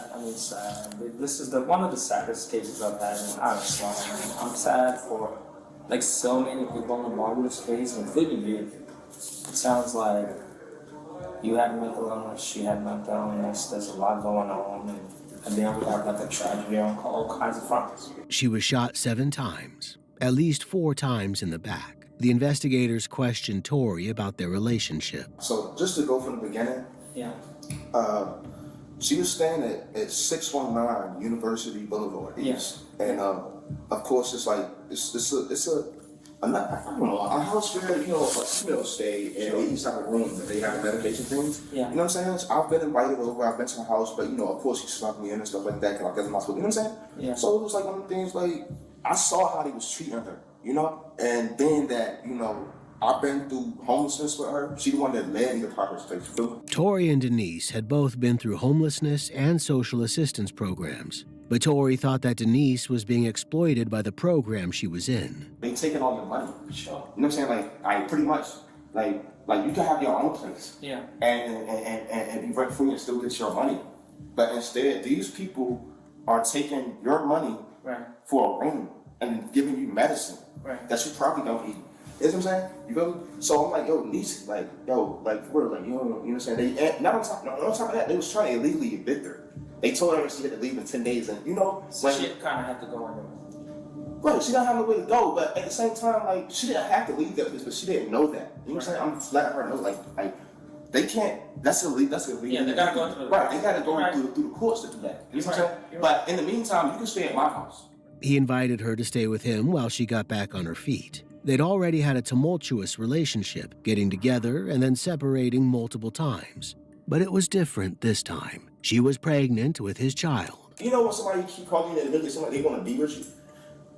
So it was just kind of shaking my soul a little bit, personally, I feel like, you want to come home. Yeah. And, but you're nervous, but I'm the only one that, you got, ain't nobody else trying to get her home. Right. Like her pops, her sister, nobody else cares. I know. So it's like, I sent her a bus ticket and an Uber back.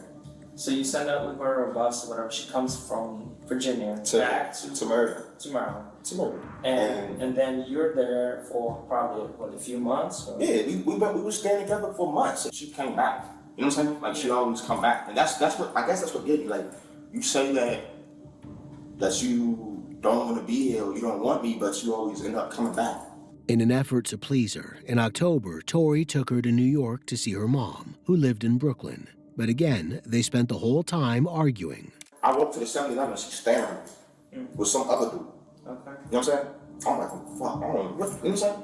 So you come back October 8th, and that's when the whole story that you told me the other day happened. When you guys are coming, she's complaining about something, you not using the bathroom, or somebody using the bathroom, and then you have a little thing downstairs where she gets pushed down. I said, we was coming from somewhere, and she had she wanted to use the bathroom, but I'm like, we probably street from the house. You know what I'm saying? The bathroom in your house. Right, yeah. So I'm like, wow, she wanted to argue, but I stopped anyway. The autopsy of Denise's body revealed that she had been dead for 2 months when she was found. This puts her date of death around October 8th or 9th. Around then, the couple got into a physical altercation. Y'all push her and stuff like that. I'm not boxing her. I pushed her. Right, and she fell all the way to the ground. She's slicing it. I didn't push her that hard. You see how much bigger she is than me? Right. But I didn't push you that hard. Right. You know what I'm saying? So you slice her. So it's now I'm trying to help you up. Come on, get up, stop playing. You know what I'm saying? So and it's just like you're just trying to make me look like I'm in the bag now. Again, Tori uses his usual excuse of blaming the victim and taking no ownership in admitting that he was the one who pushed her to the ground while she was 8.5 months pregnant. So then I get in the house and we still like fighting and wrestling or whatever, you know what I'm saying? And I end up throwing up again. That was on the side where she was at, but she was still living. You know what I'm saying? Right. We were still going through it there. You know what I'm saying? When I left her, she was still living. The last image we have of Denise is from October 9th from the CCTV of the elevator in their building. The couple gets in the elevator together. Tori prevents other residents from joining them, while Denise just stands quietly in the corner. When they're alone, she moves away from him, and she appears to be wiping away tears. She follows him slowly, begrudgingly out of the elevator, and we never see her again. And yet, it's what Tori has done in these 2 months that will leave the investigators and the entire community reeling. For now, they need to uncover the reason behind it all. Why had he gone on such a deadly rampage? And the answers won't come in easy. That's where I think it's the most important part of the story. And I understand why you may not want to tell us. But because I think you have to admit it to yourself and be. It's a tough thing to do. But like I told you the first time I met you, you seem just like a good dude. You seem spiritual. And at the end of the day, people are going to look at the story and they're going to think, I'm just trying to be as objective as I can. People are going to think you did it. And they're going to be like, was he remorseful about that? Because just like just like with this thing at the store, there was an explanation. They whacking you with a pole, right? Like you said, there's only so much you can take. You're not an animal. You come in there trying to get an iced tea, they whacking you with a pole. For nothing. This is some store policy. What the heck's going on, right? So you see how you could go from, oh, they just robbed the store for iced tea, shot the clerk, to, oh man, there's a lot more to the story. Just like that, with her, I think there's so much to this story. The cops have him dead to rights on killing Ayalu at the gas station. He did it on camera, after all. For the sake of the investigation, they're willing to empathize with him to have him spill the truth. But it's the killing of Denise that they're trying to get him to admit to, and he won't budge that easy. Let's say she survived. Let's say you shot her and she survived. She would have been like, it's okay, like I attacked him, whatever. But she's not here to tell us the side of the story. You only here. And we're just trying to appeal to the bottom, to you as a good person. I mean, to be honest with you, I would have wanted her to die or nothing like that. That's not shot her, you know what I'm saying? Of course not. I don't think you meant for any of this to happen. The investigators are intent on building that special rapport. You love her unconditionally. She's pregnant with your baby, for God's sake. Maybe my baby. Let's assume it's your baby, because you guys are together. So whether you're the biological father or not the biological father, when that baby's born, you're the father. So it takes more to be a father than just a sperm touching an egg, right? And you're a good guy where you're willing to take that responsibility and stand up and be the father for that child, so that child you can mold the boy to be your running buddy, you know, because that's what every guy wants, is a boy to be a running buddy. Because the baby was going to be a boy. I know. Okay, let me finish. And when you're in Virginia with her, what does she do? You know, you're taking her on vacation in Virginia to show her places, because that's what good people do for their women.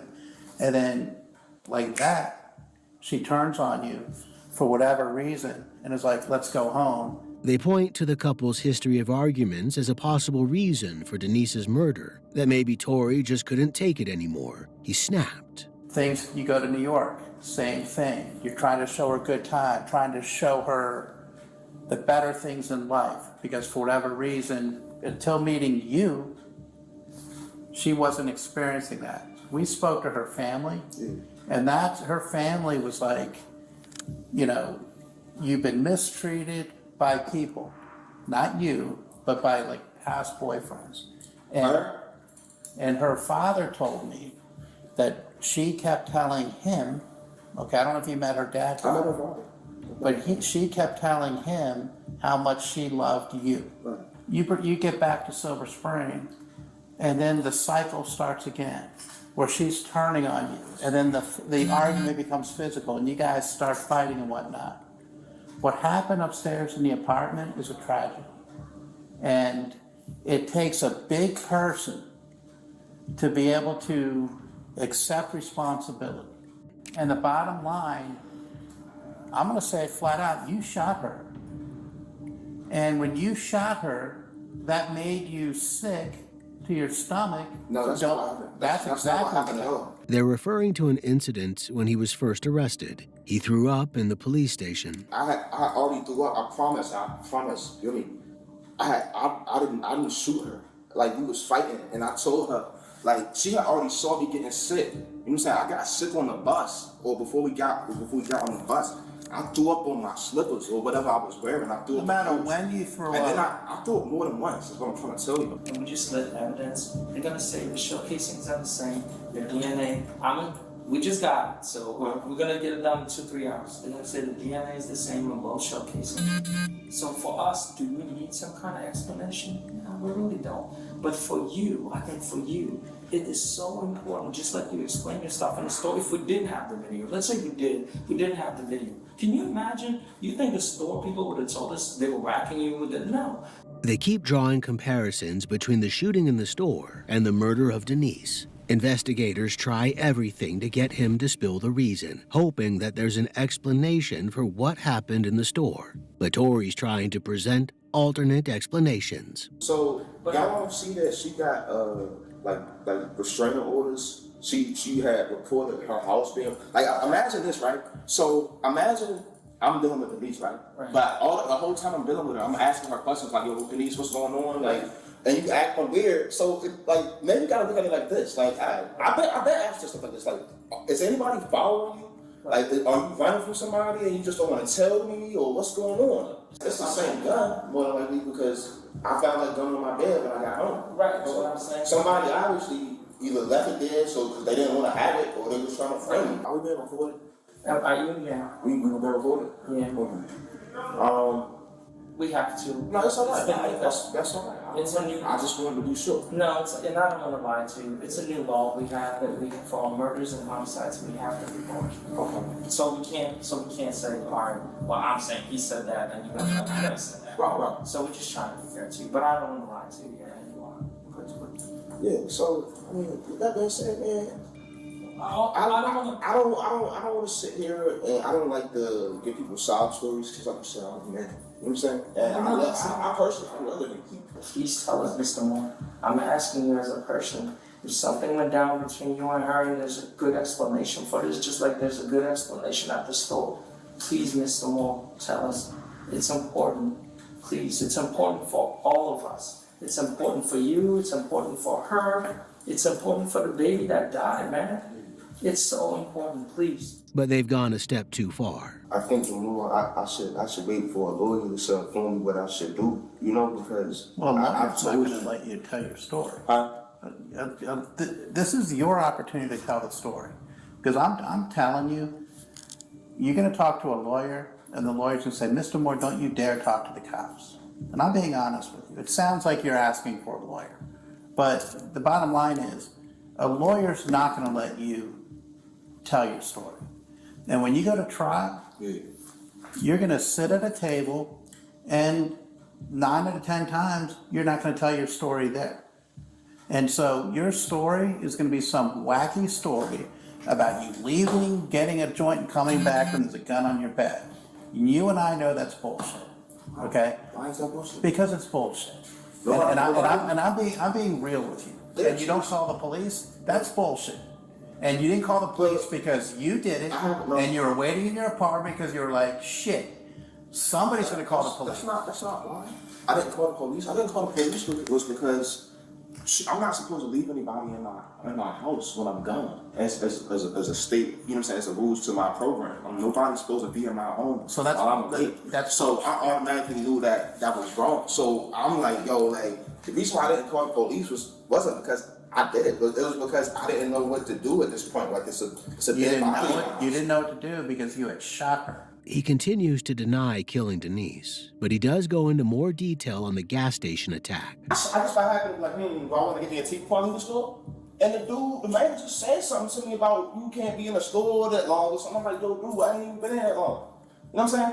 So then I approached him, I'm like, what are you talking about? You know what I'm saying?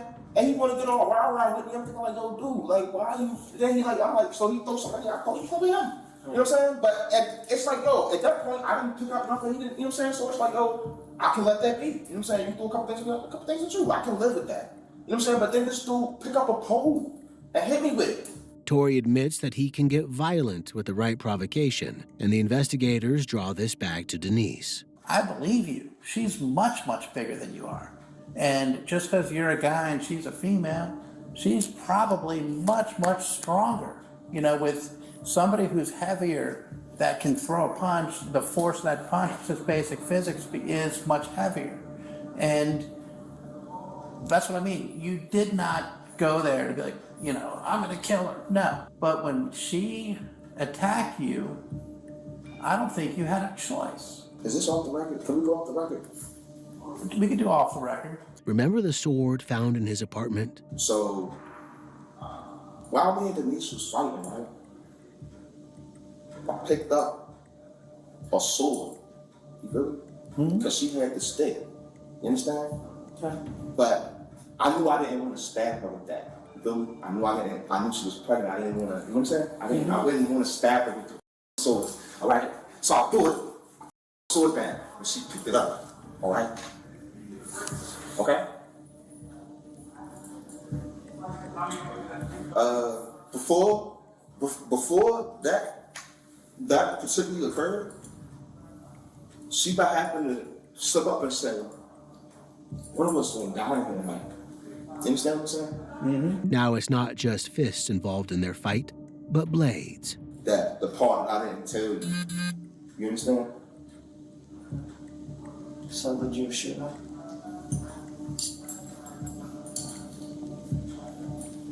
That's off the record. It's from me.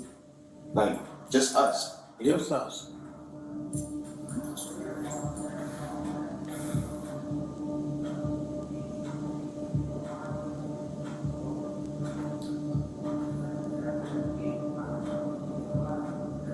It's off the record. If we say it's off the record, that means, and then go to court, and that means that's that entrapment. It means it's off the record. Entrapment is when I like plan some stuff on you or something, or make you do something. So what is it when you tell somebody something's off the record, and then Don't worry about off the record. We're there. Huh? We're at that point now. What point? Meaning, You're either going to tell us or not. you're either going to tell us or not, because he turned off the recorder. Yeah. Okay. You shot her. There's no cameras in here. You're either going to tell us or not, man. You shot her. If you're going to tell us, just tell us the rest of the story, man. Tory has just opened the door, admitting that he hasn't told the cops everything for fear of the consequences. Do you feel like the sword sheds over this, or did she try to stab you with it? Or did she actually stab you? Do you have any marks on you? But that's why you had to shoot her, because she had the sword. Is that what you're telling us without telling us? What ended up happening was when I got on the bed, I don't think she hit me, and I don't think I hit her. But it was like one of them things, like we was, you know, it's like yeah, she probably would have hit me, and I just really want to relieve her of these fucking weapons. You know what I'm saying? Like, no. How many times did you shoot her? Huh? How many times did you shoot her? Did I ever say I shot her? Yeah. I did. Or did I just say? He thinks that his physical confirmation, rather than saying it out loud, gives him plausible deniability, but the cops don't see it that way. She said one of us gonna die in here tonight. That's what you know what I'm saying? That's what she said. That's why. One of us gonna die in here tonight. And I think at that point it's like, you know, like you scared my whole life. You just rescued me. You know what I'm saying? You just let me know that you don't mind killing me.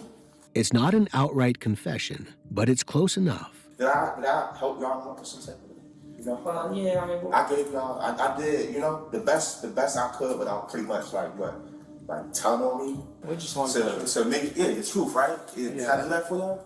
That's all we want. Did I do that for you? Huh? Did I do that for you? I hope so. They take him back to his cell, and they prepare to put him on trial. 31-year-old Tory Moore appeared in court for the first time since his arrest. He was originally charged with murdering a gas station clerk. The victim in the case was a 61-year-old store clerk who was shot multiple times during an assault that occurred inside of that convenience store. He's now facing 2 additional charges after a young woman's body was found decomposing in his Silver Spring apartment. An examination of his phone records reveals that following that fateful evening of October 9th, he moved around the D.C. area, making damning Google searches, such as how long before a body starts to stink and how to move dead body without being seen. He also searched how to plead insanity. Then he took a bus to North Carolina and then all the way to California, but he couldn't run from what he'd done forever. Tory returned to Silver Spring a month later. Denise was still lying in his bedroom, lifeless. He still didn't do anything about it. He lived with her in his apartment for 25 more days before the afternoon of December 8th, when he walked into that convenience store. During the proceedings, his lawyers argue that he's not competent to stand trial, saying he has schizophrenia and that he was out of touch with reality. But he does stand trial, not for 2 murders, but for 3. His and Denise's unborn baby, Ezekiel, at 8.5 months old, was viable at the time of the shooting. This makes it murder. In May 2024, Ayalu Wandimu's family gets justice. A jury has found him guilty of murdering a gas station clerk. And in November, he's convicted of the murder of Denise and her baby. It's the first conviction of the murder of an unborn child in Montgomery County. In just the last hour, Tory Moore was sentenced. Tory did not speak in his defense at his trials, nor did he speak at his sentencing hearings. His victims' families will be forever without an explanation, including this relative of Denise. And rest in peace, Denise, Ezekiel. We got your back. You're gonna be missed. Did you want to hear anything today? Did I what? From Mr. Moore, did you want to hear something from him today? Well, a good explanation would have been good, yeah. I would have liked to hear him why. Tory will not be eligible for parole until he is 90 years old. If you or someone you know is experiencing abuse, the U.S. National Domestic Violence Hotline is available 24/7, 365. 1-800-799-SAFE, 7233, or thehotline.org. What do you think about this horrifying story? Let us know your thoughts in the comments below. Until next time, stay safe, keep up with our channel, and we will see you very soon on The Decoder.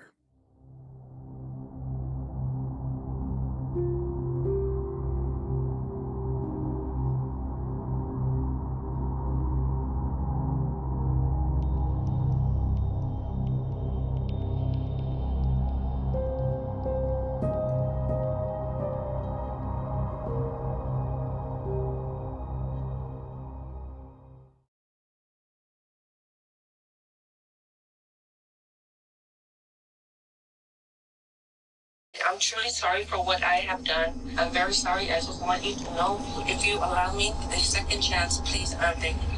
This is 23-year-old Adam Bird, realizing the police know his terrifying secret and have all the evidence to prove it. Where's my baby? That's the last time this girl is. That's my baby. She's dead. And while Adam appears devastated, it's nothing more than an act. A way to distance himself from a horrifying crime that ultimately ended 3 lives. Insane. She's got a bag. I think this is her husband. Tell me it's not Jade.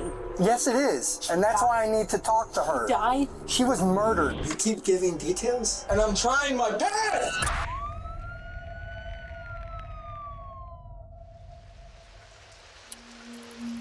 It's around 6:30 a.m. on an early Thursday morning in San Antonio when a patrol officer driving his usual route makes a horrifying discovery.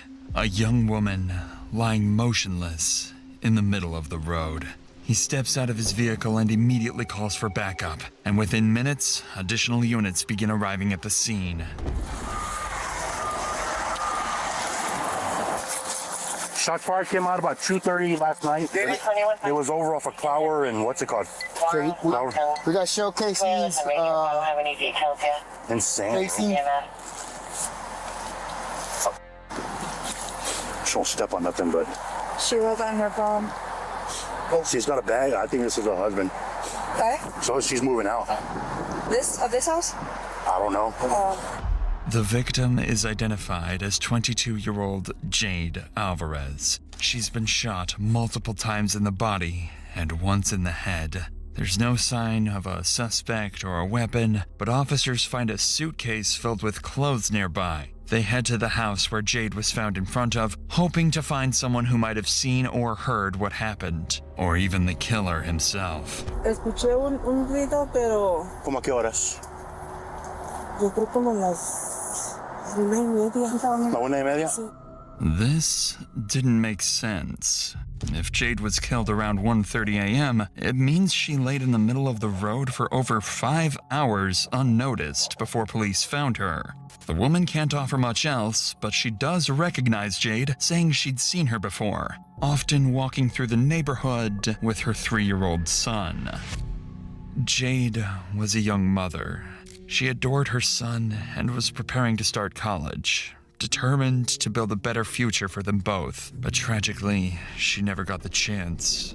For the moment, officers continue their investigation, and it doesn't take long for them to come up with a theory as to why no one reported a woman lying in the middle of the road. I think this is a bitter breakup. Yeah, that's what it looked like. Is that all her? Yep, she's got all her stuff. She's leaving. I guess he didn't like it. And That's what I see. Any disturbances, but I didn't see anything in the 240. yeah, Nothing. No alarm. and it was raining. This is the perfect time to do it. Yeah. Police conclude that the heavy rain that night kept people indoors, which is why no one noticed Jade. But as the sun begins to rise and the investigation unfolds, detectives finally piece together a scenario of what likely happened that night and make a chilling discovery. Jade was pregnant. Telling John was probably she's getting out of the car and bam, hits her. She gets out. She's hung over. Boom, boom. He gets out, grabs the luggage, throws it, goes behind her, boom, boom, on the back of the head. And she was telling you what she literally sounded like a C-section, so she might have been pregnant. Okay. Yeah. Along with being the mother of a 3-year-old at the time of her death, Jade appears to have been in the late stages of pregnancy. Officers now realize whoever did this must be someone truly twisted. They took the life of a mother and her unborn child. Near Jade's body, they find a phone. It's sent to forensics to be unlocked in hopes of finding recent messages or anything that might point to her killer. But what they would later discover is that the phone doesn't belong to Jade at all. It belongs to the last person they'd expect, the killer himself. For now, detectives turn their attention to learning more about Jade, and that's when they find body cam footage from 2 weeks earlier taken during a welfare check. At the time, Jade had just been kicked out of her parents' house. Concerned about her mental state, her grandmother requested a welfare check at the home of a friend where she was staying. That body cam footage would inevitably lead detectives to the main suspect in Jade's murder. Hey, I'm sorry, my name is Roger. So obviously the officer explained that I think it was grandma maybe that called. She was just concerned about maybe some things that you had said. And so we just want to swing by and see if there's any way that we can help you out. Those sorts of good things. No, I don't feel at all. They do tend to make up a lot of things and they would say anything like that. But I mean, as you can see, the only marks that I have right here is from my dad choking me to the floor. Oh my God. And he said I scratched him, but if you can see my hands, I bite my nails to the nubs. So how am I gonna scratch something? When did that happen? Oh, that was on Friday when I got arrested. Oh my gosh, you got arrested? I'm so sorry. I didn't know that. But it's okay. The person who housed Jade after she was kicked out was Julia Castillo, a close friend of hers. Investigators know they have to speak with her. She might know who wanted Jade dead and why. But before they can do that, they finish processing the crime scene. They collect the evidence, Jade's body, her belongings, and bullet casings, all of which are sent to forensics. The next day, they return to the crime scene to speak with more residents of the neighborhood. That's when they come across someone who was staying in a nearby house the night of the murder. What he claims to have witnessed gives detectives their first solid lead in the case. Yeah, appreciate it, man. I'm Chad. Nice to meet you. The murder happened. We found her right there on the 1000 block of Capitol on Thursday, the 6th. Did you see anyone drive up to, there's some houses over there? Yeah, there was an SUV that pulled up in front of the house. What kind of SUV? I don't know if it was like a Durango or like a Jeep, but it was like an SUV, one of those two. Okay, and then what'd you see? So then I saw like a woman get off and she had like a suitcase or something. Okay. And I was like, oh, I didn't think nothing of it. I thought she was just getting dropped off there. Did you see that car? Did it drive off? Yeah, they drove off. Okay. They were there for like 10 minutes and then they drove off. Okay. No, that's it. I appreciate you talking with me. I'll turn that concludes your statement. The driver of that SUV could be the last person to see Jade alive or even the killer himself. Fortunately, someone detectives already planned to speak to turns out to be the owner of a black SUV matching the witness's description, Julia Castillo, the friend whose house Jade had been staying at just weeks earlier. This means Julia was likely the last person to see Jade alive and may know who Jade met up with after she dropped her off. Detectives reach out to Julia, hoping she can point them to a suspect. But the conversation doesn't go as expected. What? That's why it's so urgent that I need to speak with you. I cannot right now. You're really throwing me off. What is this about? It's what I just said. It's a murder investigation, and I need to speak with you about it. If you need to talk to me, you can contact my attorney. Excuse me? What's your work? Well, Julie, I need to talk to you. Okay, my attorney's number is... I talked to him, and he said if you want to talk to me, you can talk to him. You've already talked to your attorney? I mean, he told me to not talk to anybody ever. He told me I'm not talking to a detective about anything. Okay, I'll try again another time, okay? Okay, thank you. Julia immediately sounds panicked and tells detectives she won't speak without an attorney. And although she hadn't been a suspect before, she has now inadvertently made herself one. But detectives can't afford to waste time. The longer they wait, the further Jade's killer gets from them. So they reach out to Julia's mother, Alice Castillo, hoping she can convince her daughter to cooperate. Alice had let Jade stay at her house, but she kicked her out after Jade brought a man over. And unbeknownst to the police, Alice would give the detectives their first real lead, a man who could be responsible for Jade's murder.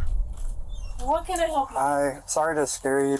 I tried to talk to... What can I help you with? You're stressing me out. Okay, well, I called your daughter. I'm trying to talk to her. Okay. Okay, She already told you to talk to her attorney, right? Okay, can I talk to you? What do you need? Okay, I'm investigating a homicide involving a person that stayed here.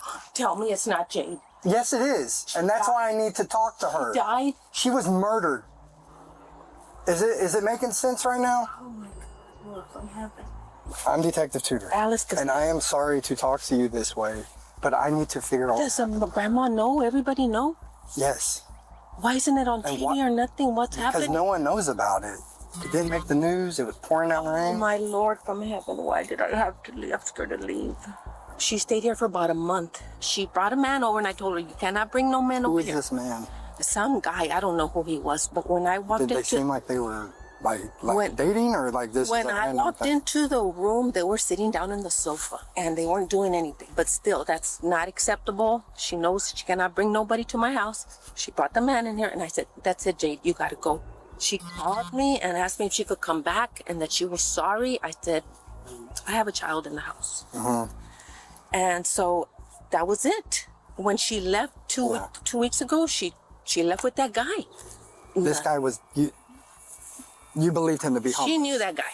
She knew him, but you took it as like, this guy's homeless? He looked horrific. They both looked horrific that day when I opened the door. Was she using? Like, what was she doing? I think she was like doing like some stuff. Yeah, I know friends usually know more about, and that's why I was like, I want to talk to you, but I want to talk to you in person because I don't like telling people over the phone. Oh, yes. Hey, your friend is deceased, dude, you know? It could be my fault she's dead. I didn't let her come back. If she was staying with some dude, so we just got to find out who that dude is. 2 weeks ago, she was with this guy. 2 weeks ago, said she left 2 weeks ago. She kicked her out. We got to find out when she last talked to her because she called her back saying, can I come back? Was he white, black, Hispanic? He was Hispanic. Hispanic? Light complexion. Tall like me? Tall like you. Taller? Tall like, talk about your height. Okay. Mm. How old do you think this guy is? It's like 22, 20. Like young? Young, 23. Hey, I appreciate it. Okay, sir. Thank you. Detectives need to know the identity of the man that left with Jade that day. Luckily for them, by now, forensics have cracked the phone found at the scene. But what they discover is that the phone doesn't belong to Jade at all. It belongs to the killer who, in the rush to escape the scene, made a critical mistake and left it behind. Adam Bird, a 23-year-old man with a lengthy criminal history. His background stretches back to at least 2018, with charges including evading arrest, drug possession, assault, discharging a firearm in a populated area, and making terroristic threats.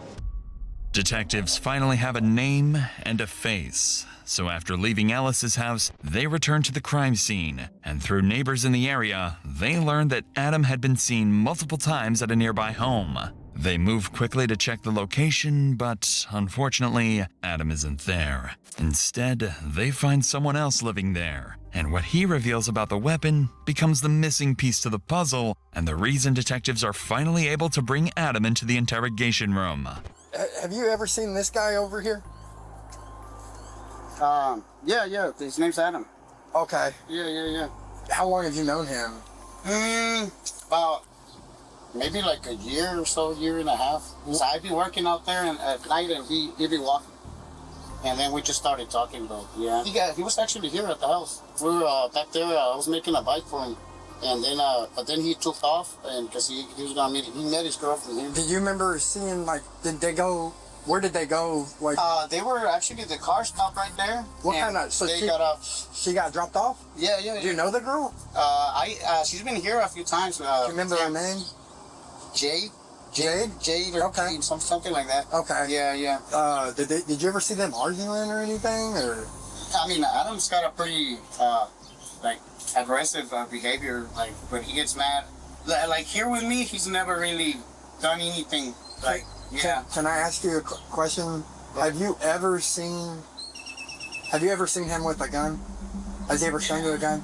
He always has guns. I don't know. Did he show you a gun that night? I believe he had I think it was like a 9 with a green laser. Had a green laser? Yeah. Do you remember how he was carrying it? Like, he would have it on the side like that. Yeah, it was a Glock 9 with a green laser and a flashlight on it. What color is the gun? Black, all black. Black? Yeah. It was it had a little light on it, and it would turn on the laser, and it was a green laser. Yeah, I saw the one with the extended clips. He had an extended magazine? Extended, yeah, like, yeah. It was Did you see it? Did he have that gun that night when he was here? I didn't see it that night, but I seen it before. But I'm pretty sure he does, because I mean, he always carried it. Okay. Because I mean, he's got a lot of enemies. Because he's like, I guess like the homeless bully, I would say. I really appreciate you coming. I know we keep coming by, and this concludes my interview.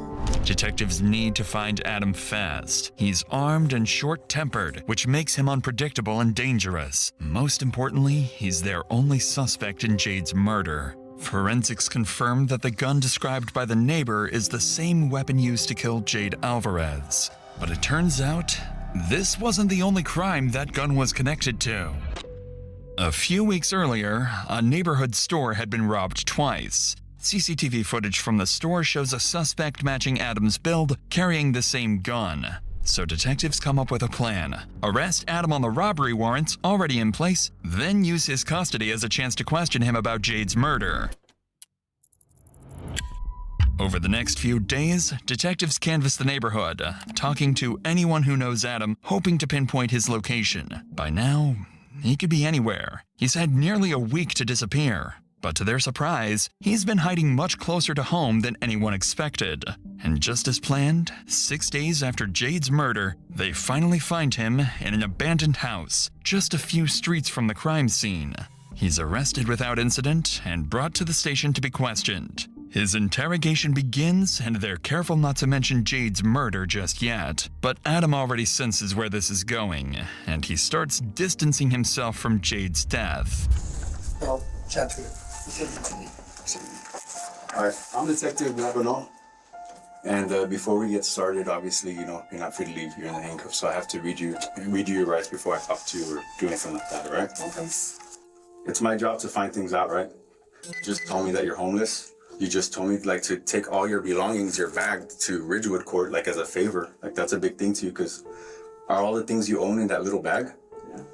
The only other articles of clothing I own. So you're just a guy in a tough time right now, basically. Are you familiar with that corner store, the Stripes? Yes. Okay. Let's just say right now, man, that nobody got hurt. That's a blessing, right? You're still here, ready to go another day. So how often do you go to that Stripes? Oh man, multiple times a day sometimes. Buy a few things, sometimes they'd even look out for me. They'd even look out and give you free stuff. So then why freak them out, man? Why scare them? I do have clear video, so I'm just gonna show it to you, okay?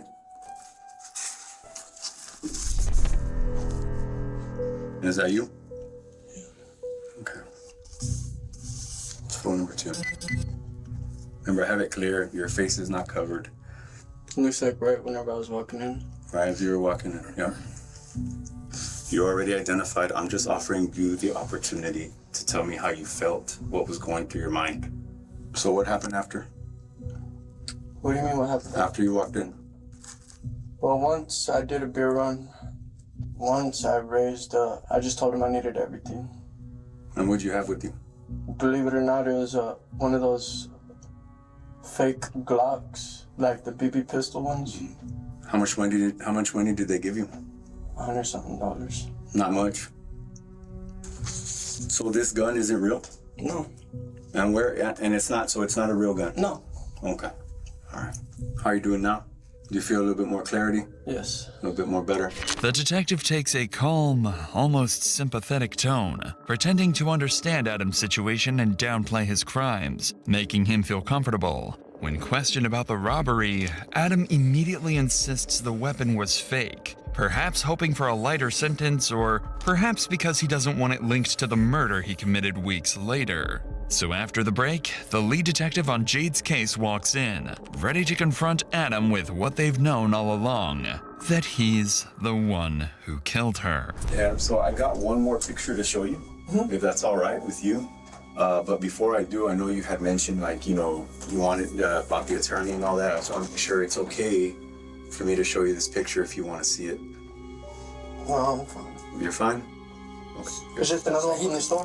No, so the other thing is, I'm gonna interject again. I want to speak with you, but it's about something totally unrelated to this. I'm really not. It's a murder investigation. Do I have your interest, or are you willing to talk to me or not? Yeah, man, like, by all means. Okay. I was gonna show you a photo. I don't want to see no photos. It's not murder photos. I'm just gonna show you a picture. Do you recognize this person?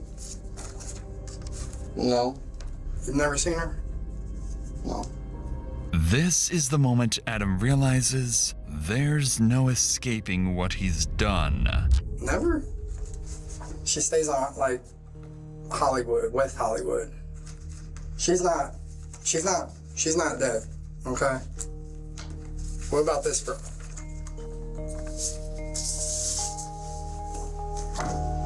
She had some butterflies or something right there, and I just started talking with her. Okay, who is that person? Jade. Okay. Yeah, I just started talking with her. They're friends, right? They're friends? Mm-hmm. Did you guys, is it safe to say you guys were, like, intimate, or, like? Yeah. Okay. And I'm gonna show you, like, a video it's from February. From February? Mm-hmm.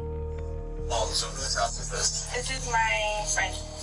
Okay, so you don't, My best friend. you don't like live here full time. You just had to come here because. This is really, like, I just got out of jail. She's like, hey, you can stay here. I said, I don't know where I'm going. I'll probably have to sleep at him from home. The detective shows Adam the body cam footage of Jade from a few weeks earlier when they were doing a welfare check on her. It's a calculated move. By showing him a video of when Jade was alive, he hopes to trigger guilt and force Adam to confront the weight of what he's done.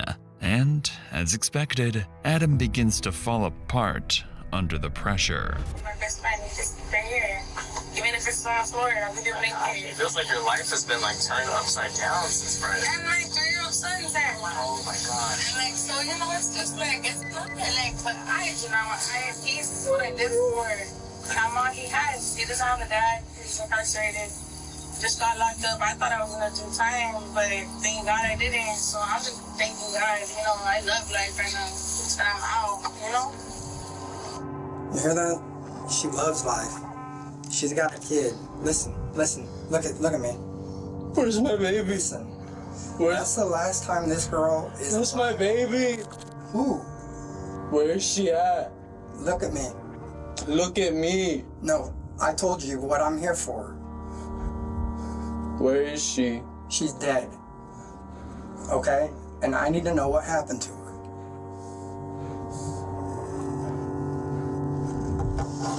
How long ago?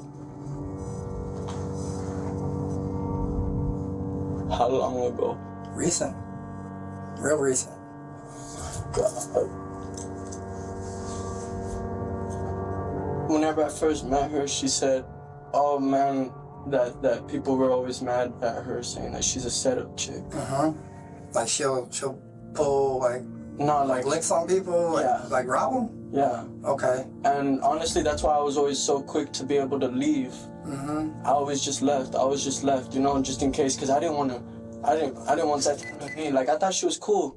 What Adam claims here is actually credible. When forensics were going through Jade's suitcase, they found the ID of another man. Detectives tracked him down, and he explained that weeks earlier, Jade had allegedly drugged him at a hotel and stolen $800 along with his wallet, social security card, and ID. Adam uses this to spin his story, suggesting that someone Jade had robbed must have been angry enough to kill her in retaliation.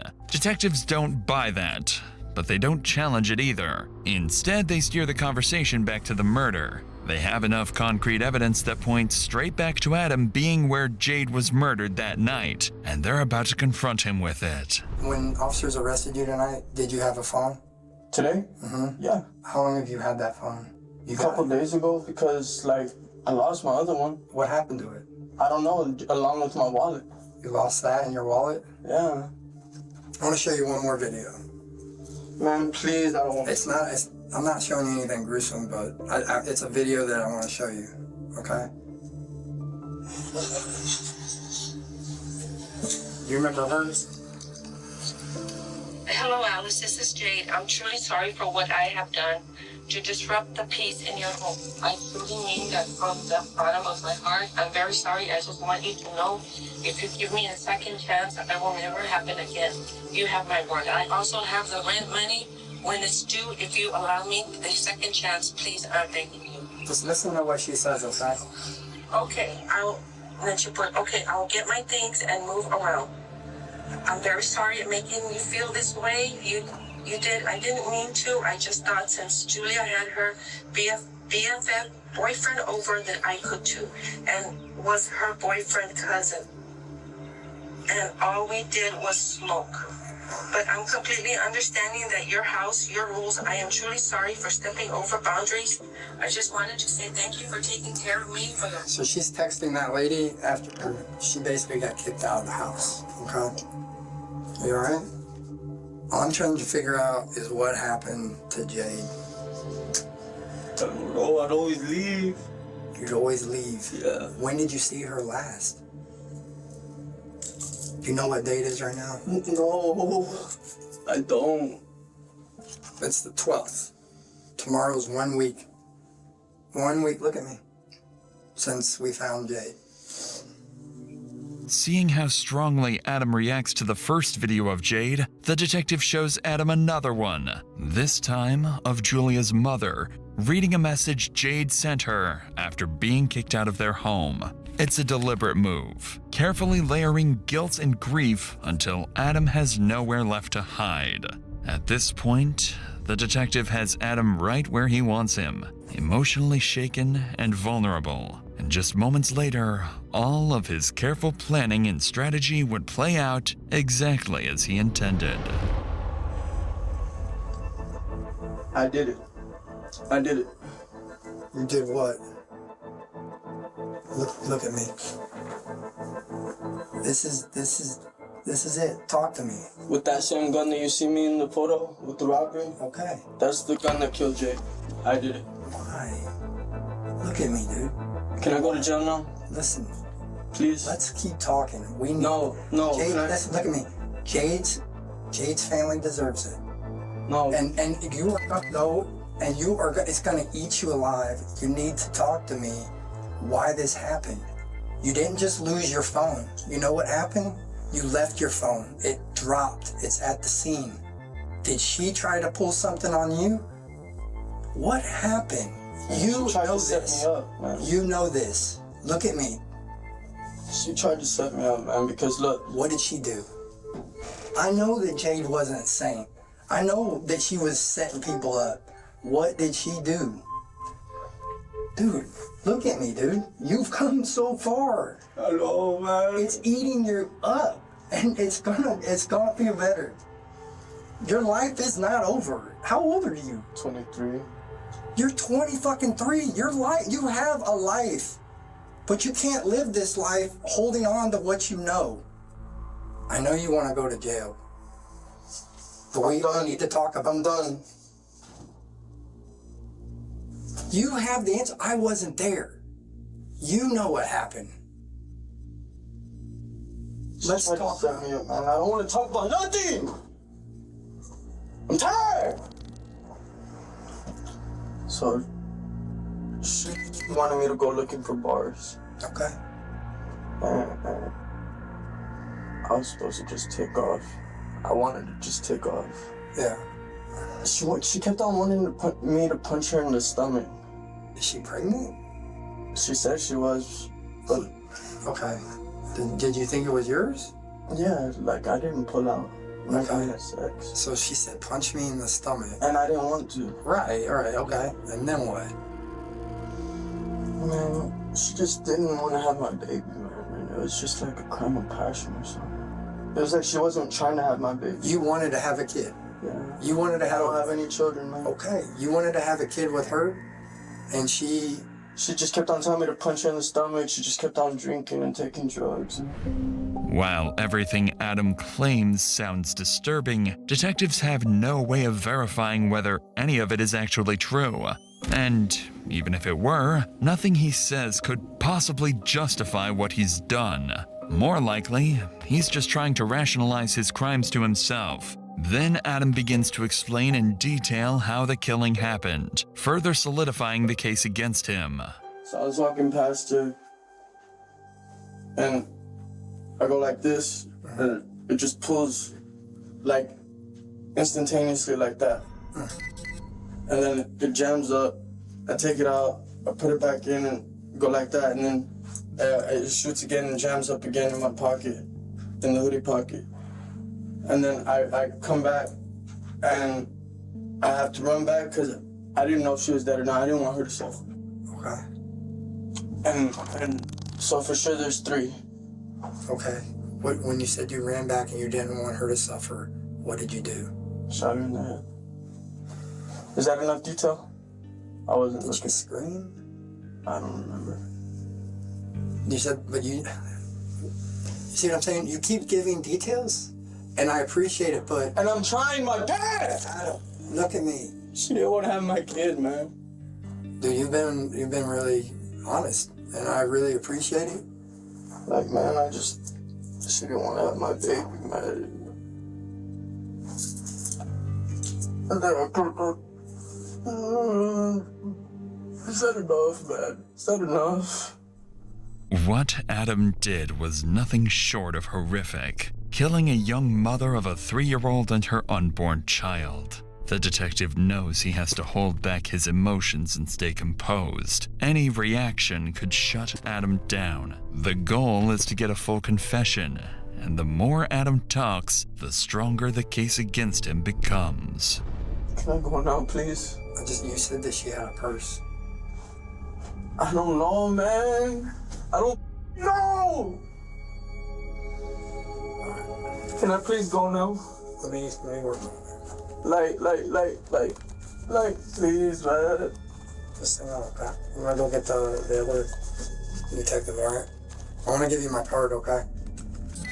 I'm gonna give you my card. Just hang on, okay? What stands out most is Adam's reasoning.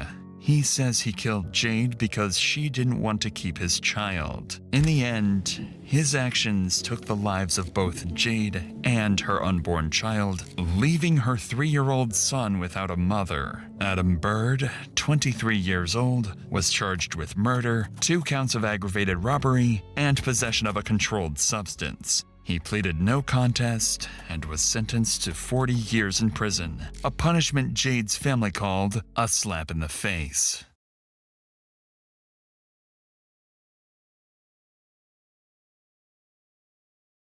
Sorry too, but your wife is passed, sir. No! God damn it!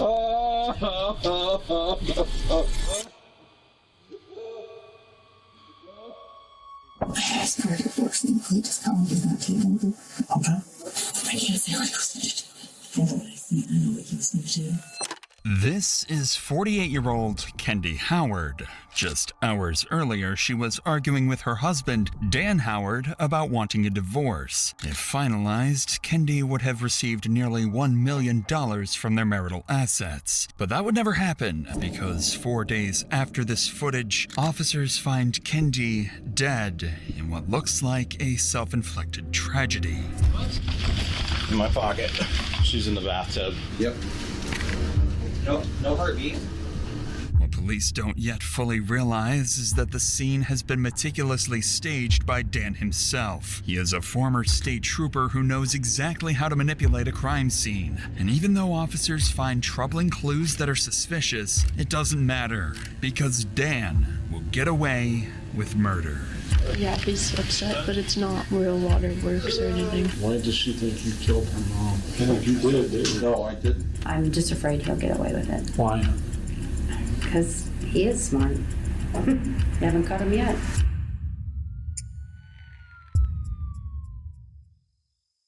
It's the night of January 29th, and Kendi had just called the police after a heated argument with Dan over her wanting a divorce.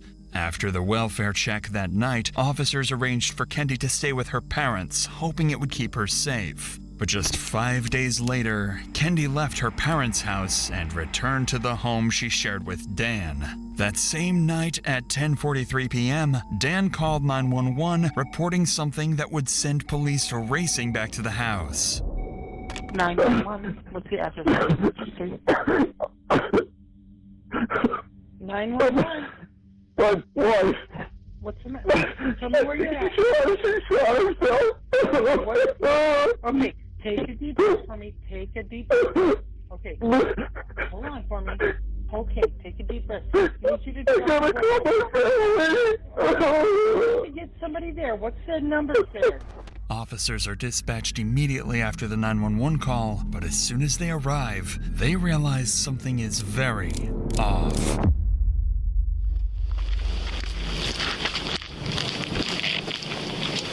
Sir? Come on out. Come on out, sir. Over here. Come on. Here. On one. Stay out here, okay? Somebody stay with him. Sir, where is she? Sir, upstairs in the bathroom. Upstairs? She's upstairs in the bathroom? Okay, upstairs in the bathroom. Let's go. Good gloves? In my pocket.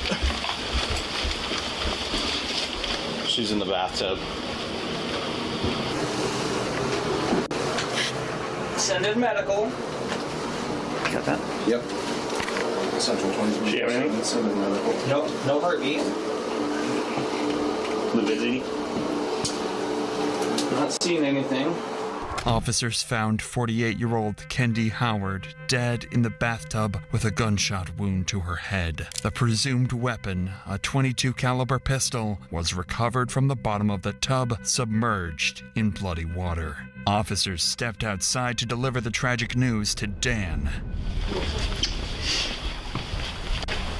Hey, Dan. Hey, Dan. Dan? Hey, Dan, I'm Deputy Wheeler.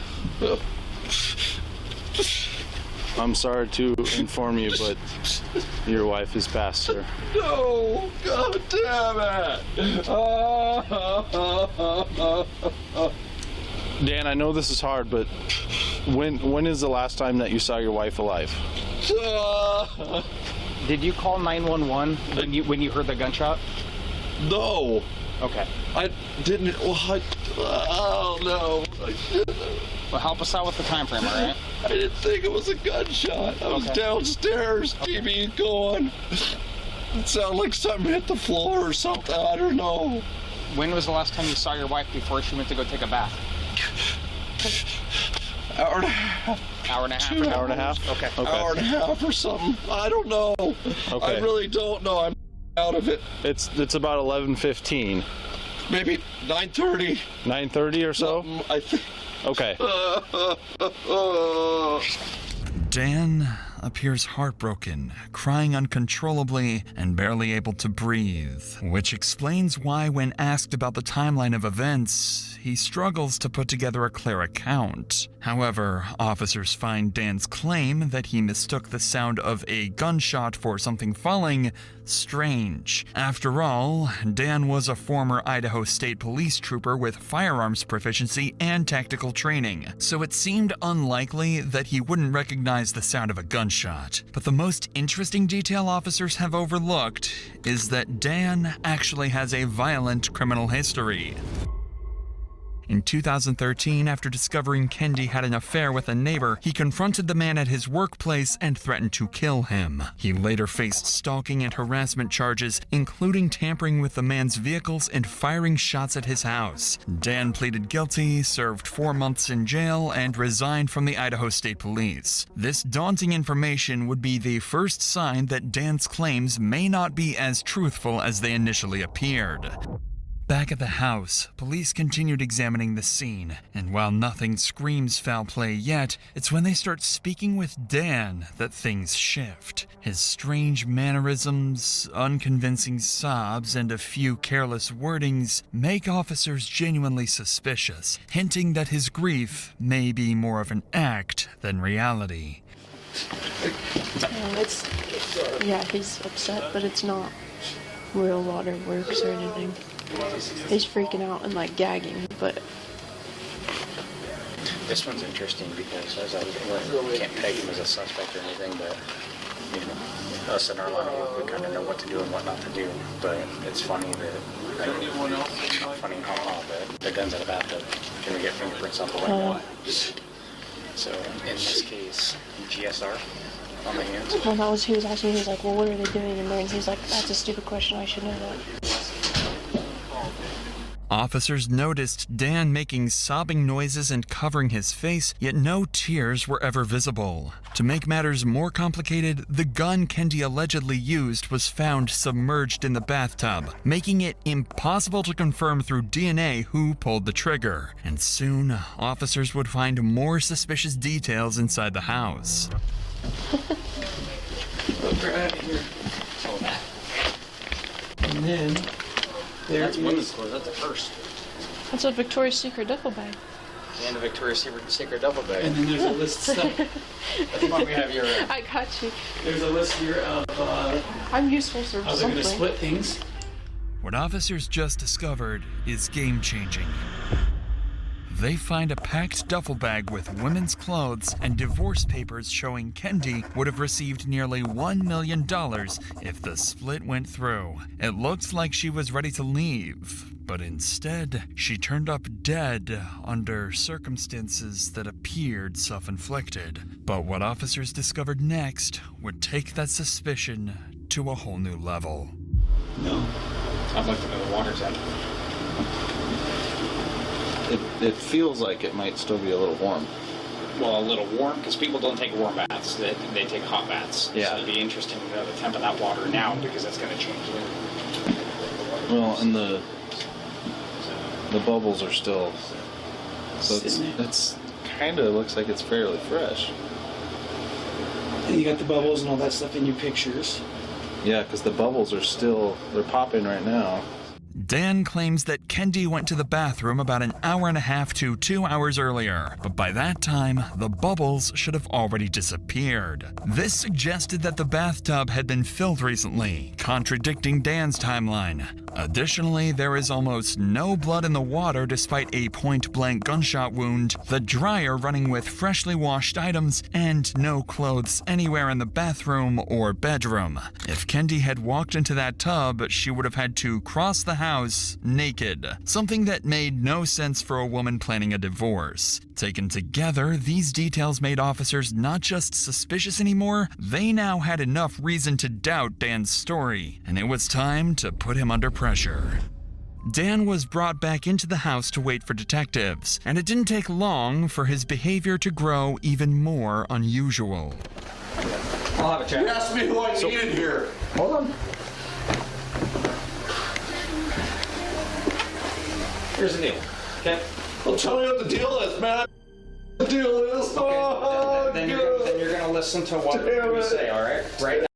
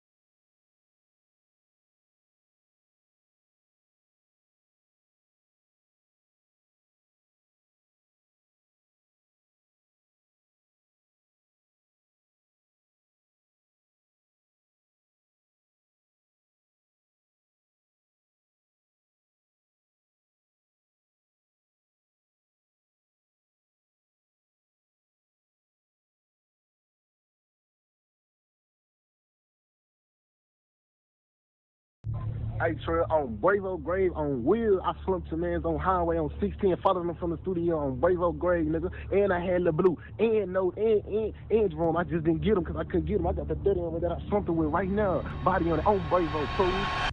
The guy who made this video was murdered only a week later.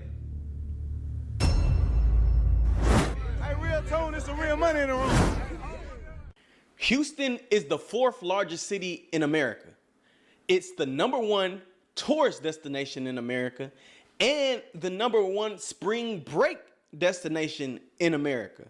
And when out-of-towners think of Houston, they think of the rodeo, they think of the amazing food spots, they think of the awesome nightlife, they think of the amazing and unique culture like swangers, serb, slow music. Drake now lives here. You think of Megan Thee Stallion, Travis Scott, Sauce Walker, Lil Flip, Bun B, just to name a few.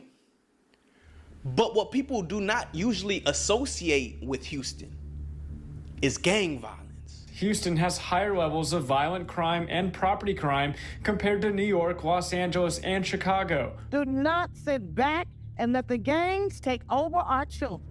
We had gang prosecutors who told me in 2019 that we had 28 homicides that were related to this gang war.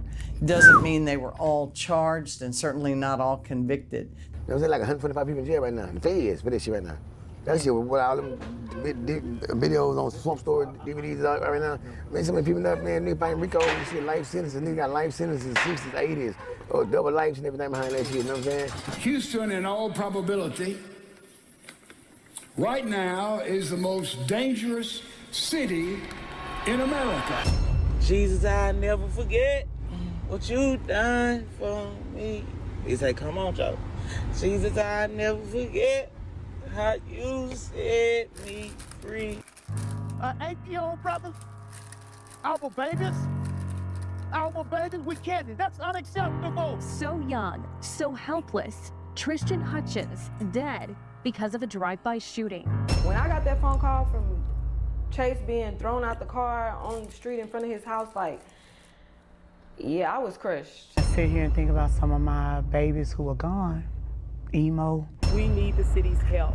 Our children should be able to come to school and learn in a safe environment, and they should be safe when they leave our campuses. Think about D. Lindsay. He actually had left Yates and he was at Lamar when he was set up. But he was one of my students. Set up about a girl? About a girl, yes. The leaders who were elected to represent 3rd Ward and the areas involved in this gang war have to step up, and they simply haven't. They've turned a blind eye to a bloodbath. We had better throw those bombs out of office. The names are easy: Jolanda Jones, Boris Miles, Commissioner Rodney Ellis, Mayor Sylvester Turner. All of them had an opportunity to help stop this gang war. One of the students who was involved in that from the Yates side had been sitting in my classroom, and I didn't know until I was asked to write a reference letter and found out that he was involved. Police say the teen was shot at close range. The gunman, wearing a mask, stood over him, continuing to fire after he went down. I stood over all my eyes, know when them bitch niggas see me, they look up. Wish nigga would highlight, push up, I put shit on his ass like a pull up. There's no telling how many more bodies have dropped. By the end of 2024, I'm certain that it was more than 50. Up first, breaking news. Houston police say 2 16-year-olds were shot in the 3rd Ward. This is a live look at the scene on Scott Street near Yates High School. Both teens were taken to the hospital.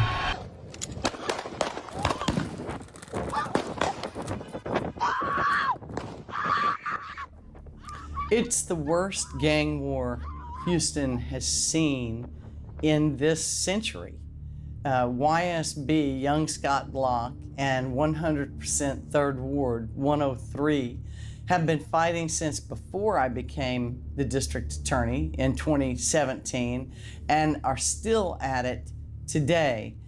Let me ask you real quick, Miss Brown, because that 103 YSB situation was serious. How did you see it affect some of your students that you taught? So,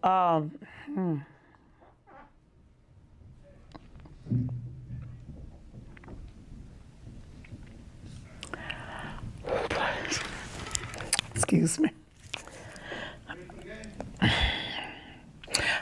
I've been to too many funerals. And it all came from the rift between the 103s and the YSBs. That 114, they got shot at January the 10th. Had to lay up on the car for 30 minutes. To the people, whatever. I guess he lost him where he can hide up on the car, whatever. But when he come home, he got a big old bruise on his leg. He red. And he was a student at Jack Yates. So all of this beef is going on. Kid, what did they do? Nothing. Because what parent did keep coming, and what parent kept saying he was in danger and that I needed to transfer him. Oh, you were telling the school what was going on? Asked for transfers. Asked them to give me some kind of resolution that I didn't have to send my son down there. Oh, it was not a way out. We had to do this. They was gonna protect him. Felt him very poorly. Real tune, real money in the room, and we at a special historical place, man. We in 3rd Ward, Texas right now, H-Town, Texas to be exact, off Sampson and Alabama Street, the foundation of Real Tune. This right here is where Real Tune was started, at Jack Yates High School. Jack Yates Senior High School to be exact. It don't look like what it looked like when I was going. But these bars right here, I remember fights would break out and they still would kick you out. You know, you can't be at the school. You go out there. Yeah, it's going down every day. When it came down to it, there's a war going on, an active war going on at the school, and y'all were always outnumbered. You know what I mean? Most definitely. Like after school, it'd be like you got people who don't even go to school, like around the school just for the plex. Yeah, for sure. That's why like a nigga had. That's why eventually like none of us went to that. So they didn't allow you to switch schools? Didn't allow the transfer him because they said he was not zoned to where I was trying to take him. Right. The second part about this that's so sickening, the day after he gets shot and live, I go to the school to report it. Nothing was done. Xavier still unwiped, still let go to go out the schoolhouse by himself without knowing that 3rd Ward and Scott Block, as y'all say, had this shit going on though. So and who was making noise was me. Right. If no other parents making noise, his mama made noise for sure. Right. I never quit, even when he died. Why? Because so many kids died after my son died. Most of the niggas that came home, like on his case, them niggas just came home, Pete. Like to know that and to still like, you know, like nigga, that take a lot out of me, brother. You know what I'm saying? Right. Like she told me like let it go. Like she told me out her mouth like let it go. You know what I'm saying? So like niggas still be battling with that shit. You know what I'm saying? But whatever. Like however it's gonna go, it's gonna go. You know what I'm saying? Like I ain't make it. I made her a promise though. You know what I'm saying? So I'm gonna try to stick to that promise, of course. But I can't promise that certain shit ain't gonna go a certain way if certain shit happen. You know what I'm saying? Like I don't even know how to speak on it, but I'm not gonna speak on it. But I'm just saying like real shit. Like that shit was crazy. Like we had funerals it was like, bro, we knew somebody was gonna die every summer, we just ain't know who. And I'd say from 2010, bro, from 2010 to like 2000, shit, it's still going on right now. Like, to now, like, bro, we losing somebody every year. Like, it just had got normal to us. Bam died in 10. Then, you know, R.I.P. Craig. Craig died in 2011, early Craig. Shout out to the gang, you know. Then we start, Dedrick died in 12. Dedrick went to the yard with us too. 13, it started, you know, shit started getting out of hand. Bravo died in 13. 14, I can't really remember who died, because I had went to WAMAC, but 15, Emo and Will died. And then, you know, Wing hit DJ died, Twizzy died, Lou died, and then it just, we had lost, bro, and that's just some I'm naming, like, we had lost so much, bro, like, and most of it was to gun violence, like, we was young, niggas wasn't dying of no natural causes or nothing, niggas wasn't sick or nothing, like, everybody was dying, they were dying from gun violence, from, you know, the smoke that we had. When did you know that the push-up and scoot-up shit was as bad as it was? Man, to be honest, I ain't gonna lie to you. I didn't catch on. I didn't catch on till late. Like, people was going to funerals, it was too many funerals, you know what I'm saying? It was too many funerals, and I had some little homies, they was going to funerals, but I didn't really know. I didn't catch on till later on. You know what I'm saying? Later on is when I caught on. I didn't know. Like I said, if they had told me, and if I had known, like when, you know, before, then I probably could have, you know what I'm saying? But I didn't catch on till later on. By that time, there were too many deaths. You know what I'm saying? You can't come to no YNs, hey man, and 15, 30, their partners done got killed, and you like, hey man, squash the beat. Come on, cause guess what? I done been a YN before. You can't tell me that. Now I'm gonna look at you like, big homie, who is you? You the big homie, you finna get stepped on. On God.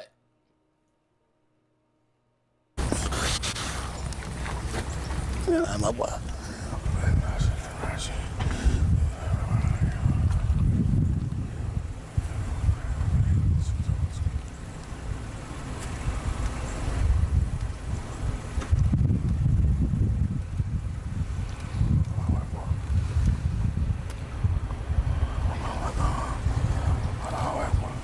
Yeah, nah, see, Jew, this is really, see, nigga be on them blogs and playing, that's why I be getting to it on people on the internet, they be telling me stop. I be like, when nigga talk about that nigga there, this is a real nigga.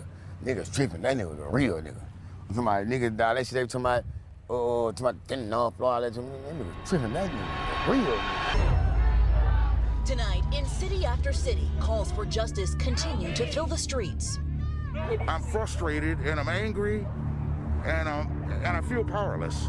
In 2020, national outrage would come after a video surfaced of law enforcement kneeling on the neck of a Jack Yates High School graduate and member of the Third Ward community who went by the name George Floyd. FBI is now investigating the death of a black man who died in police custody in Minneapolis. A disturbing video shows the man pleading that he can't breathe as a white officer was kneeling on his neck during the arrest and kept it there for several minutes even after the man stopped moving.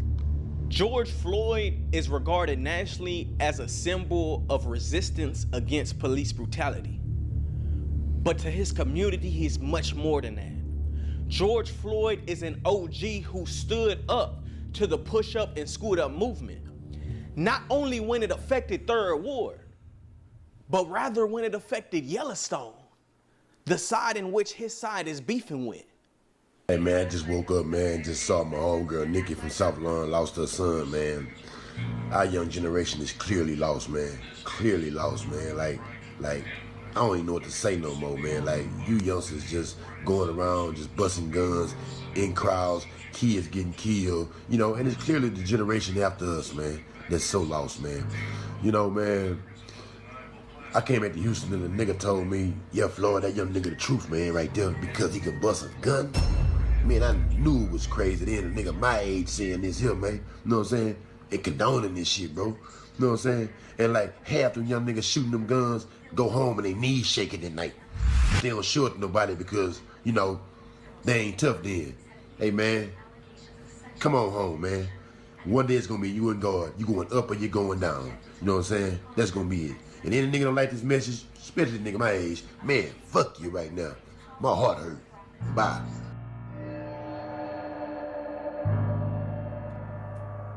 I'm talking, that's really big bro. Like, that's the real big bro. That's the taught us everything. You know what I'm saying? That's why I wear that motherfucker. You know what I'm saying? That's why I wear that motherfucker. George Floyd, Georgia, you know what I'm saying? saying, I'm saying, well, I'm missing the whole about 14 names. We all the people we buried since then. I'm saying, that's why I got Floyd on there. That's why we got Floyd on there. You know what I'm saying? Like, Floyd, really, He a real staple in the third ward community. Hey, but before we even get started, let them know where we at. Oh, we at third ward, Floyd Boulevard. We got the Floyd Boulevard, CUNY home. They've been tearing down now the first and largest projects in Houston. That's the first and largest project in Houston? Yeah, first and largest project. So this the Bloody Blue store right here. Okay. We had to shut it down because too many murders and shit though. You know what I'm saying? But all these names, what they talking about, what Skeete said on that freestyle. Ooh. He say, ain't no rap in the game, but them more pain than Cal Wayne. All them names on that store, man, it's a goddamn shame. On the yeah, store. Yeah, you know what I'm saying? My grandpa, right there, that's what I'm named after. See what I'm saying? The first CUNY home OG, the legend, CUNY home Calvin Masters. That's my name, that's my papa. That's my grandpa, the first OG. You know what I'm saying? All these are real names, 420 names. Now, we add like 20 more since then.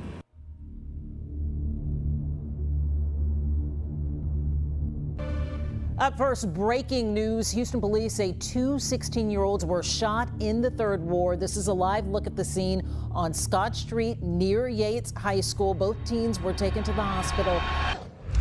So what happened is we had three males that were here at the restaurant behind me. We believe they have some kind of an ongoing argument. During that argument, one of the males produced the firearms and shot the other two males. They're 16-year-old males. They've been transported to the hospital. Real tune, money in the room, man. I'm here at Burger King, and I'm not gonna lie, I won't be here long. For some, this might just look like a regular Burger King, but right here off of Scott and Cleburne, going to Yates. Yates is behind me. Literally, the football stadium is behind me, the practice field. For us, this used to be a hangout spot, but it turned into a war zone. The sick part about it is them kids that got hit in front of Burger King, they're 15 and 16. Now let's just do the math on this. These kids are 15 and 16 years of age. Bet died 12 years ago. These the kids are still fighting with this battle 12 years later. These kids are getting off the bus, they go to DAP. I can speak on this situation due to the fact I got a little cousin who got shot in the midst of this. So with that being said, yes, I'm very angry because it's still happening in the same spot. Nothing's being done. On the bus, a guy got his jaw broke. Yeah. Yeah. By the police officer. By the police! I know the police officer when Yates did this shit on my team, nigga. So, yeah, nigga had me in the cuffs and everything, slammed my shit, slammed me on the computer. Yeah, it was going down at that motherfucker. Like they got 9 people cuffed right here, but there's people still fighting type. Fuck that, and they trying to stop this. She was a gang banger too. Yeah, man. Tyrone was rocking with for sure. With the niggas for sure. So you rocking with them. I ain't gonna say that. That's why he broke my nigga jaw. These same police officers that we're depending on to help our kids and keep our kids safe, they ain't shit. They ain't no help to our kids because they look at our kids as black people who are starting. They ain't got no business down here. They know they don't belong down here. But see, it was so much going on back then, that probably was just something normal. I hate to say that. It's crazy because my first year up there, I was cool with a nigga named Bam, little nigga named Bam, little short nigga. This how I knew whatever little cliques they had started, it started in the summertime. Cause the very first day of school the next year, that's when niggas was riding and shit at the school. You know what I'm saying? And I'm walking to school with my partner, nigga, and I think we was at Burger King in front of that bitch, nigga, and out of nowhere, nigga, a whole bunch of niggas just walked up and niggas start pressing niggas, you know what I'm saying? Talking about niggas from the other side of the bayou can't come over here, and I was walking with my nigga, he was from Yellowstone, you know what I'm saying? And they just start pressing us. And shit, we fought them niggas that day, you know what I'm saying? Them niggas jumped us, you know what I'm saying? But shit, that shit was a long time ago. Them niggas, you know what I'm saying, that shit dead.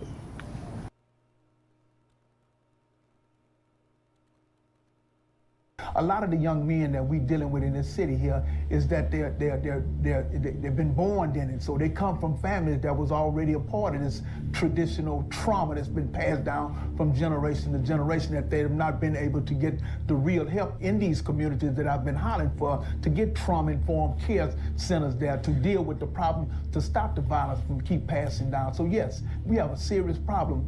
The Sky Block niggas had fights with they older niggas. Like, they had their own shit going on, fights and whatever they had going on. It just trickled down to us. Feel me? It just, I don't know. Yeah, that shit, like I said, it came out of nowhere. I ain't even gonna say that because even before we hit the yard, you will hear about Third Ward and Yellowstone having like that shit was going on before we even was older, before we even got to high school, you know what I'm saying? So I ain't gonna say it just came out of nowhere, but you know, you got niggas, as we grew older, bro, we grew older in the streets. It was like, shit, we learned how to rip outside, and it was like, shit, it's us, or if you ain't with us, fuck you, like, you know what I'm saying? So it was stuck into an age, like, damn, who you with? That's my problem with 021, Third Ward right now. That's my biggest problem. Our kids don't deserve to be saved because, somebody established 103 and YSB, because you had to know before it was our kids, YSB and 103 was already existing. Oh, but 103, bro, I can't. It's so I think they got active investigation going on about that right now. The 103 shit. 103 is not a game. It's just something we say, 100% Third Ward. I mean, when you really day one from Third Ward. I'm saying a lot of people lost their lives to that shit. You know what I'm saying? Well, like I said, a lot of people, I'm saying, a lot of people in jail right now fight for their life for that shit. You know what I'm saying? Just been 100% Third Ward. That's what we were saying before. You know what I'm saying? Or whatever. And like, you got niggas in jail now. They say in jail now. I'm saying, you know, it's like pushing the school. Like this, like that's. It's like you go in jail, you got to either choose a side. You pushing on your school, but that's some shit that comes from out here. You got to choose a side. Yeah, you go to jail right now. They say you either pushing on your school. That's right. That shit come from out here. School up came from Kenny Lou. You know what I'm saying? Kenny Lou and Bloodbath, and like all of us were clicked up, and like Sidewalk and the Mash Mode, like that was the people that we clicked up with. All that Kenny Lou, Trey, the KTM, all of them is little Mash Mode babies. You see what I'm saying? All the niggas that looked up to Mash Mode that had a big cousin or somebody that was in Mash Mode, they wanted to be in it. Right. Over being in the Southport clique or something like that. Mash Mode, Sidewalk and them, then you got Early, there's Kenny Lou, them, all them. Our people hit 103. All this was Clay Tight and kidnapped the money, you know what I'm saying? With Clay Tight, then you had the other niggas, Ski Chase, all them dudes, them, they was with the other niggas and shit out there. But like I said, it's an active investigation going on about that shit, and it's not a game. You know what I'm telling you right now, not a game. It's just something we said, it's 100% Third Ward, that's all I meant. My side of the town I'm from, you know, they're gonna push up. But I got some, it was family members through family members like that, baby mamas and stuff like that they were schooling. And you know what I'm saying? And I'm talking about them niggas got a little bit on the blood side, so I really wanted to stop it, you feel me? But everything I hear, like on the dub, they pushing. That's facts, that's just what it, you know, that's just facts. You know, if you ask anybody, they're gonna tell you the dub, you know what I'm saying? Because of people that was involved in certain things. I don't really know too many of the situations, but I'm just telling you. Right now, like I said, the pushing the school, they got niggas in jail and now going to war about that shit, and niggas went away from 1960 some up on well. Is it true they say that in the county jail that it ain't about you being blood or crip no more? Niggas asking if you pushing or you scooting. I ain't gonna lie, yeah, that's true, but like it depends on what tanks you fall in. Like if you fall in certain tanks, like the tank I'm in right now, like when I first walked in, like there was like 80 bang, like what you is type shit. I'm like, young funny hunter, like it's different. Like it depends on what tank you in. Like a nigga go extra that, but 9 times out of 10, like the niggas that's extra that shit, like them niggas be from the north side. Them niggas don't be knowing shit about that shit. Like and them niggas just came and got around some niggas, and that ain't on y'all scooter. And if you really ask a nigga like, hey, who you scooting for? A nigga gonna be like, I'm just scooting, I'm scooting. If a nigga say I'm for him, if a nigga say scooting for Lou, that's a red flag. Throw the flag on the plate. He lying. Cause these niggas don't even know, bro. Bro dead. They don't know, bro. You know what I'm saying? Like, a nigga just gotta really get down on the factual side. Like nigga really gotta get sensible with the words when a nigga be asking about shit like that. Cause a lot of these little niggas, especially in my generation, they don't be knowing what the fuck going on. They just saying that they want to do that cause that's cool. That's the era right now. That's what niggas on type shit. Like, that shit popular, so that's what niggas want to do. I said, nigga, I'm like, bro, you in the back, nigga, come to me with that, man, you pushing the scoop. And I'm like, what? The fuck is you at? I'm pushing the scoop, nigga, like, you know what that stand for? Like, I'm pushing for something.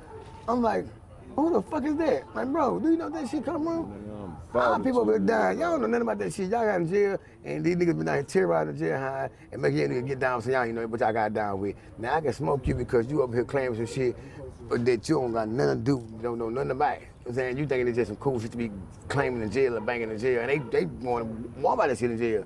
And you don't know where that shit come from. So pushing and scooting right now is in jail is bigger than Blood and Crip. Yeah, you got Bloods and Crips that's pushing, and you got Bloods and Crips that's good, yeah.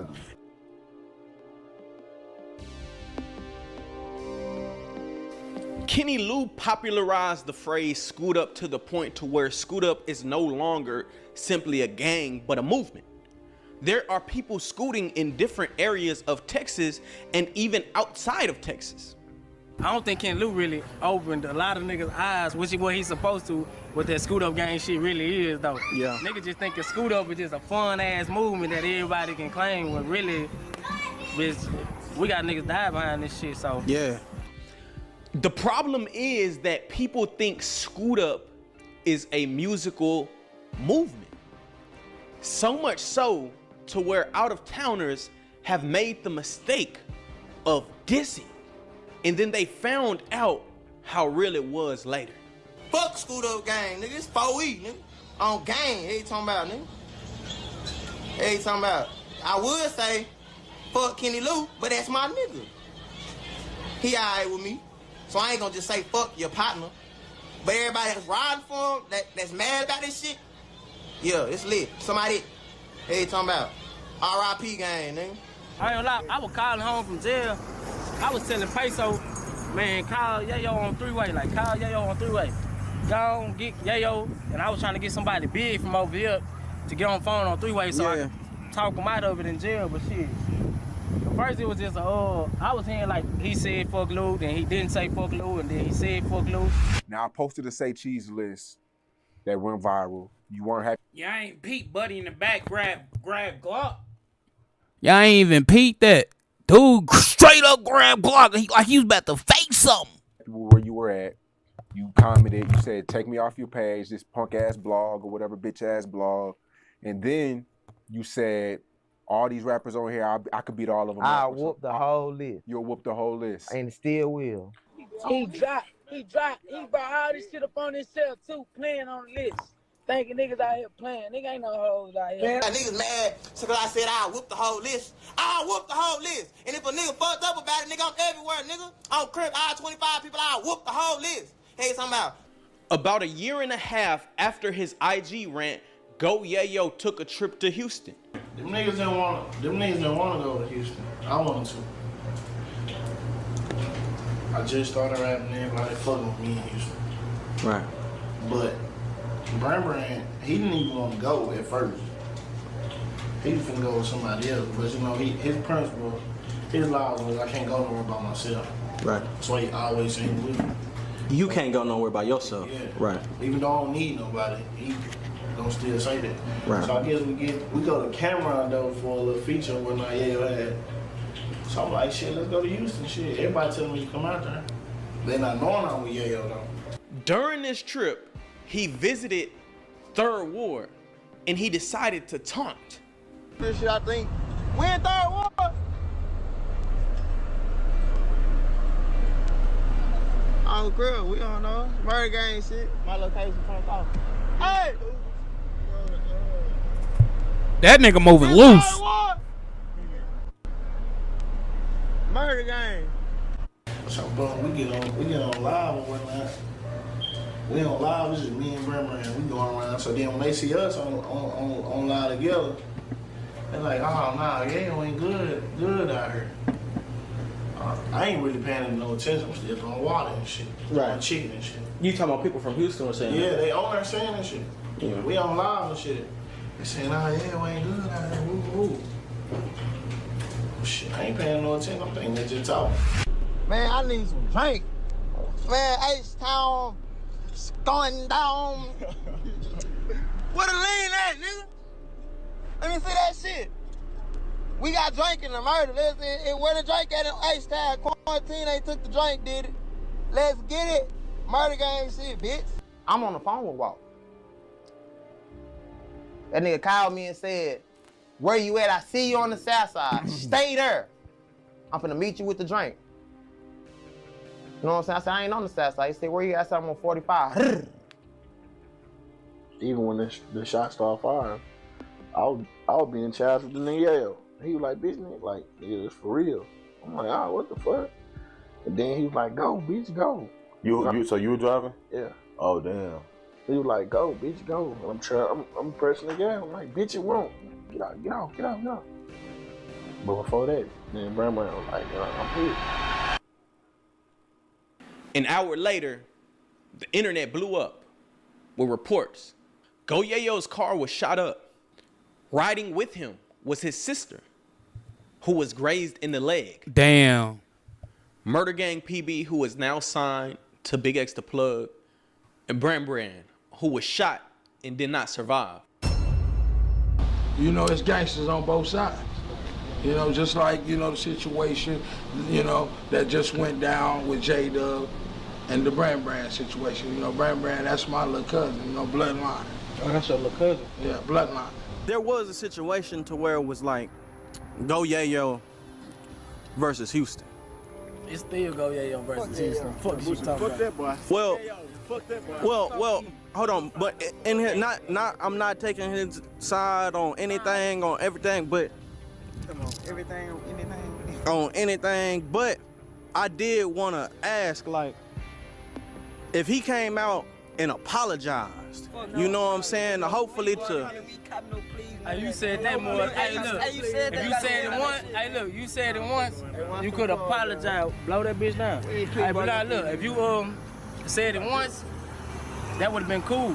We could work. We probably could understand where you was coming from, the anger and yeah. But shit. Damn. That's like Mike. Hey, nah, I'm just saying. You said that shit more than once though. You said that shit like 4 or 5 times. I mean, you mean that, so you gotta stand on that shit till you die. Damn. When we got back, I was arguing with so many people. I was like, man, they ain't beefing. But the whole time they telling me they beefing. Me saying that they not beefing, like, I didn't know they was beefing. At all. On my mama. Screw up gang pussy. And tell y'all niggas ride for the niggas that down y'all partners. Tell y'all ride on the niggas that got Lulu out there. I don't hear nothing. Hey, talking about. Tell y'all go get them folks that down y'all homeboys. Every time I look up, you niggas at a funeral. Hey, talking about. Jeremy ain't got booked for no show. He ain't got booked for number funerals. Hey, talking about. Krill. Every show this nigga do at a motherfucking funeral. Fuck you talking about. Every time I see this nigga Jeremy perform, he at a funeral. Speaking in suits and shit, t-shirts and shit, nigga. You ain't got no design in your closet. Nigga. Fuck you talking about your closet full of t-shirts with your partner faces on it. Fuck you talking about every time you walk outside, you got a homeboy on your chest, nigga. I believe that it's a rapper that's, you know, they hiding, they talking to another big rapper that's already in the game, and they promoting a lot of bullshit, you know, like they some real gangsters. You know what I'm saying? And having these little kids that don't know no better misleading them, you know what I mean? They being misled, you know what I mean? And, you know, they're around, you know, $20,000, $30,000. They think they around a bunch of money. They around all the syrup and all the weed, the pills they can take. So yeah, why not go with these rappers and be a security? The death of Brand seems like it occurred over some rap stuff, especially after Go Yayo and Sauce Walker would make back-to-back diss songs about each other. Make no mistake that the death of Brand was not simply over a rap beef, but the moment that Kenny Lou was disrespected, the death of Brand became a part of the war between Push Up and Scoot Up. That was already tension from a song that I made called Boom God Part 2. And I said something in a song called Push Up, Scoot Up.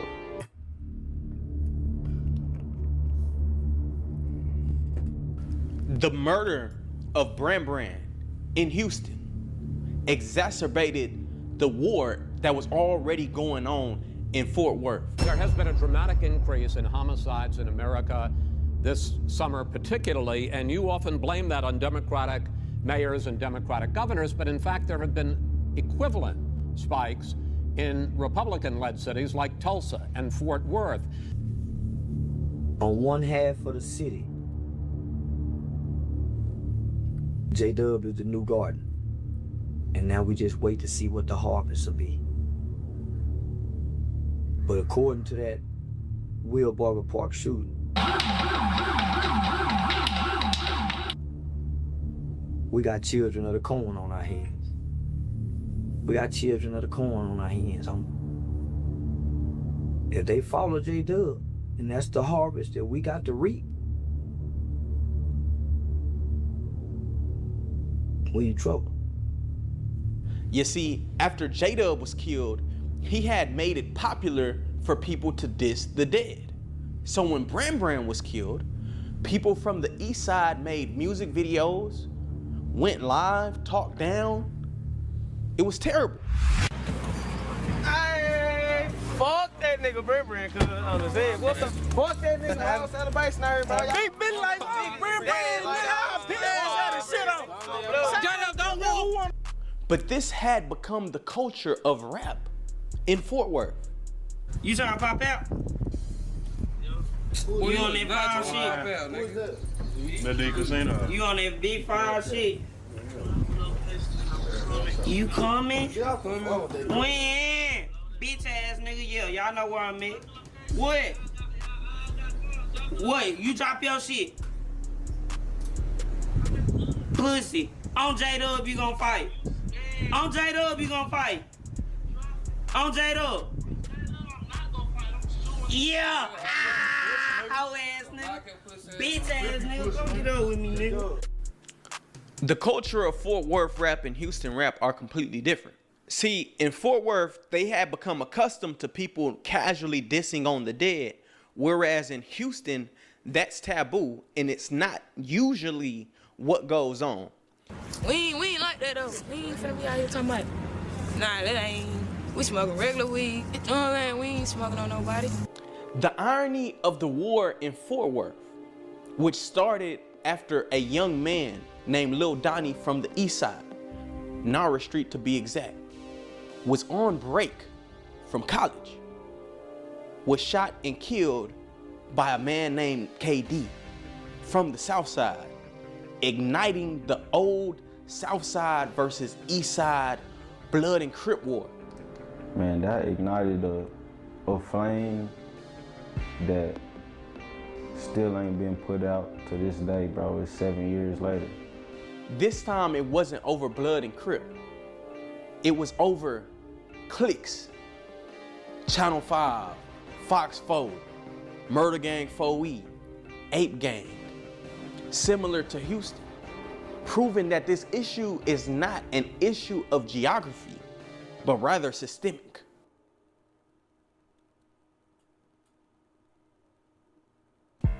Even though Kenny Lou is no longer with us, both Scoot Up and Push Up have major impacts in the music game, even if it's not musically. 4K Trey heavily associates with the Scoot Up movement. Youngin Ace heavily associates with the Push Up movement. Both Tech and Fredo Band heavily associate with the Push Up movement. Honeycomb Brazy frequently visits and associates with people from the Third Ward side. And last but not least, Finesse 2 Times' girlfriend, Suge, is actually from Yellowstone. I'm from Yellowstone. One of her nephews was killed in the war between Push Up and Scoot Up. Chat, I know this ain't got nothing to do with nothing, but Ari or Suge? Ari or Suge? Which one? I'm going Suge, yep. The Scoot Up versus Push Up war has divided the city of Houston. Right now in the county jail, instead of being asked, are you a Blood or are you a Crip? They ask, are you pushing or are you scooting? So in Houston, instead of your traditional gangs, you'll hear more cliques. It's tripped Not out. really, Cause I'm gonna trip you out. It's like now, it's like they cliques. You got Bloods and Crips, and then you probably got some BDs and some GDs. That's, you know what I'm saying, that's in these cliques. You know what I'm saying? This is clique stuff now. Cliques are what police describe as hybrid gangs. They describe them as hybrid gangs because they encompass both Bloods, Crips, BDs, GDs, Vice Lords, all under the same umbrella, some even non-affiliates. In Houston, is it true that the cliques are almost as bad or worse than the gangs? Yeah, for sure. It's I believe really where we from, it was clique first. Like and everybody in our shit, they either Crip, Blood, or folk. But it was Gov Bank first. It was Hollywood first, so that made us more family, or you know, like we was family type shit. You know what I'm saying? And we'll beat up if a Blood nigga ass trip out, he just getting it. He just finna just do it to him. If it's a Crip nigga, we just finna do it to him. Unless somebody from the, you know what I'm saying, can't be like, hey, now that's my people, to give him a pass. Then you know what I'm saying, he probably get a pass type shit. But other than that, we was pushing this Hollywood shit, Gov Bank shit. So Hollywood clique come before Blood and Crip. Hell yeah. Then, but you know, niggas branch off and do their own shit. But when you have to come in these gates, that's the only thing about it. You can do whatever you do with your partners or whatever. But once you come in these gates, what you gonna do now? With that foundation right there, that's why it was always with us. Anybody that was part of this shit right here was the VO of everything. My brother Barty passed away, bro, in 2023. Rest in peace, my nigga, man. You know what I'm saying? That he lived by that shit for real. We all live by it, but he gonna make it known. My V come before my B. You being a Vice Lord, how did that affect you being in the clique originally? I used to get violations every day because ain't no such thing as you being in a part of a gang or a nation, whatever the fuck you want to call it, and then joining some clique. It ain't no such thing. So I used to get violations every day.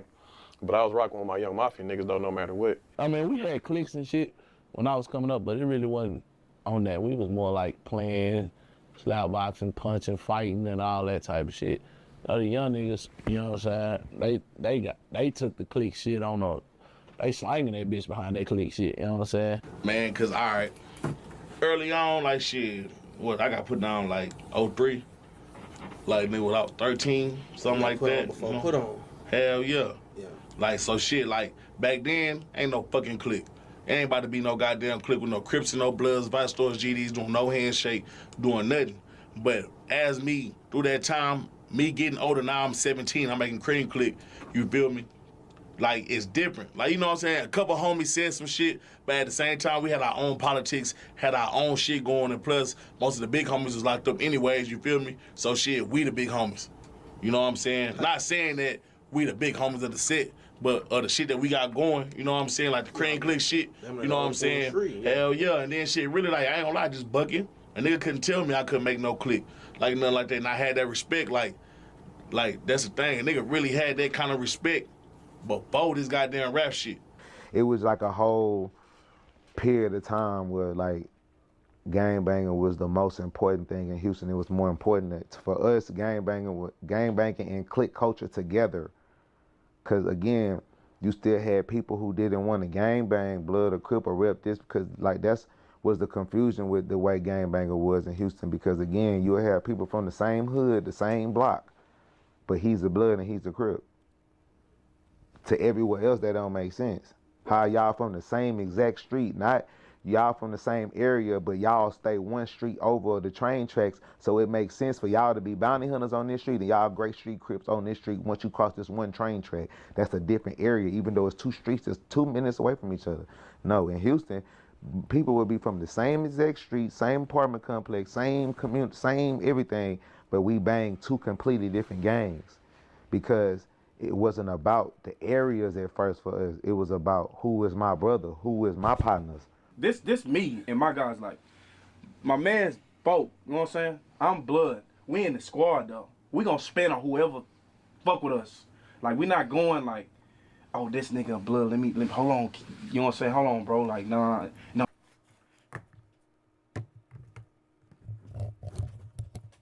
$5K Osama. I appreciate the sub, my boy. Hold on.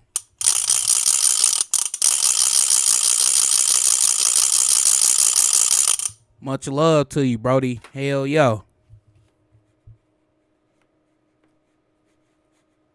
Oh, he talking down the we going in. I'm pretty sure that's how most people think, you know what I'm saying? I know not everybody, but I'm just saying, like, I came up like, I'm going to war for my guys. When it comes to the hunter shit and the blood shit, if it's a problem, hey man, I'm a man first, I'm Paru second, and then comes the hunter, you know what I'm saying? Right. So that's why when we used to have beef with some of these clips that were bloods like Mash Mode, you feel me? I'm gonna give you an event, a real live event. I had to talk to Sauce, I had to talk to L Train. We had a party. I'm like, hey, bitch, you know it's finna pop off. You know what I'm saying? Hey, man, bitch, you know what I'm on? We dogs, bitch. Hey, bitch, you style my way, I'm gonna style your way. You feel what I'm saying? So I'm finna go basically holler at your partners. I'm gonna let you go holler at my partners. You know what I'm saying? These niggas I know, who I know, you know what I'm saying? So I'm telling them out the flap, ain't no blood on blood crime, you feel me? So, hey, man, I'm finna go over here and catch me a victim over here, and you go over there and find you somebody, you know what I'm saying? For real, that's how it was going on, for real. And there was like, one of the times we tried to stop the altercation, like, man, we dogs, how we dogs on dogs out here, bro? Like, you niggas ain't man enough to come sit that shit down? Nah, That's man, why this it never Houston really shit got, crazy. Like, ended, because you had niggas who wasn't dogs that was in the mix, and you got niggas who were dogs in the mix that was putting the clique shit before the dog shit, you know what I'm saying? A lot of niggas when we was growing up, and you know they end up, becoming dogs, they end up becoming Crips or whatever. They did it, and a lot of niggas did it just to do it because when they came back, it was like shit. I got niggas in my gang that's Crips, BD, GD, and like, I'm a dog, but I go against a dog from another hood for him, like, and he a Crip, like. So it's an epidemic in Houston where you see a lot of blood on blood crime. Right. You know what I'm saying? It's that's not. Why, see, when they had the push-up, scoot-up going on, that's what I was trying to prevent. I used to tell them young niggas, y'all gonna be back to back in the penitentiary. You know what I'm saying? I feel like if I would have known a little bit before, cause I didn't catch on till later on, then I probably could have stopped it. The difference between Bloods and Crips in Texas and Bloods and Crips in California is that most Bloods and Crips in Texas claim streets that they've never been on. Hoover is a street, 60th is a street, Paru is a street. And with the exception of Mash Mode, most cliques hood bang, meaning that the cliques represent the actual places in which they were founded. South London is a village. I can damn near walk on every alleyway and walk in somebody's house. Feel me? These women, these men, these kids over here, we all a village, you feel me? This is our gang, brother. This is our hood. That's what they was. That shit, people got gangs misconstrued, or like the meaning of it. It doesn't mean what people think it means, bro. It's a group of people that make that for the same, they have the same belief and they present themselves like a group. That's a gang, bro. And they get, when it becomes a gang, when they get on bullshit, then they call it a gang. When we get to being violent and drugs get so, they call it a gang then. And so because of this phenomenon, a lot of times the cliques in Houston have more pull than the Bloods and Crips. And they're also associated with more violence than the Bloods and Crips.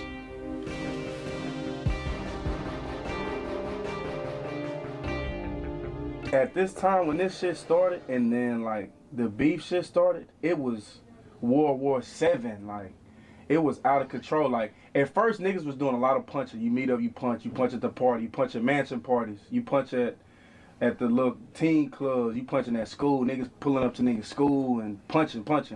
Then, you know, niggas start getting woo-woo, niggas start getting hit, niggas start dying out here. Like, niggas was losing their life and shit. That clique shit was way, to me it was way, and it's my opinion, you know what I'm saying, because I do gangbang, but like that clique shit was way more stiffer, more tougher, more exciting than any gang shit that I done seen, you know what I'm saying? Like, that clique shit was like, hey, we finna go spin.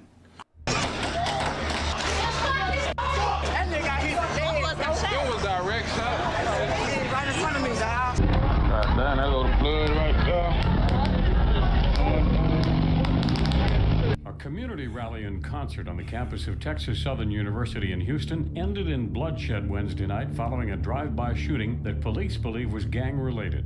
The school says 6 people were shot and have been treated for serious but non-life-threatening injuries.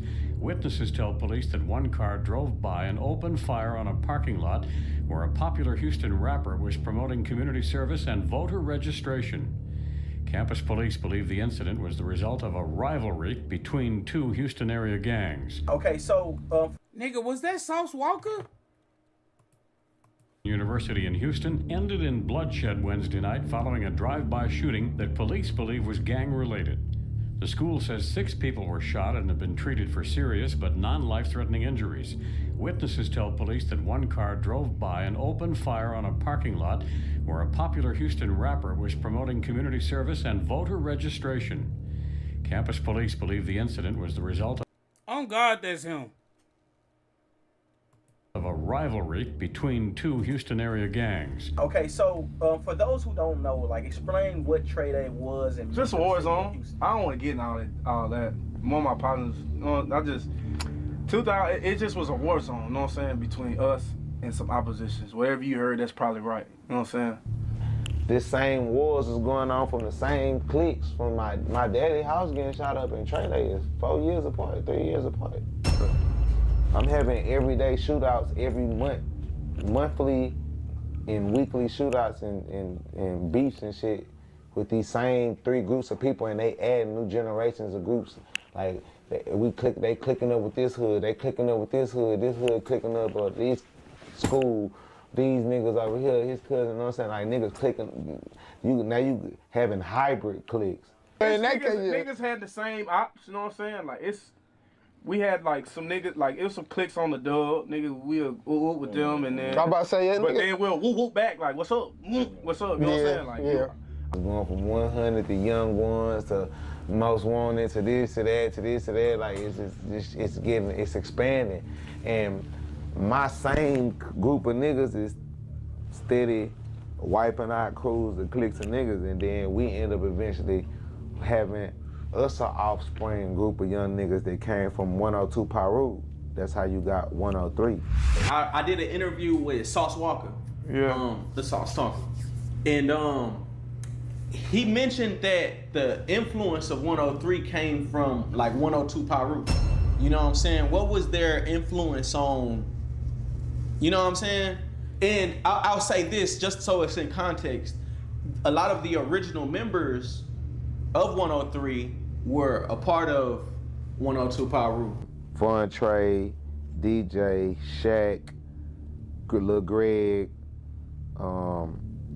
It's another very important person name that I just can't say off the top of my head right now, but these are all of the original members of 103 that was all in 102 Piru. You see what I'm saying?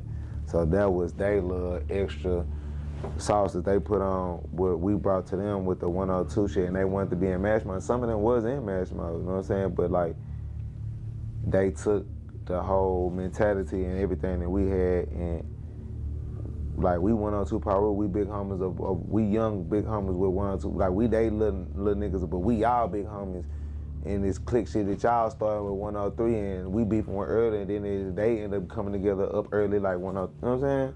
Right. All of that is an offspring of Mash Mode. Man, shout out to 102, man. Shout out to Walk, but look, it was a lot of so many niggas that was 103 that wasn't 102. It was only a few. Like I'm not gonna say that. Like I'm not even gonna agree on that. Like I fuck with Walk, but I don't agree on that. Like we was turned before. Like a lot of niggas was 102. That was 103, you know. I ain't even gonna say a lot because it was a lot of us. It was a handful, probably maybe a couple handfuls, but when this shit was going on, it wasn't no 102. It wasn't no 102 being said. It wasn't no 102. It wasn't none of that. It was early like 103. Like, that's what it was. 102 wasn't around when niggas was dying. this is one of those dichotomies where two things can be true at the same time. So before I even get into it, let me first and foremost say that the streets lead to two places: death or incarceration.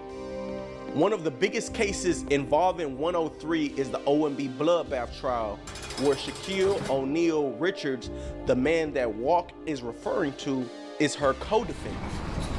Now, according to court documents we've reviewed, Nix is charged with directing activities of certain criminal street gangs. These are felony charges. According to those documents, Nix is accused of unlawfully, as part of an identifiable leadership of a street gang, namely 100% 3rd Ward and 103, knowingly did finance, direct, and supervise the commission of the offense of murder, aggravated assault, and aggravated robbery by members of said criminal street gang. We're told that these charges dates back to an incident that happened in October of 2017. Now, according to police at the time, 4 men with rifles and an assault weapon shot 2 people in the 6800 block of London Street in southeast Houston. The men then crashed their car and proceeded to carjack a woman and her 11-month-old niece in a minivan. Sources telling us that the charges currently filed against Nix are related to that crime.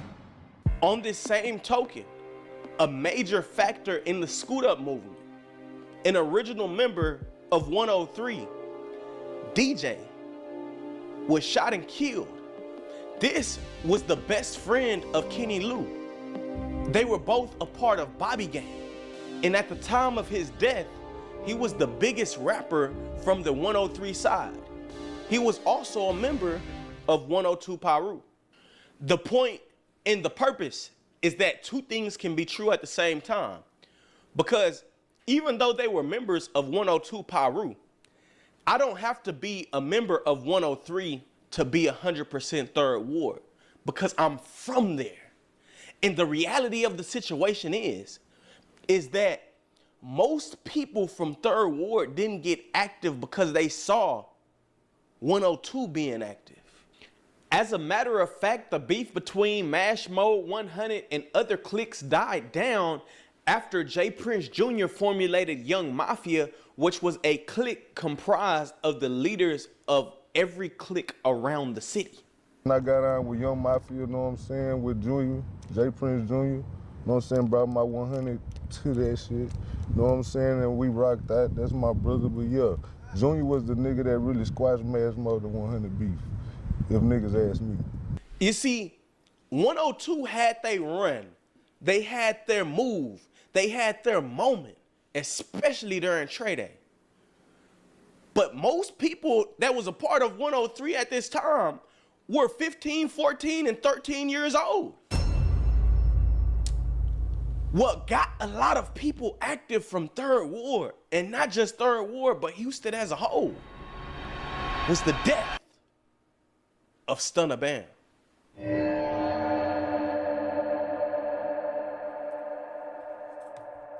Hold on, chat. This shit getting good.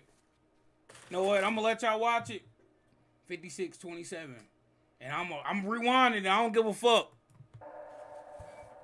On May 1st, 2010, 14-year-old Jalen Stunna Bam Calloway, a freshman at Jack Yates High School, was shot in the head and later pronounced deceased after a fight broke out between rival cliques from the southwest side of Houston and 3rd Ward. Because of the nature of the situation surrounding his death, the entire city felt shockwaves, but no one felt it quite as much as 3rd Ward. Me and Bam came from pre-K together. My mama and his mama was real, you know, they was real cool and close at the time, and my old man, his mama Michelle, so we ended up going to the YMCA back in the day. You know, 3rd Ward had the YMCA across Bayou. So that's when a lot of motherfuckers went when they were like in pre-K, from like pre-K to 1st grade. So I had knew Bam from pre-K, you know what I'm saying? I knew Jalen from pre-K on up to the time he died. A sandbox. Facts. His birthday was only 4 days away from the day that he died. And instead of celebrating his life, they mourned his death. Another prominent name that comes to mind when I was in school was Stunner Bam.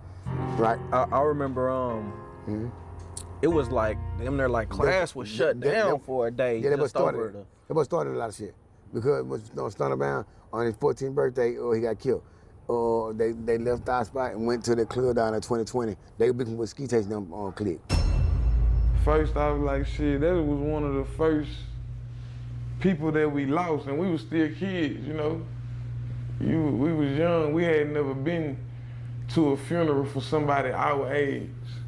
You know what I'm saying? If that makes sense, like it was new to us, and it meant a lot to us. And the way that he died, we looked at it like, shit, if that'll happen to bro, or whoever did it to bro would do it to him, they'll do it to us. So we got a little defensive, you know what I'm saying? Now, you actually went to Yates? Yeah. In Third Ward? Yeah. I didn't go there that long, but I went there. I went there for like a year. What year is it that you went to Yates? I went from, when I got there, it was 09, the last semester. And then I went the first semester of 2010. That was when... Yeah, for sure. Know what I'm saying? Yeah. So, okay, tell us about that Yates experience. Shit, my Yates experience, when I first got to Yates, nigga, I was getting into it with niggas just from being from the West. You know what I'm saying? Niggas was sweat up and down. I was in every type of clique they had out there and shit. But shit, I ain't in no cliques, nigga. I bang my set, that's it. You know what I'm saying? But yeah, I was getting into it with them niggas up there about this shit.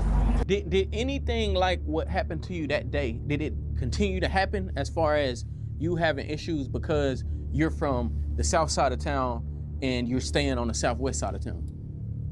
Unfortunately, yeah. And it was crazy because I never understood why.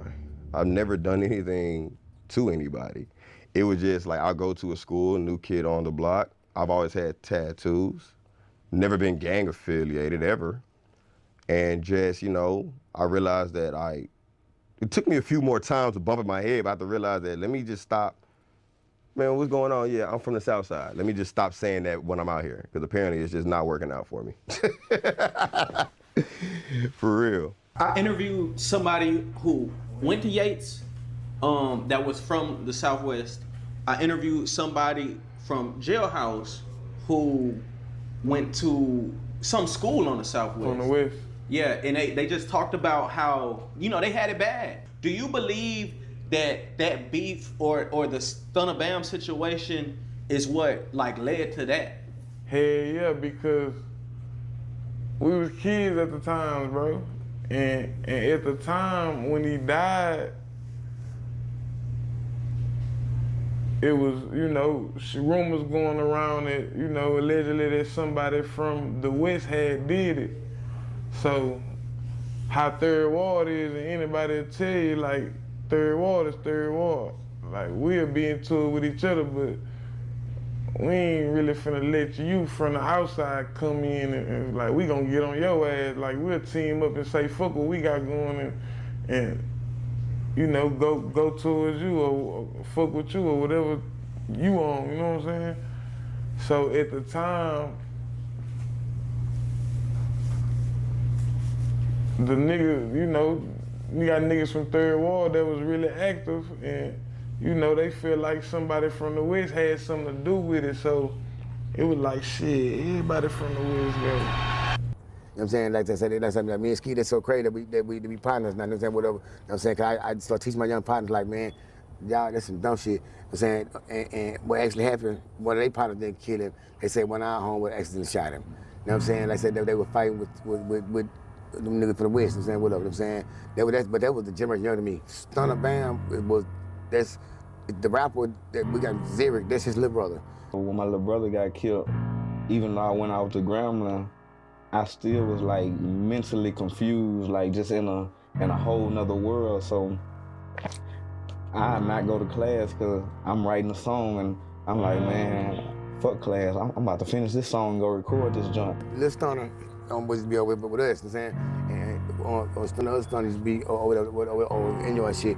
We told him to use the name because his little brother was popular. He was young, but he was popular. Right. You know what I'm saying? So we like, man, shit, you gonna have a rap name, nigga, use your brother name, Stunner Bam. Everybody knows Stunner, everybody loves Stunner. When Stunner died, that what set everything off. They wasn't saying like you know what I'm saying, they had a kid motherfucker on their birthday, and their names up, man. You know what I'm saying, everybody beefing. You know what I'm saying? But he's just a little young player.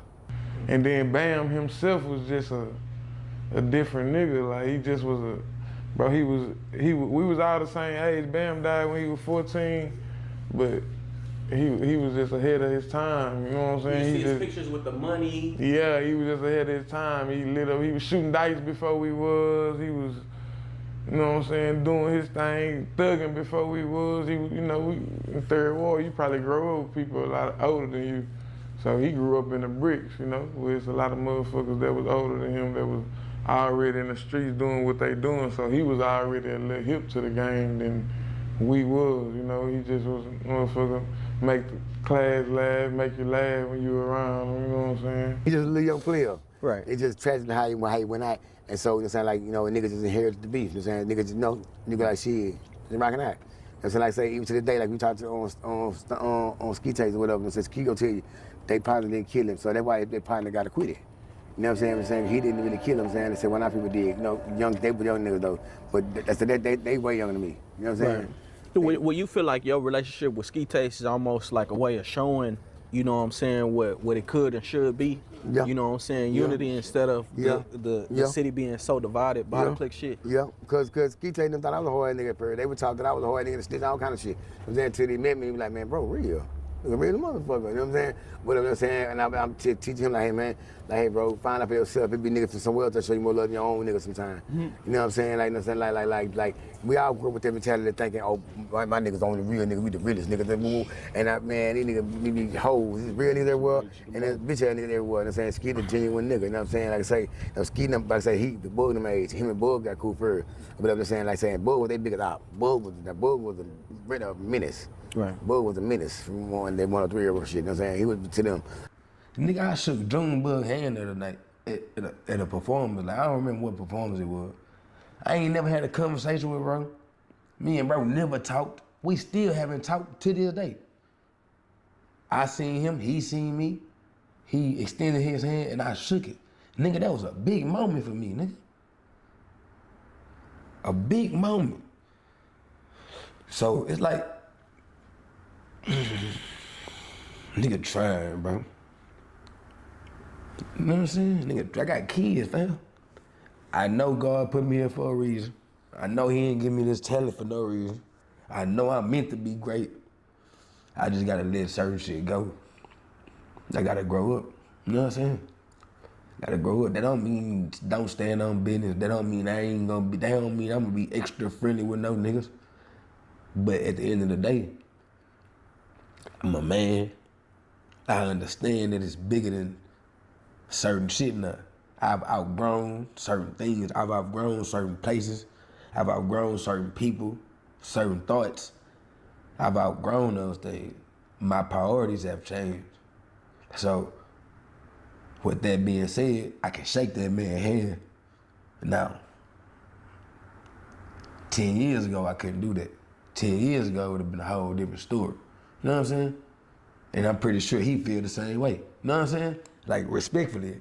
Like I told you, I feel like the movement that you and Gates are pushing is the most important movement to the city of Houston as far as on the unity side. Like what Real Tune can do, right? What Stay Down can do, right? What Trade of Truth can do. Any industry, rap, affiliate, blog, whatever, they cannot do what you can do. That's hard. You know what I mean? Like real talk. Like I feel like it's up to the streets to say the streets. Right. You know what I mean? Like outsiders coming, it's never worked. Right. You know what I mean? We still in the same situation and predicaments that we in today. Right. But that's why when I see y'all not just coming together yourselves, but you bringing the north side together, the south side together, the southwest, third ward, like, you know, I seen, right after that, I seen them promote somebody from Yellowstone and they've never gotten the light, historically. Right. You know what I mean? Outside of Big Pokey shop, RP Big Pokey, you know what I'm saying?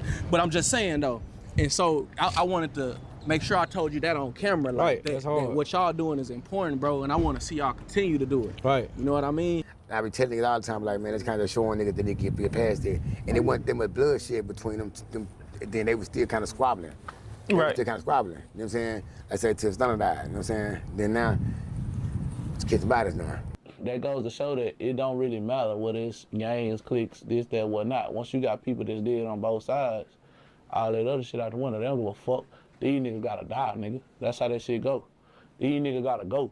You know what I'm saying? Like, I don't give a fuck about none of that, about woo, this and that. Such and such dead, okay, he gotta die, and them niggas that surround him gotta die. That's just how they go. Them niggas we finna run them over.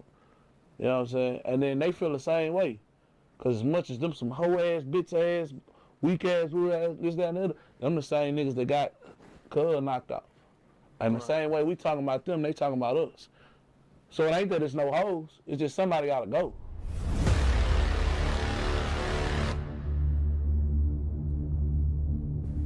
In 2012, the beef between 3rd Ward in the city of Houston had went past the lines of Jack Yates High School, had went past 3rd Ward in Yellowstone.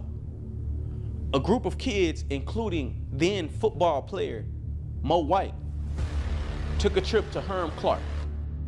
According to reports, the now Missouri City Police Chief and former Houston Police Chief, his nephew, was thrown out of a car after being shot in the head and left for dead. When I got that phone call from Chase being thrown out the car on the street in front of his house, like, yeah, I was crushed. I was crushed. And everybody around me was crushed. That was so sad. A cell phone was left on the scene, which led to the arrest of everyone else who was involved. But the point and the purpose is that the police chief complained that it took 9 months for them to solve the murder, which shouldn't have taken that long considering they had the phone. But because it was a young black male on the south side of town, and it was reported that there was some gang violence and drugs involved, that nothing was done. After the death of Chase Walker, tensions between 3rd Ward and Herm Clark had risen. When that happened, that's when I was introduced to some gang called 103. Like, I didn't know nothing about it. So, and that was apparently who had something to do with that. So that's how I found out about that. And that happened in Herm Clark. 3 years later, at a pool party, Emo was killed. Another graduate of Jack Yates High School. The violence that came to Herm Clark after that, because people were hurt, people were sad, people were upset. And so when that happened, I feel like it started more gang wars. Like it got bad. Like my cousin went to jail after that. It got so bad. And yeah, I miss Chase. I miss Chase a lot. Because of the beef between the 103s and the YSBs and those who want to bees, oh, that was a little flow. I've had to go to some funerals. Some I chose not to because I just couldn't handle it. I sit here and think about some of my babies who are gone. Emo. It's just hard, and it was just beef over property and things that you even had no control over. There was some kids who were involved in things that I didn't even know until something, happened. I think about Maurice White and just some of the other ones, just too many. This situation is touching because Mo White, who was named, the driver and the person who pushed Chase out of the car, was later murdered in 2021. Mo White's death is among the 264,000 crimes that police suspended because of lack of personnel.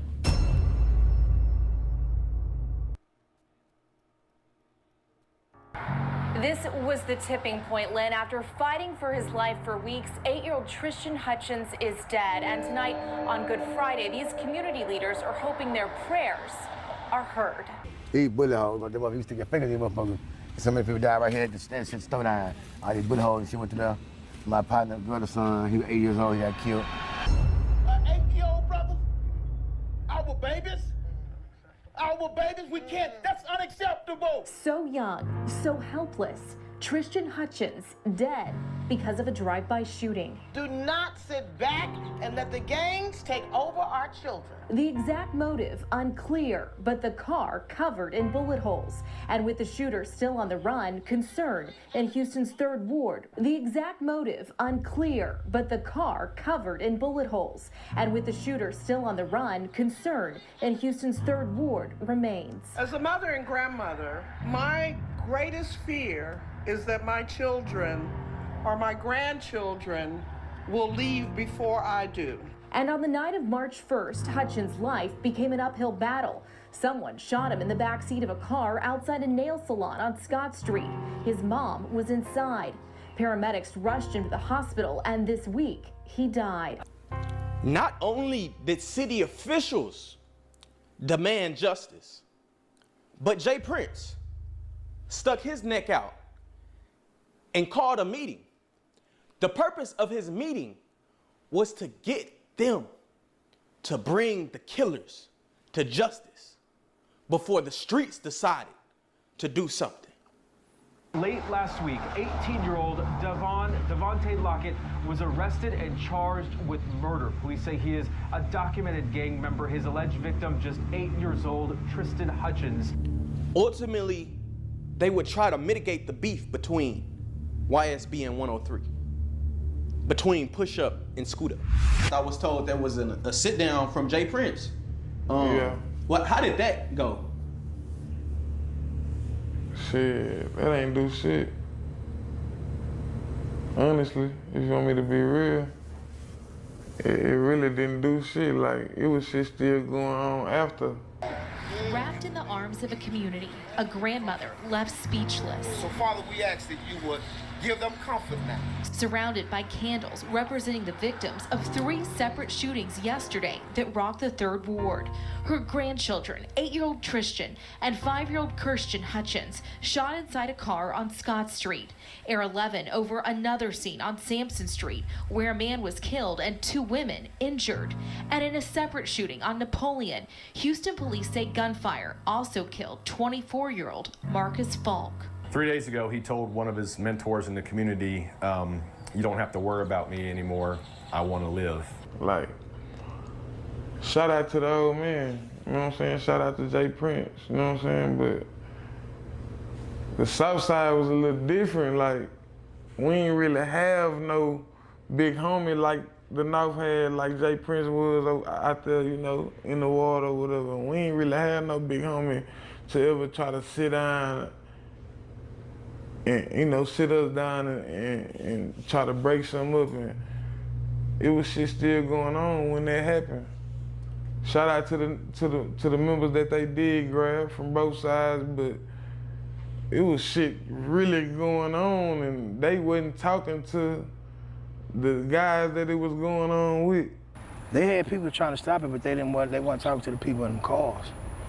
Murder charges were dismissed for the young man who was accused of killing the 8-year-old boy after prosecutors said that they could not prove the case beyond a reasonable doubt because eyewitness identification had been recanted. So to this day, there is still no justice for the 8-year-old boy who was killed in the war between Push Up and Scoot Up.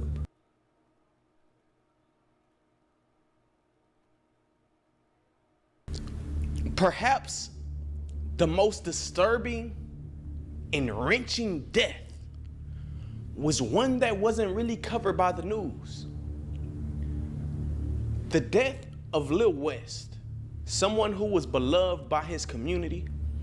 The reason why this death was so tragic was because after he was killed, something happened that generally never happens, especially in Houston. The killer, another young man,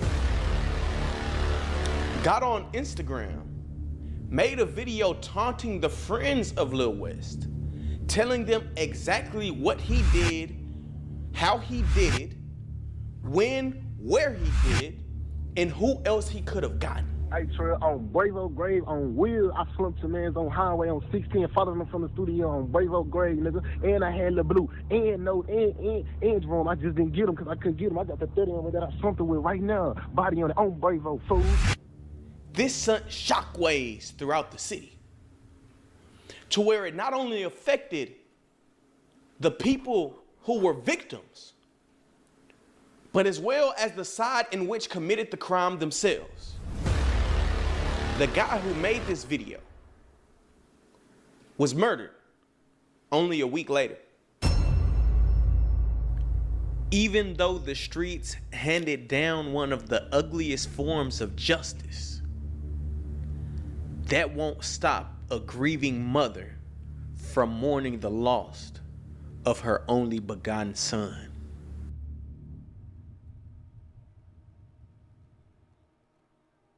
We need the city's help. Our children should be able to come to school and learn in a safe environment, and they should be safe when they leave our campuses. Stepped up patrols today at Lamar High School, and around the corner just off campus, Houston police parked on Bammel Street, the block where an 18-year-old student was murdered yesterday in broad daylight. Today, the medical examiner identifying the victim as DeLindsey Dwayne Mack.